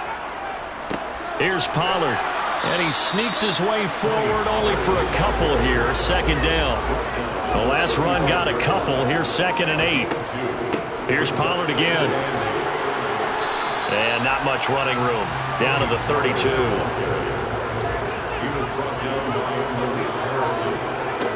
They'll set up to throw. They'll try and set up the screen. It's complete. And he's going to be taken down with the first down at the Ravens 19. Texans passing game in rhythm right now, picking up another first. And when you're throwing the ball downfield really well like they have been on this drive, it's really a nice time to work one of the screen plays in. One of my favorite play callers in the game has always told me he starts every game with 10 to 12 screens because if he starts feeling the pressure from the defense, he uses their aggressiveness against them.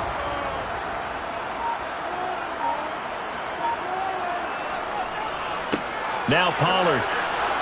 And they'll get him down right around the 16. 1 quarter remains for the right to go on to the Super Bowl. This is the National Football League on EA Sports. Back now here on EA Sports. It's the Texans in control of the football and leading this game as well as we start the 4th. Now a 2nd down throw for the end zone, but it's incomplete. Well, this drive, they're 2 for 2 on 3rd down conversions, but they need 7 yards here. And he'll get nothing out of that one. No gain there on the play, and that's going to leave him with a 4th down. As usual, the hallmark of a good run defense, linebackers making plays near the line of scrimmage. Absolutely nowhere to run there. Boswell's kick is good, and that will open the lead up now to 20-7. So they settle for just the 3, but clearly right now anything helps trying to salt this one away into 4. Without a doubt, Obviously, a touchdown probably would have been the final nail to finish this thing off, but it's still ate up time, got points. So while it's not mission accomplished, it's darn close. And he returns this to the 22. Baltimore about ready to go on offense. And they are in need of points here, no doubt about that. With a Super Bowl berth on the line and trailing here in the fourth quarter, this possession gigantic. On 1st and 10, it's Dobbins. And he can only manage to get a couple. 2nd and 8 coming up.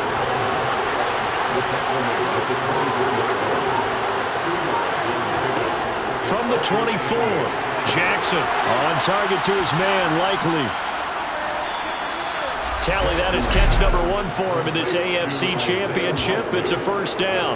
Many different ways to create space, but on that play, he did it with that big, wide body of his. Didn't get a whole lot of yardage on the play, but it did what it was supposed to. Pick up a first down. So they'll come up 1st and 10 now from the 33.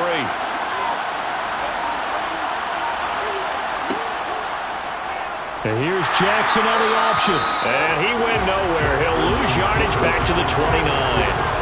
It's a loss of 4 on the first down play. Considering they've seen him have some big gains against him throughout this game, that's got to feel like a measure of revenge as they trap him behind the line of scrimmage for a loss. So a step in the wrong direction. Now they'll look to make amends on 2nd and 14. Throwing is Jackson. Complete over the middle to Hardy. They'll wind up getting 10 back as that sets them up for 3rd down.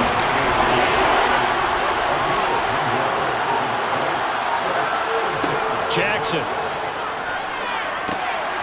That pass is caught by Hardy. And he will have a conversion. This is a nice job of just taking what the defense is going to give you on 3rd down.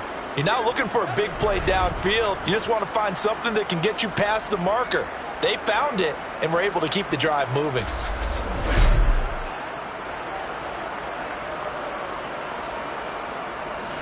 Two first downs have them up near midfield now on 1st and 10. They go back to the ground with Dobbins. And nothing much materializing there on the first down run. He'll get a couple, and that's it.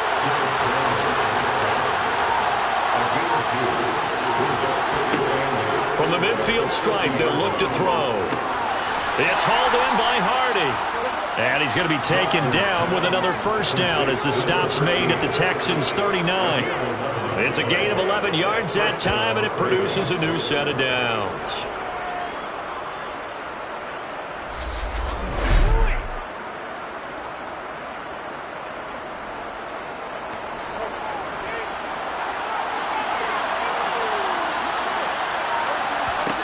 Jackson on first down. Finds his man over the middle. It's Likely. And they'll work this down inside the 30.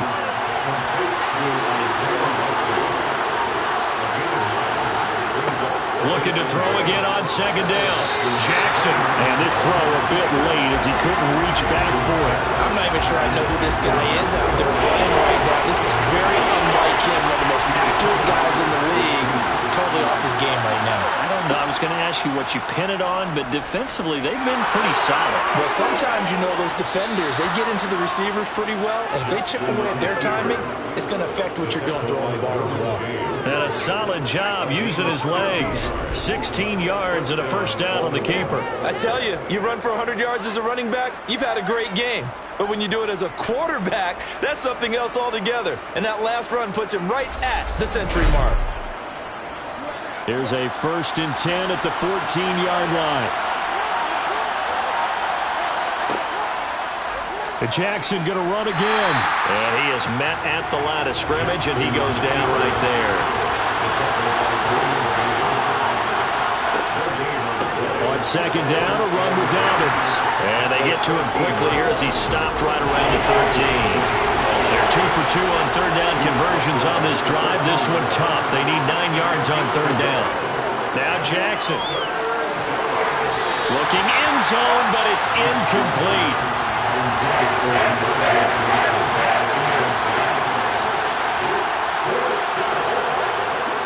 Here we go. It's Jackson on 4th down. And it's incomplete. They cannot convert, and they turn it over. The Ravens go for it, but come up empty. And this Texans defense stands tall. So they really needed points here in a 2-score game. Could not come away with anything there on 4th. And while we know they're a little bit discouraged here, they can't check out of this game. You and I have called a good number of games over the course of our career where we've seen these types of situations. Teams get the ball back, and that miracle does occur. So they can't let that dream go just yet. They have to get stout on defense here. Yeah, right now really hoping for a turnover. Meanwhile, they take a shot to start the drive, but this is going to wind up incomplete. And 2nd and 10, he'll look to throw again. Looking left sideline, incomplete. The Texans on 3rd down. 6 conversions and 9 tries. They've done a great job of picking these up. This is 3rd and 10. He'll drop to throw. He's got Mason complete. And they're going to stop him short of the 1st down as he's tackled at about the 21. So the completion results there in 9 yards. And that'll bring up 4th down. He wasn't the primary target, but I think it was almost like a check down situation, wasn't it? Yeah, hoping he can break some tackles, a big tight end, but he couldn't do it. Yeah, get it to that big frame and hope he can scatter some bodies, unable to get it done. And taken right on the 30. A 7-yard return following a punt of 45 yards. And the Ravens, they'll take over. Now the Baltimore offense heading back out onto the field. Their defense was able to force the punt. That's the good news. But this is still a 2-score game, and they need points on this drive and in a relatively quick manner. They'll start on the ground here on 1st down. And he can only manage to get a couple. 2nd and 8 coming up. From the 40 now on 2nd down. Jackson. That ball caught. It's Mark Andrews, the tight end. And he'll take this to the other side of midfield before going out of bounds. Tally, that is catch number 1 for him in this AFC Championship. It's a 1st down.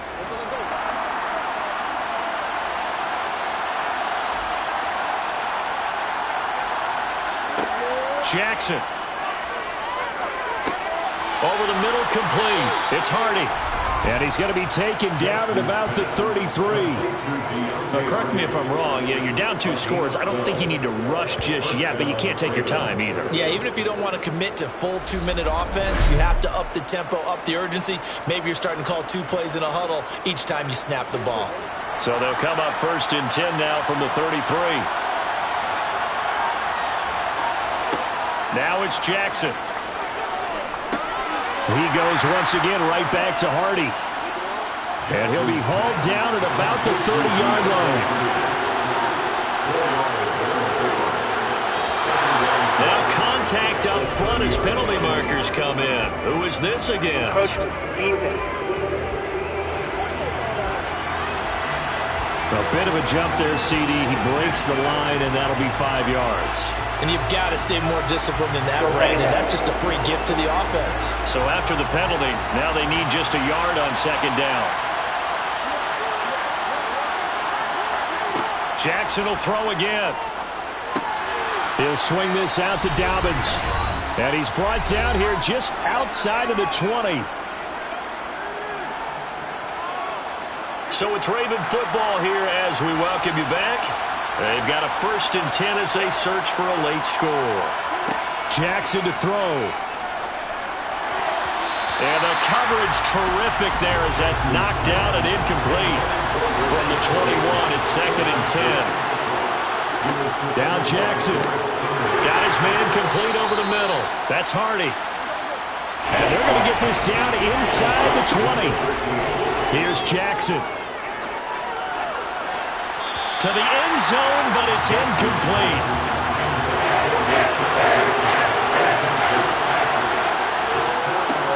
Jackson. And it's going to be batted down, and we'll go the other way with the football.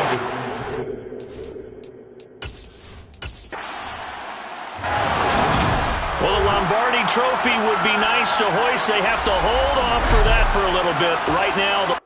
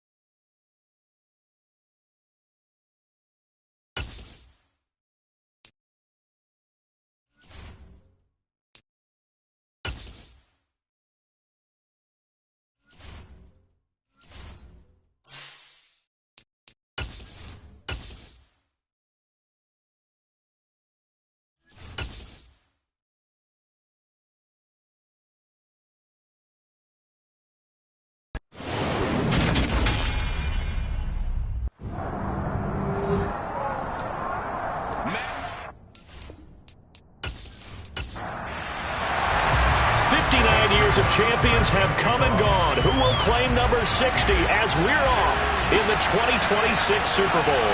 This fielded right at the goal line. And good coverage there on special teams as they'll get him down shy of the 20. So out comes the Washington offense onto the field. And a glance here at their shifty mobile signal caller. As we begin the Super Bowl, we are looking at one of the game's most important players. And whether he's the centerpiece of the offense or taking a backseat to his teammates, offenses always look to the quarterback to be a leader in moments like this. He's got to be that calm, composed pillar out there who stays level-headed and keeps everyone focused on the task at hand. Got this complete to Jahan Dotson. And he's going to get this one across the 30-yard line. Just like that, it's a gain of 12 and a first down on their first play.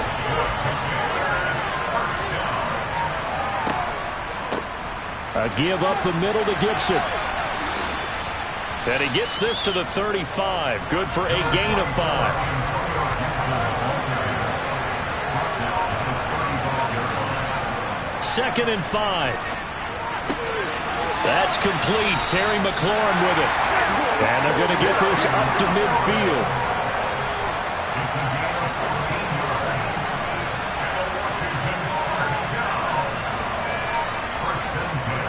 On first and 10, it's Gibson. Oh, he's got some breathing room. And good work there in open space. And he's got this all the way down now to the 32. From the 32 now, here's first and 10. On first down, right back to Gibson. And nothing much materializing there on the first down run. He'll get a couple, and that's it. Here's second and 8. Throw right side, taken in by Gibson. And he is out of bounds inside the 30. Here comes the 7th play of this opening drive. They've moved it well, but here's third down. Able to connect with Dotson. And he's going to have a Commander's first down. He needed 5. He got it barely, as it will officially go down as a gain of 5 yards. They'll set up to throw. Got Edwards now on the slant.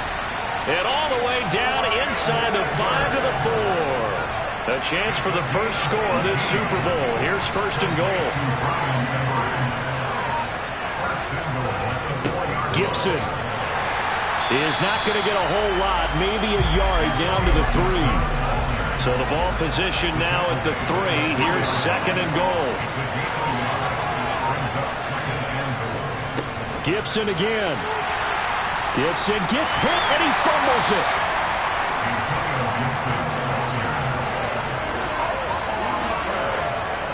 Let's face it, everybody at the start of a game has a mental image of how they expect it to go, and I think that was going exactly as they scripted it offensively. Moving the ball well, seemingly in control, and that fumble, that's got to be a little bit deflating, don't you think? Yeah, foiled the whole plan there, turned the ball over. And now a throw on first down there, but it's incomplete. He'll try again with the arm here on second down. It's hauled in by Brandon Cooks. And they'll get him down up past the 15-yard line. He was a 1,000-yard receiver during the regular season, and that's his first catch of this Super Bowl, and he picks up the first down.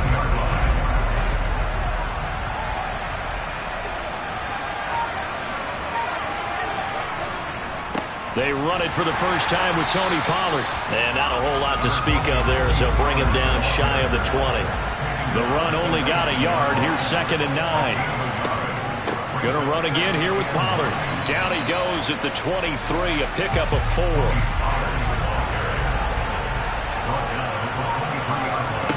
Back to throw. Finds his man, it's John Mechie. And he is going to have a Texans first down as they're able to get the third down conversion.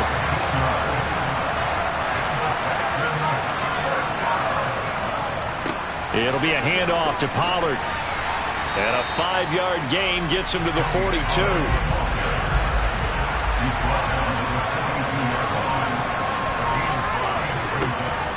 Out of the gun, they'll look to throw. They'll drop this underneath to Pollard. And they're going to get this up to midfield. That was a pretty favorable situation there. What would you call that? Second and manageable? Smart play, too. Didn't force it downfield when he didn't have it. just checked it down, let him get the first down, and that's exactly what he did. And a pretty athletic run right there as he's going to get this down inside the 40. So from the 39 now, they'll come up on a 1st and 10. Back to throw here. Over the middle, that's caught by Mechie. And he's going to be taken down at the 28-yard line. Really been an ideal start for them. They get the turnover on the opening possession. Now here they are moving the ball straight down the field on their first drive. And that feels good, but you know on their side of the field, all they're thinking is, finish this drive off because they took it away, right? So now you got them back on their heels a little bit. Now go down, put a touchdown on them. Look out. You've won the mental battle early in the game, and that may carry over for you. That's complete to Peoples-Jones. And they're going to get this down inside the 20. They'll look to throw for it on 3rd and 1. And that's complete to Cooks. And the Texans are going to have a 1st and goal coming up as they find a way to convert there on 3rd and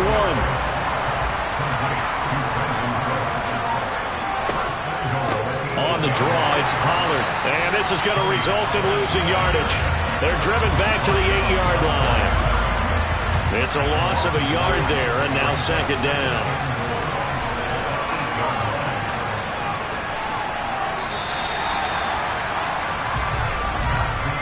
We've got a lot more ahead of us here in Super Bowl 60.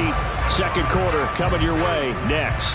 0-0 our score. You're watching the NFL on EA Sports. Appreciate everyone joining us. Super Bowl 60 here tonight. Time to begin the 2nd quarter. Brandon Gardner alongside Charles Davis up in the booth as we get set to resume play. 3rd and goal, a big play in this Super Bowl. Here's Pierce. And he'll go backwards, losing yardage to the 5. That winds up being a 4-yard loss and leads to 4th down. Boswell's kick is good, and it's now 3-0 Texans. So a long drive gets them down inside the 5, but ultimately they settle for just the field goal. And I have to think that if maybe they were a yard closer, that would have made their decision tougher, and I think they likely would have gone for it. But in this situation, they just decided to take the 3, and I think it was a smart move. Now Washington going to retake the field for drive number 2. They fumbled the last time they had the football. Fortunate that it only led to a field goal. 3-0 the score as they start 1st and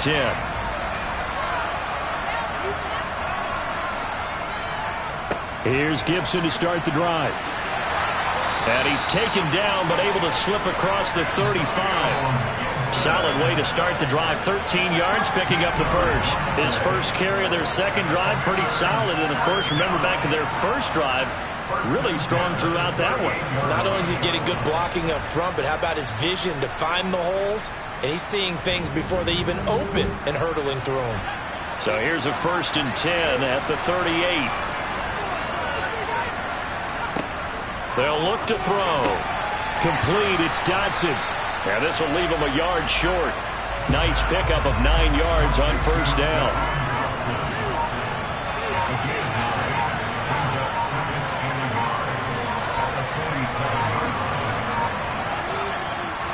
On 2nd down, a run with Gibson. And he'll get it into enemy territory just across midfield at the 49. Holding offense.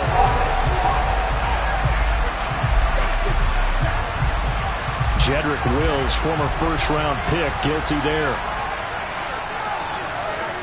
They're going to look to throw. Going right back to Dotson. And they get to him after a gain of 6 to the 46.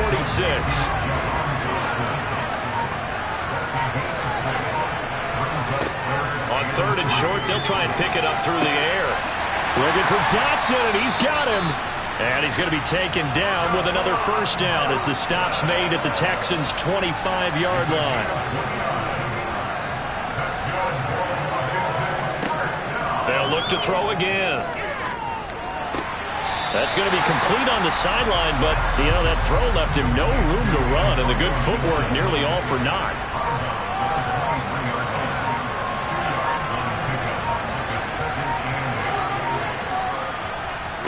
straight ahead, Gibson. And nothing doing. He's immediately taken down at the line of scrimmage. On third down, he'll drop to throw. And he takes a shot on the release as this will be incomplete. Blanketed coverage by Houston. Makes it fourth down. You can tell they wanted to get that ball downfield, but they had nothing working in the secondary, so he dropped it off to the running back. That one ended up incomplete.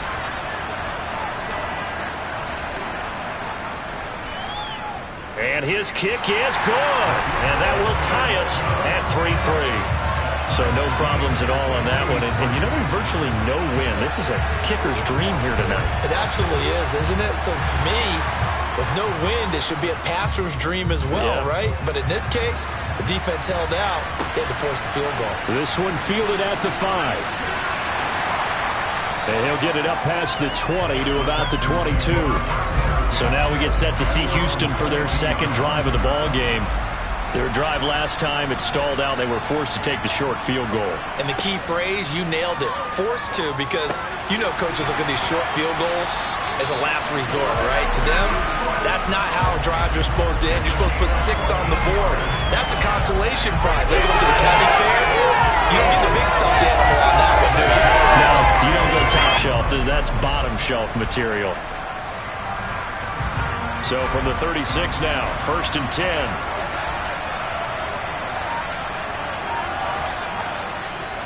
Pollard going to try the right side. And space tough to come by there as he'll get maybe a yard to the 37.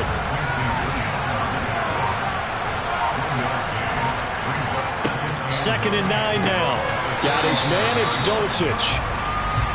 And he's dropped right at the 40. Gain of 3. He'll look to throw. That's going to be caught along the sideline, and what a job of keeping his feet in bounds. They say that's a catch. From Commander's territory now, it's 1st and 10 at the 43. Now a throw here to his running back. And he'll be brought down inside the 40-yard line. From the 39-yard line, here comes second down and 6. Now a shotgun handoff to Pollard. And this defense not ready for that one as he'll take this down inside the 25.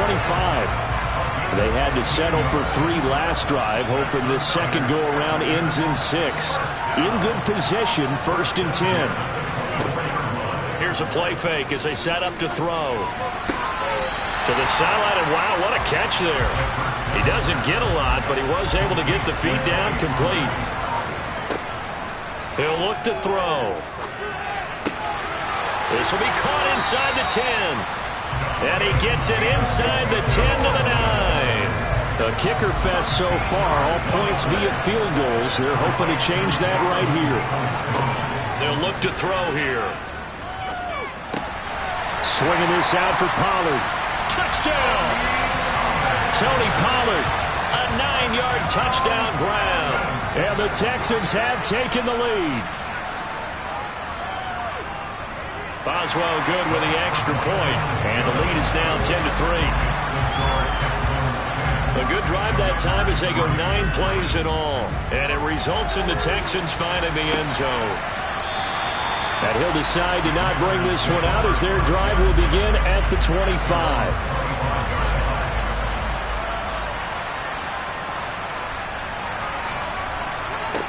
They'll come out throwing here on 1st down. That's out to the flat for Gibson. And up to the 35 before they're able to knock him down.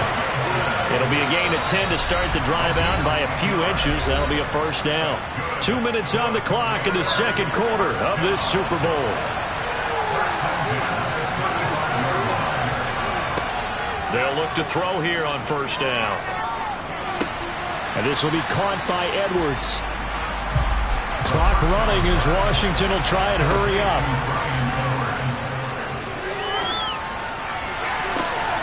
He's got a man complete.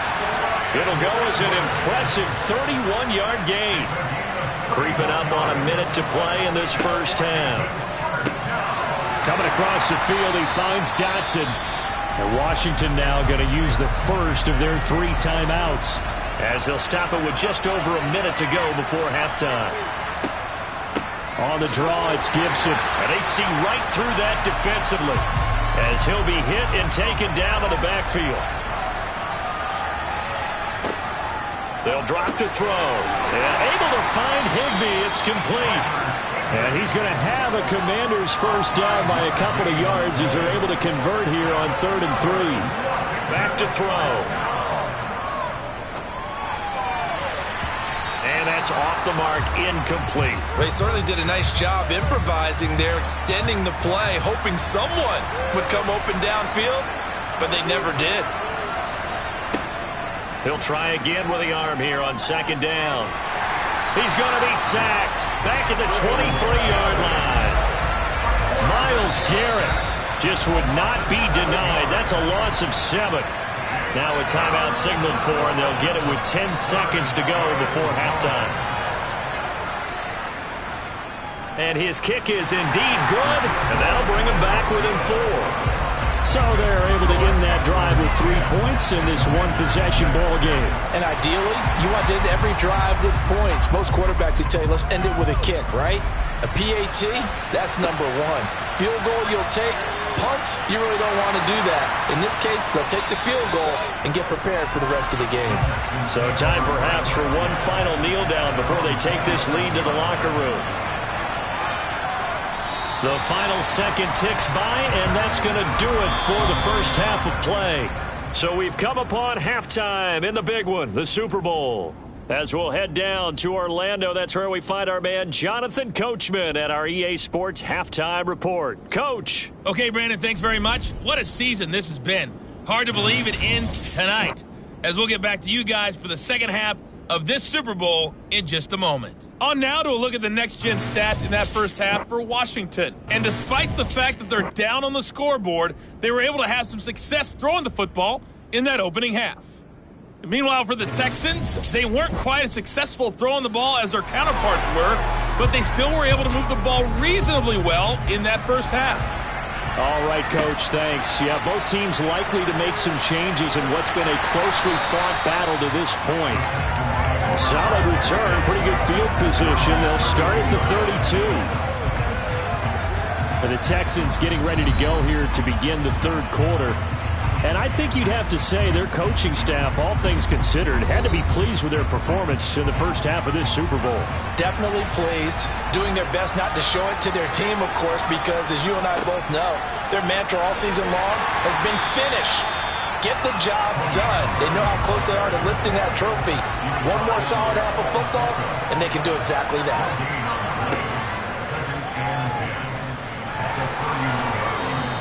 They'll wind up getting 3 on the keeper there, but it leads to a 3rd down.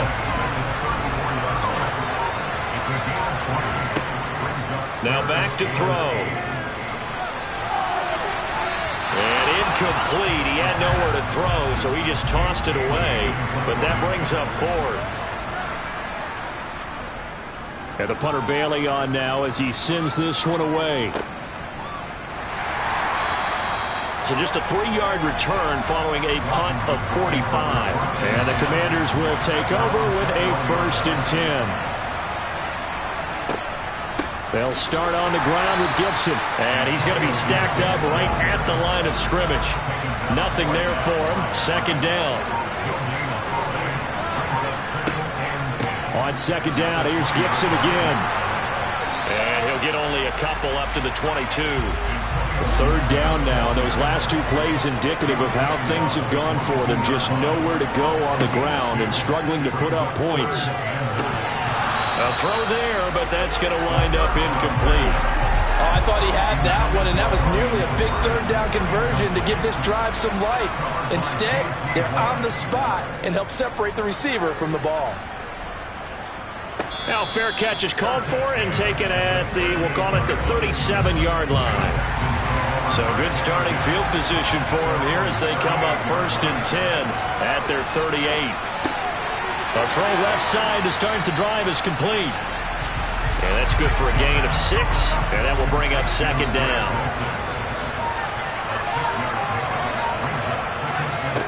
They'll run with Pollard. And they went the wrong way there. Losing yardage back at the 43-yard line.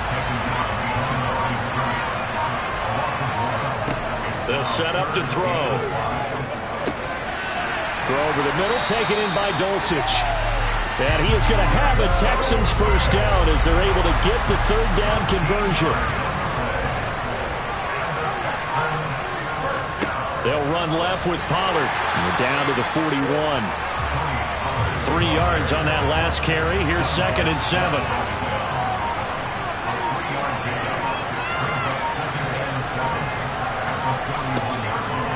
Now they'll throw here out of the gun. And that's complete downfield to Cooks. Touchdown, Houston. Brandon Cooks, 41 yards. And the Texans will extend their third-quarter lead here in this Super Bowl. Partner, remember that old film of Peyton Manning going through the route tree with his great receivers in Indianapolis? I think we're seeing the results of the same type of work here today. These guys know each other so well, they don't even have to call the play. They can just look each other and know the route that's going to be run, and usually the connection is perfect. From a yard or two deep, here comes a return. And beyond the 20, but not by much. In fact, just a yard pass there to the 21.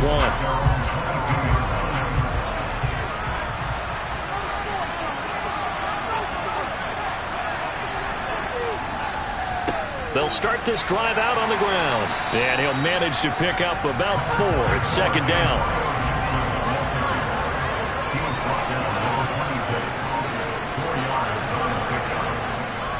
On 2nd down, here's Gibson again. Only a couple there as he'll be brought down about the 28. This offense in desperate need of a conversion as they come up on 3rd down. They'll look to throw.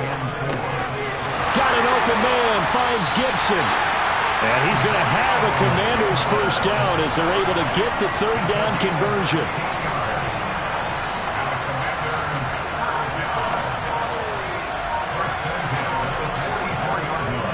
Here's a give to Gibson. And a solid run here as he'll pick his way down to the 42-yard line. So a 1st and 10 now in Houston territory at the 42-yard line. Back to throw here. Looking for McLaurin, and he's got him. And they'll work this down inside the 30. Now what we're seeing, this is much better from this offense because so far in this game, no touchdown to this point, and what's usually direct correlation? Very few explosive plays. That's been their issue. Not able to make that big shot downfield or break one off, but a nice game there for a first down. And 2nd and 10, he'll look to throw again. He's got Higbee complete right side. And he's going to be taken down with another first down as the stop's made at the Texans 16. From the red zone now, they'll look to throw. Brought in by Walford, right side. And he'll be out of bounds, taking it just shy of the 10 at the 11 or the 12.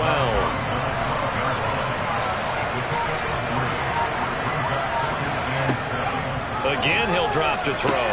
The ball popped in the air and intercepted. Derek Stingley picks it. And the return goes up to his own 17-yard line.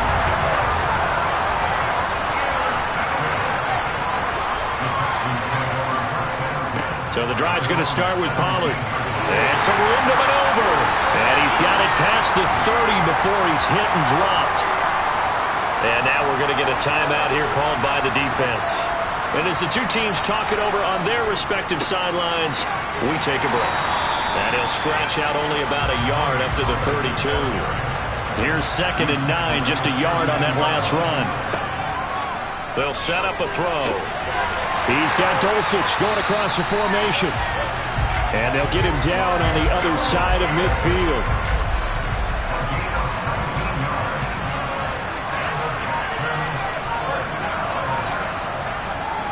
They'll go with Pollard here on first down. And he can only manage to get a couple.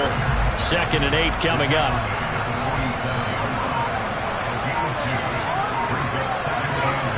Here's 2nd and 8. And he fires one that's intercepted. picked off by Akello Witherspoon. And the Commanders are going to take over once again at their own 37-yard line. Trying to shake off the interception. He'll look to throw. He's got it to Gibson. He's got room at the 30. And he'll be taken down at about the 22-yard line.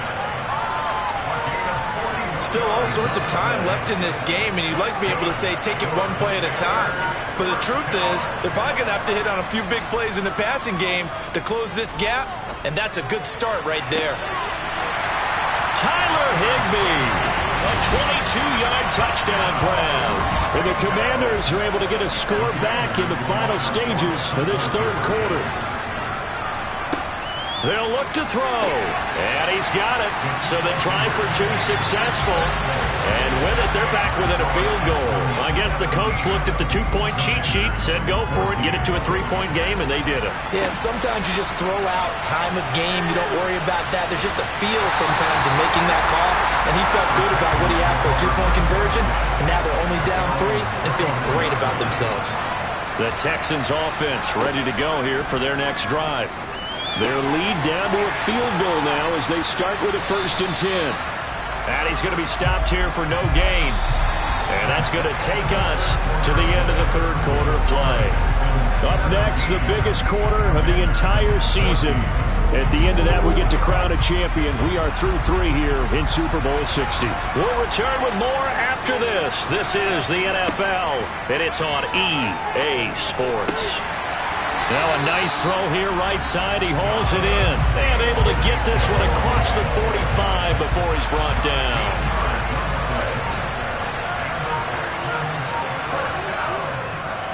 They run straight ahead here with Pollard. And nothing much materializing there on the first down run. He'll get a couple, and that's it. Looking to throw. And that's going to be caught by Peoples-Jones. And he'll be taken down, but not before they work this to the 45. On 3rd and short, they'll try and pick it up through the air. Open man is Mechie, and he's got him. And he is going to have a Texans first down as this defense unable to hold. It's a 7-yard gain there on 3rd and 2. Now a give here to Pollard. Just a yard on the first down carry, so it's 2nd and 9.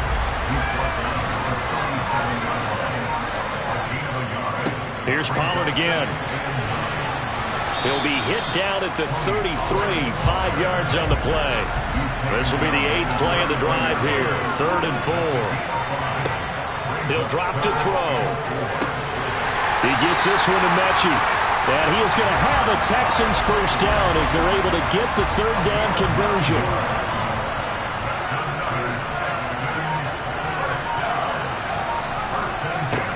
Back to throw.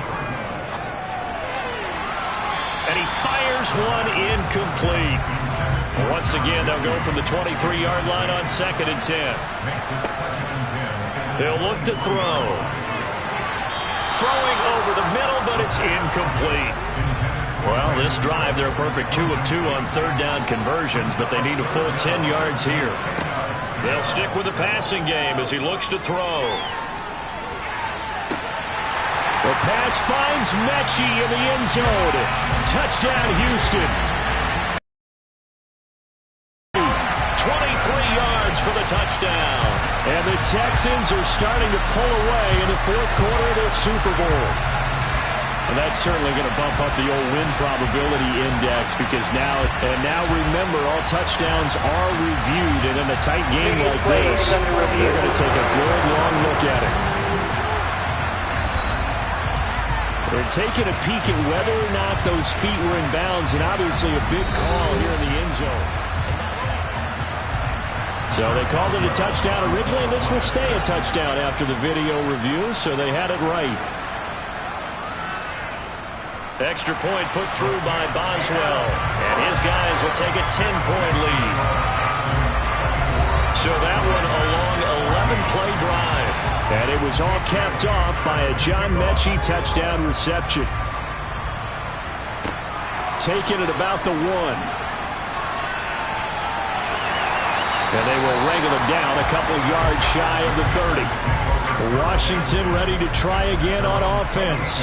And you figure after giving up that last touchdown, they trail by 2 scores here in the fourth quarter. This drive becomes very critical. And he can only manage to get a couple. 2nd and 8 coming up. Here's a play fake as they set up to throw. Nowhere to go here. He lost the football.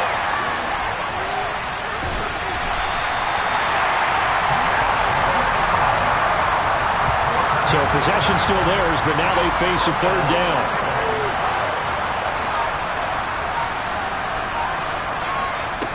Now back to throw. And he'll be taken down, but not before they work it across midfield.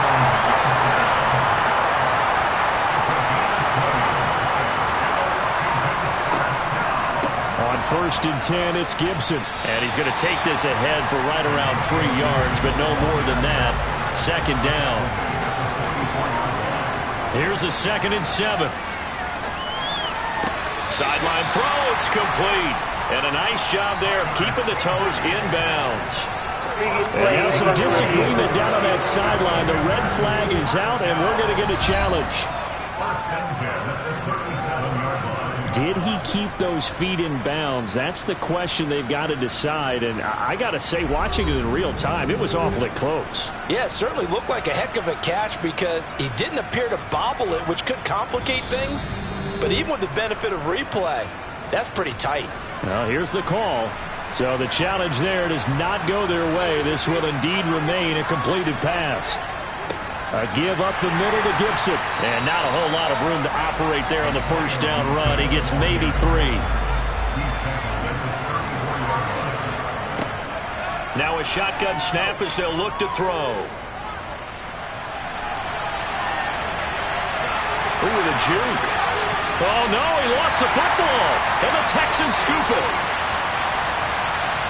And now off to the races down the right side. And they will bring this one back. A fumble return for a Texans touchdown. Boswell for the extra point. And that'll make this a 3-score game as the lead moves to 17. The scoop and score, always an exciting play in football, and we witnessed it there. Grabbing it off the ground and then rumbling it into the end zone for 6. And he will be brought down here inside the 20. Good coverage as he's dropped at the 17. 1st and 10 here for Howell and the Commanders. At their own 17-yard line. Out of the gun, he'll throw. That's into the hands of Edwards. So the completion results there in 9 yards. And they'll have a 2nd and 1 forthcoming. Howell. Middle of the field, he's got McLaurin. 6 yards the pickup, and that's a 1st down. They'll throw on 1st down. Here's Howell. Looking for Dotson, and he's got him.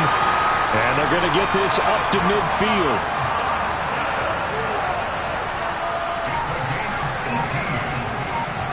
From the midfield stripe, they'll look to throw. Going right back to Dotson. And they're going to get this down near the 35-yard line. Coming up to the line, and they will need to run another play here before the 2-minute warning. It's Howell with another throw. And a little floater there, but it'll wind up incomplete, falling to the ground.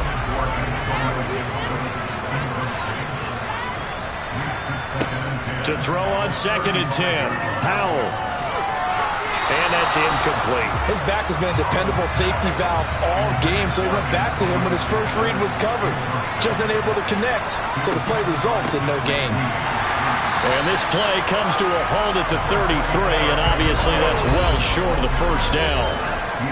2 minutes left to play in this football game here on EA Sports.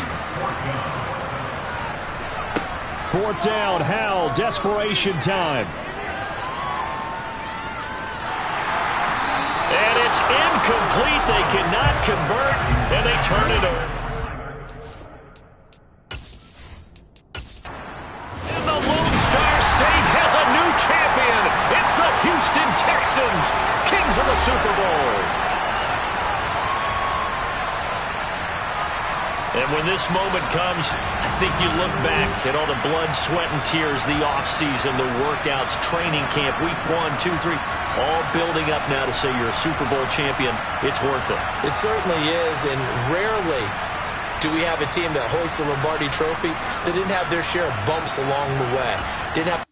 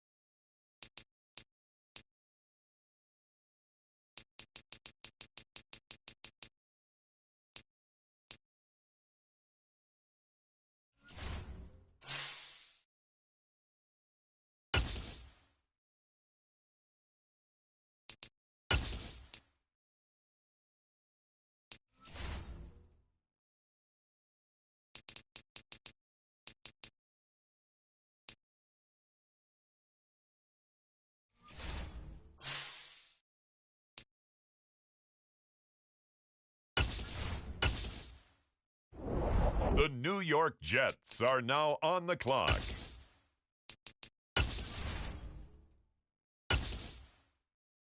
On the clock now, it's the Denver Broncos. It's now the Vikings' turn. On the clock. The Philadelphia Eagles on the clock now. The Jaguars are on the clock now. The Detroit Lions now on the clock. It's the New Orleans Saints now on the clock.